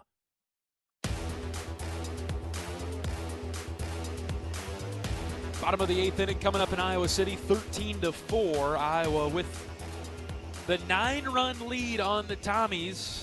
One swing of the bat and we could end this one. Well, Joey Narrett had a 112 exit velo. If he gets a little bit of better launch angle this time.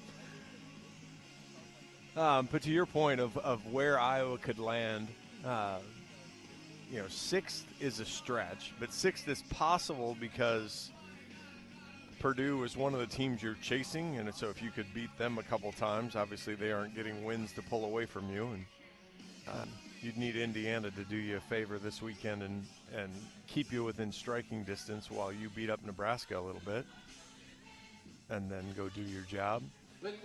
I mean, realistically, you could either jockey over Ohio State, get to 7th. You could pretty easily stay where you're at in 8th, maybe fall a spot or 2 to 9th or 10th, but I would guess that's your realistic range. I don't see Iowa really falling to 11 or 12 unless the wheels come off the car. We'd be limping. Yeah, we'd be heavy limping, and then you're just happy to be there, and you don't even really care who you play. Yep. Joey Narrett in the left-handed batter's box for Iowa. Peterson pitching for St. Thomas.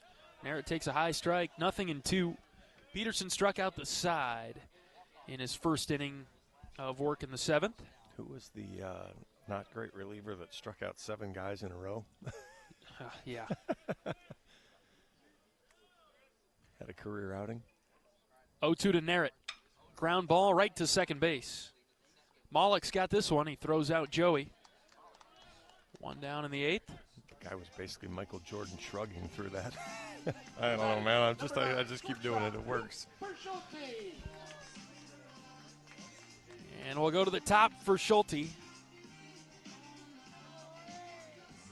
Maybe the guys sense that just one swing will win it. Where's Will Muffler on a cold night when you need him? There you go. First pitch to Schulte is a strike. Will joked about that swing bought him 100 at-bats that year. Oh, he'd take one of those.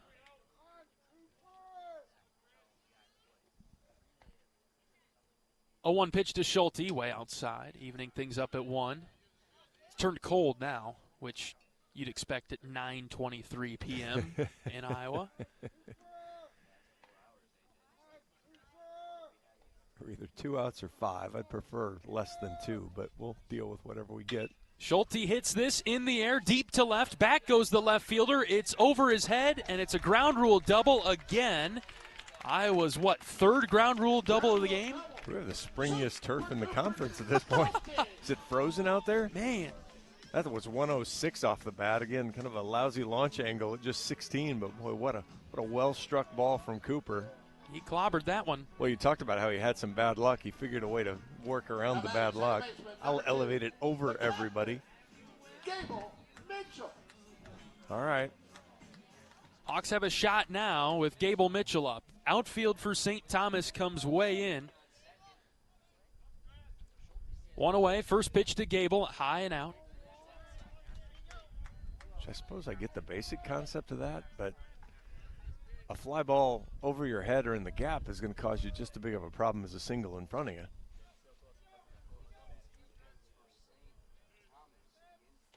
One-0 pitch to Mitchell. High, ball two. Center fielder is on the Tiger Hawk eye. We talked about how this weekend they were playing shallow, and that was shallower than we'd seen. I know he hasn't played the whole game here, but he's 2 steps in from where the center fielder was this weekend. 2-0 to Gable. Low and in, ball 3. Good secondary lead there from Schulte, who thought about going to third, but he stayed put. Green light. Green light. Green light. Sure. Get a pitch. Get a pitch you like. 13-4 Iowa, bottom of the 8th. Winning run at second. The pitch. Outer edge, 3-1. Green light, sure, but that wasn't the best pitch for Gable to hit. Want to go to left center to end it right there. Catch a fastball again, drive it somewhere. Counts 3-1 on Mitchell. Peterson pitches outside for ball 4. Gable is walked for the 3rd time tonight. And we've got time called. Is this going to be what I think it is, John? I believe so. Could it be a pitching change? It's a speed walk. What'd you say? Gable has 3 walks today, so 26 walks now to go to 13 strikeouts. That's a pretty good ratio. Yes. I don't know that they had a guy ready. That kid just popped up, didn't he?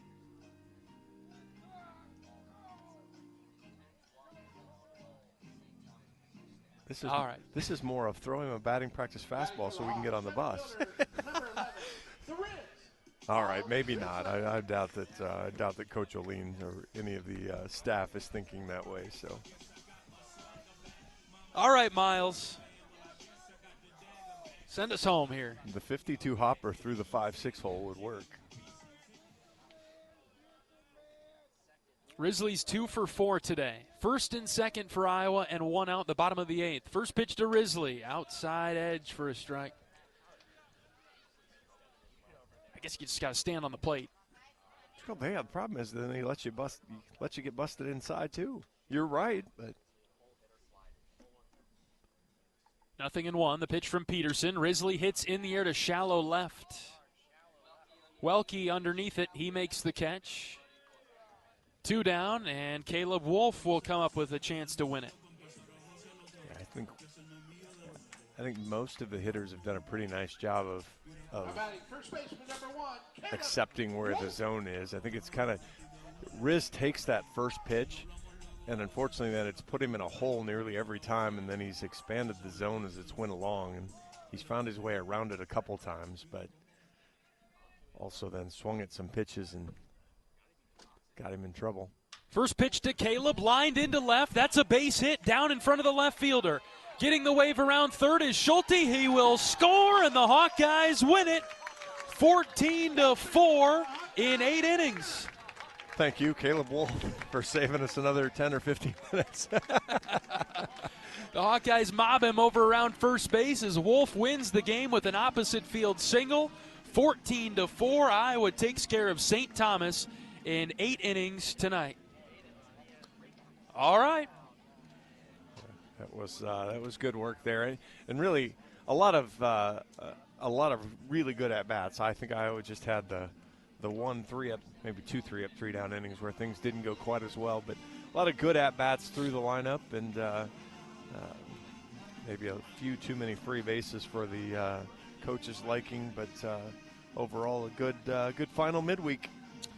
All right, we'll begin our post-game coverage after this on the Hawkeye Radio Network from Learfield.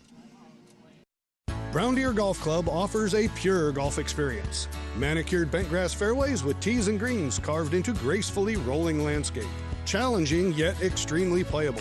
Improve your game with PGA instruction and our full-service pro shop. Treat yourself to Divots Bar and Grill for lunch or dinner. And our scenic banquet room is perfect for weddings or any special event. Brown Deer Golf Club, a stunning country club setting at affordable public rates.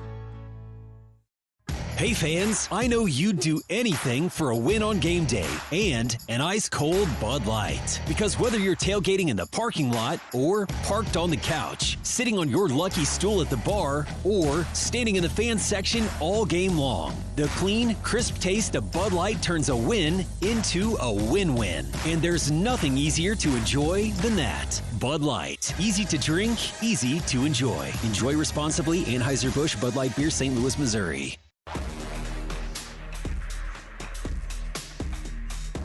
Iowa run rules St. Thomas tonight 14-4 in 8 innings. And the Hawkeyes now 29-18 overall and have wrapped up all non-conference games. 3 conference games the rest of the way each weekend now. 3 at Nebraska, 3 against Purdue the weekend following, but a good end to the non-conference slate here today with a run rule victory. Did a nice job. 5 Hawkeyes had double-figure hits led by Caleb Wool, 4 for 6. 2 runs scored, 3 RBIs for Caleb, including the, I still hesitate to call it, I guess that was a walk-off. It wasn't the game-winning walk-off, but it was the game-ending hit. Run rule walk-off. Run rule walk-off. Brady Ferguson gets his first career win. Congratulations to him. 2 1/3 innings out of him. Ran into a little trouble in that 3rd inning as he got to the end of his end of his gas tank, but really nice job. Again, I think the only thing you'll probably hear the coaching staff maybe argue about a little bit, 6 walks from the pitching staff was probably the only negative to an otherwise really good day through the whole all facets. 14 runs, 15 hits, no errors, 10 left on for Iowa. 4 runs, 4 hits, 2 errors, 7 left on for St. Thomas. As the Tommies drop to 9-34 on the season. And now we'll get ready for Nebraska, John. Yeah, obviously big series coming up for anything that if you want to play longer, this is what you need to get it done. So long, my friend. It's been fun. I'm sorry that not my choice to not get to go along to Des Moines or Omaha, but we'll be after it again. Year 4 in the books. Always a pleasure to have you with me. We are a team, duo, you and me. Thank you, sir. I appreciate it. All right, we'll see you on the other side. Say so long to Banks, John. Say see you later. Oh, we walk past here. We'll change our walking track. All right, see you later, John. See you, buddy. We'll take our final post-game break. We'll be back to talk with Coach Sutherland after this on the Hawkeye Radio Network from Learfield. You asked for all the extreme internet performance at an all-in price, and we listened. Get 1 gig internet with a 2-year price lock and everything included. Unlimited data for nonstop streaming, powerful Wi-Fi for enhanced coverage, built-in online threat protection, and internet equipment. All for just $65 a month for 2 years. It's the extreme 1 gig internet deal you asked for. Call 844-4FASTER or visit extreme.com for details. Offer available to new customers only. Price doesn't include one-time charges, tax, and government fees. Hey fans, I know you'd do anything for a win on game day and an ice-cold Bud Light. Because whether you're tailgating in the parking lot or parked on the couch, sitting on your lucky stool at the bar, or standing in the fan section all game long, the clean, crisp taste of Bud Light turns a win into a win-win. And there's nothing easier to enjoy than that. Bud Light. Easy to drink, easy to enjoy. Enjoy responsibly. Anheuser-Busch Bud Light Beer, St. Louis, Missouri.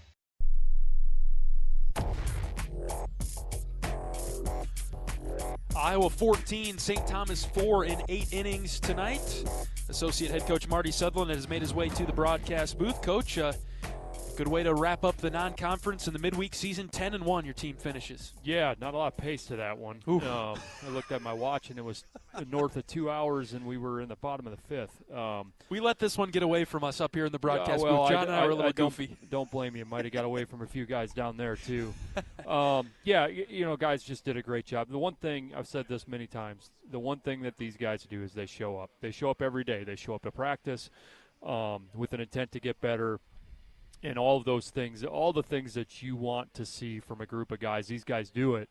You just want them to be rewarded for it a little bit more often. And some of that is they just have to believe that they deserve good things, and it's a little bit what I talked about, in the pregame scout is just like, you guys deserve good things to happen to you, but you have to carry yourself in the box and carry yourself on the field with confidence, and that nothing wavers from that. And we still aren't there, at certain times. So this was a good step. This was the challenge. This was a very easy game to overlook, right? You have 2 weekends left in Big Ten play. You're going to a rivalry weekend. That's a big weekend. So this would have been an easy game to kind of go through the motions, and kind of felt a little bit of that early. So us getting out to the start we did certainly help ease some of the worry of that. And then we, obviously get up that early. I thought we did a pretty good job for the most part. We wasted, a pocket of at-bats. I think at one point we punched out 5 times in a row. And those are the things you just can't do. You can't waste them. Pete Rose talked about it all the time. Guys don't hit 400 in the big leagues because they waste at-bats. They waste at-bats when you're up a bunch, or waste at-bats when you're down a bunch. You don't go up there with the same focus. So that was really the only thing I could say for a pretty good night offensively. And then, some good things on the mound. Some guys that, hadn't been particularly sharp lately really had good outings. So that was good to see. Yeah, I thought Nick Terhaar, it was nice to see him have a really clean inning with a couple of strikeouts. He was electric. He was great. And he's capable. I mean, he can do that. Yeah. That's the guy.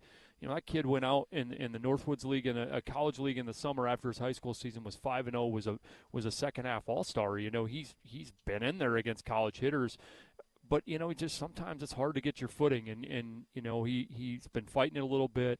But, man, tonight was awesome. That was intentful. It was confident, all of those things. And, I think Coach Heller challenged those guys, this weekend, maybe on Sunday, that if you want to go on a run, the back half of this, the back part of this season, these last 2 weekends, and specifically in the tournament, some of those guys have to step up. There's going to have to be 3 or 4 of those pitchers that maybe haven't had the type of year they wanted.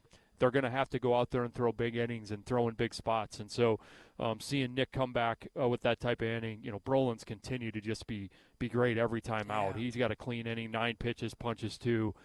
Just really happy for him. He continues to get better. I thought Brady was pretty good. He ends up with a line that looks a little crazy, but he walked a couple guys that third time up, and they both score. So that line looks maybe a little worse than he actually threw. I thought he was pretty good. And I thought Bo did a nice job, bouncing back. He's had a couple of tough outings. So him having a clean inning or getting through there without giving up a hit was good to see as well. So some good things on the mound. Certainly that's what we need. And then, like I said, offensively for the most part, pretty good night. You look at the first 4 guys, we get 10 hits. They're on base all night long. They score 8 runs. Caleb has a couple big 2-out RBIs. Cooper has a big, runs clearing double with 2 outs, which was a big knock there in the first inning. So a lot of good things at the top. We just got to clean up a couple of those loose at bats that, you're just better than what they looked like. Felt like the top of the order needed a game like today, because I think the Illinois series was a bit of a challenge for the top 3 or 4 guys. Yeah, and Coop kind of had some bad luck on Sunday. He didn't have a great day on Saturday, but Sunday I thought he had better at-bats. He just didn't get rewarded. Gable's been kind of pretty consistent, and Miles has been a little up and down. And Caleb had been, that's still good, but for him, I know he's been a little frustrated. So for him to get 4 hits, and again, 2 big 2-out hits, that was awesome. And again, just high production out of that group. And Coop just had a lot of good at bats tonight. Baseball gods didn't reward him for doing the right thing and staying behind the ball. Lines out to second, trying to move the guy. Usually get rewarded for doing the right thing. So I'm a little upset at baseball gods. They didn't hold up their end of the bargain there. John and I spent a lot of time talking about Cooper there because he smoked almost every ball tonight. Yeah, he lined out a couple times and just better at bats. And again, I didn't think he was rewarded Sunday. Just misses a homer. He lines out to the wall to start the game. So just some things that, unfortunately are part of baseball, and you just got to keep at it and stay confident. Quick preview of the Nebraska series, Coach. What do you got for us? Well, it's challenging. They've lost 1 game at home. I think they're 20-1 at home. So you're going into a really fun environment. I mean, this is why you play college baseball. You're going to go on the road against a really quality opponent that's going to have a great crowd. And your job is to just turn the pressure around on them, right, is to play them tight and make them make quality pitches with the game on the line, with their crowd being a little nervous. That's what you want to do. You want to flip the crowd. But, what we'll talk a lot about is, this is not if you don't believe in yourself and you're not going to be confident, then don't go on the trip, because that's what you're going to need to do to go into that environment and perform. And that's what we need to do. We just need to go in there with a good plan, execute what we're trying to do. And if you don't get it done, then look the next guy in the eyes and pat him on the butt, and that guy will pick you up. And that's the type of baseball you're going to have to play. Certainly, they're coming off a tough weekend on the road. But it's a really quality team. It's maybe the best team they've had in a couple years.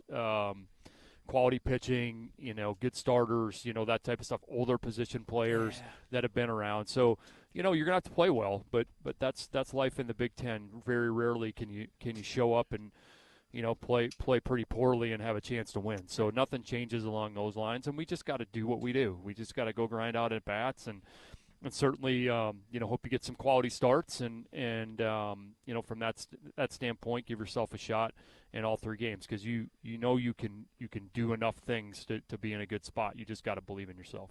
Good stuff, Coach. We'll see you on the bus on Thursday. Thanks, John. Associate head coach Marty Sutherland on our postgame show from Banks. 14-4. Iowa wins this one in 8 innings. We've got several highlights to play from this one. Jacob, let's roll them. A 1-1 pitch. Miles hits in the air to center. Recchio camped underneath it, just to the right of the Tiger Hawk. Schulte will tag from third. He'll jog down the line and touch home. We're tied on the sac fly from Miles Risley. It's 1-1. 3-2. Delgado shoots up the middle for a base hit. Mitchell will score. Wolf getting the wave around third. He's headed home. He'll score too. Matt Delgado. 2 RBI single. The Hawks have the lead. It's 3-1. Here's a line drive over to the right side, off of the second baseman's glove into right field. Burt will score. Delgado heading to third. Frost is on. We'll see how it's scored. Going to take some time to figure it out. Schulte hits this one deep to right center. Outfielders are on the run. Center fielder back. It's off the wall. Delgado scores. Here comes Frost and Ziegler as Schulte unloads the bases with a double off the right center wall. It's 7-1 Hawks. 2 balls, 2 strikes, 2 outs. There goes Gable. The pitch is low. Kicked away from the catcher. Over to the left side. Schulte coming down. He will score. A wild pitch by Scanlon. Schulte touches home. It's 8-1. Frost swings at the first pitch. Lines one into left center. Down for a base hit. Recchio goes to pick it up, and he bobbled it, so White will get the wave around third. He will sprint home. RBI single for Jackson Frost. Ground ball right back to him. Brolin snagged it. Underhand toss to first for the third out. Quick, clean, and easy for Brolin. 1-2-3. He sets the Tommies down. Ground ball right back to him. Brolin snagged it. Underhand toss to first for the third out. Quick, clean, and easy for Brolin. 1-2-3. He sets the Tommies down. Home stretch. The 2-1 to Wolf. Caleb sends up the middle. It's a base hit. Narrett gets the wave around third. He'll score, no problem. Wolf drives him in on the single.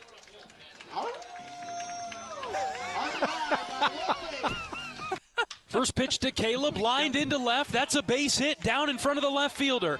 Getting the wave around third is Schulte. He will score, and the Hawkeyes win it 14-4 in 8 innings.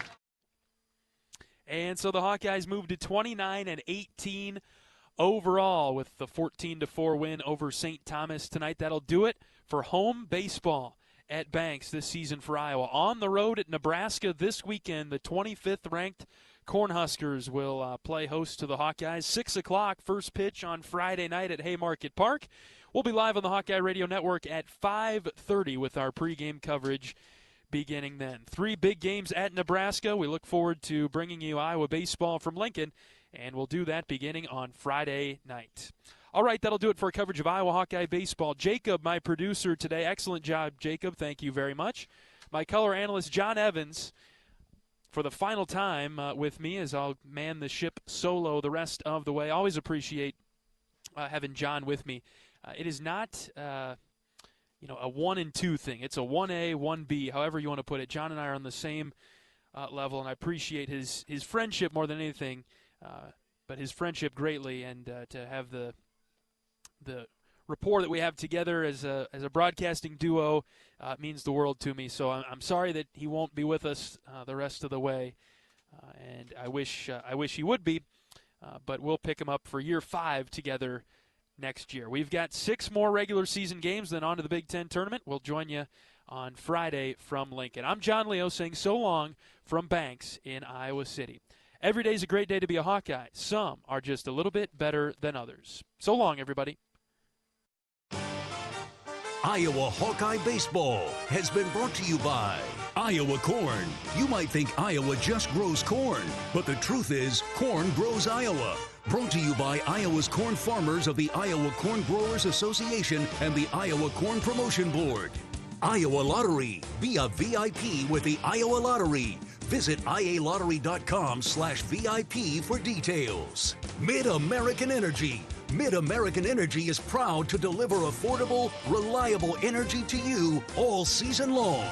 U.S. Cellular, the official wireless partner of the Iowa Hawkeyes. U.S. Cellular, built for us. Also brought to you by Wellmark, here for every member, every moment. Learn more at wellmark.com.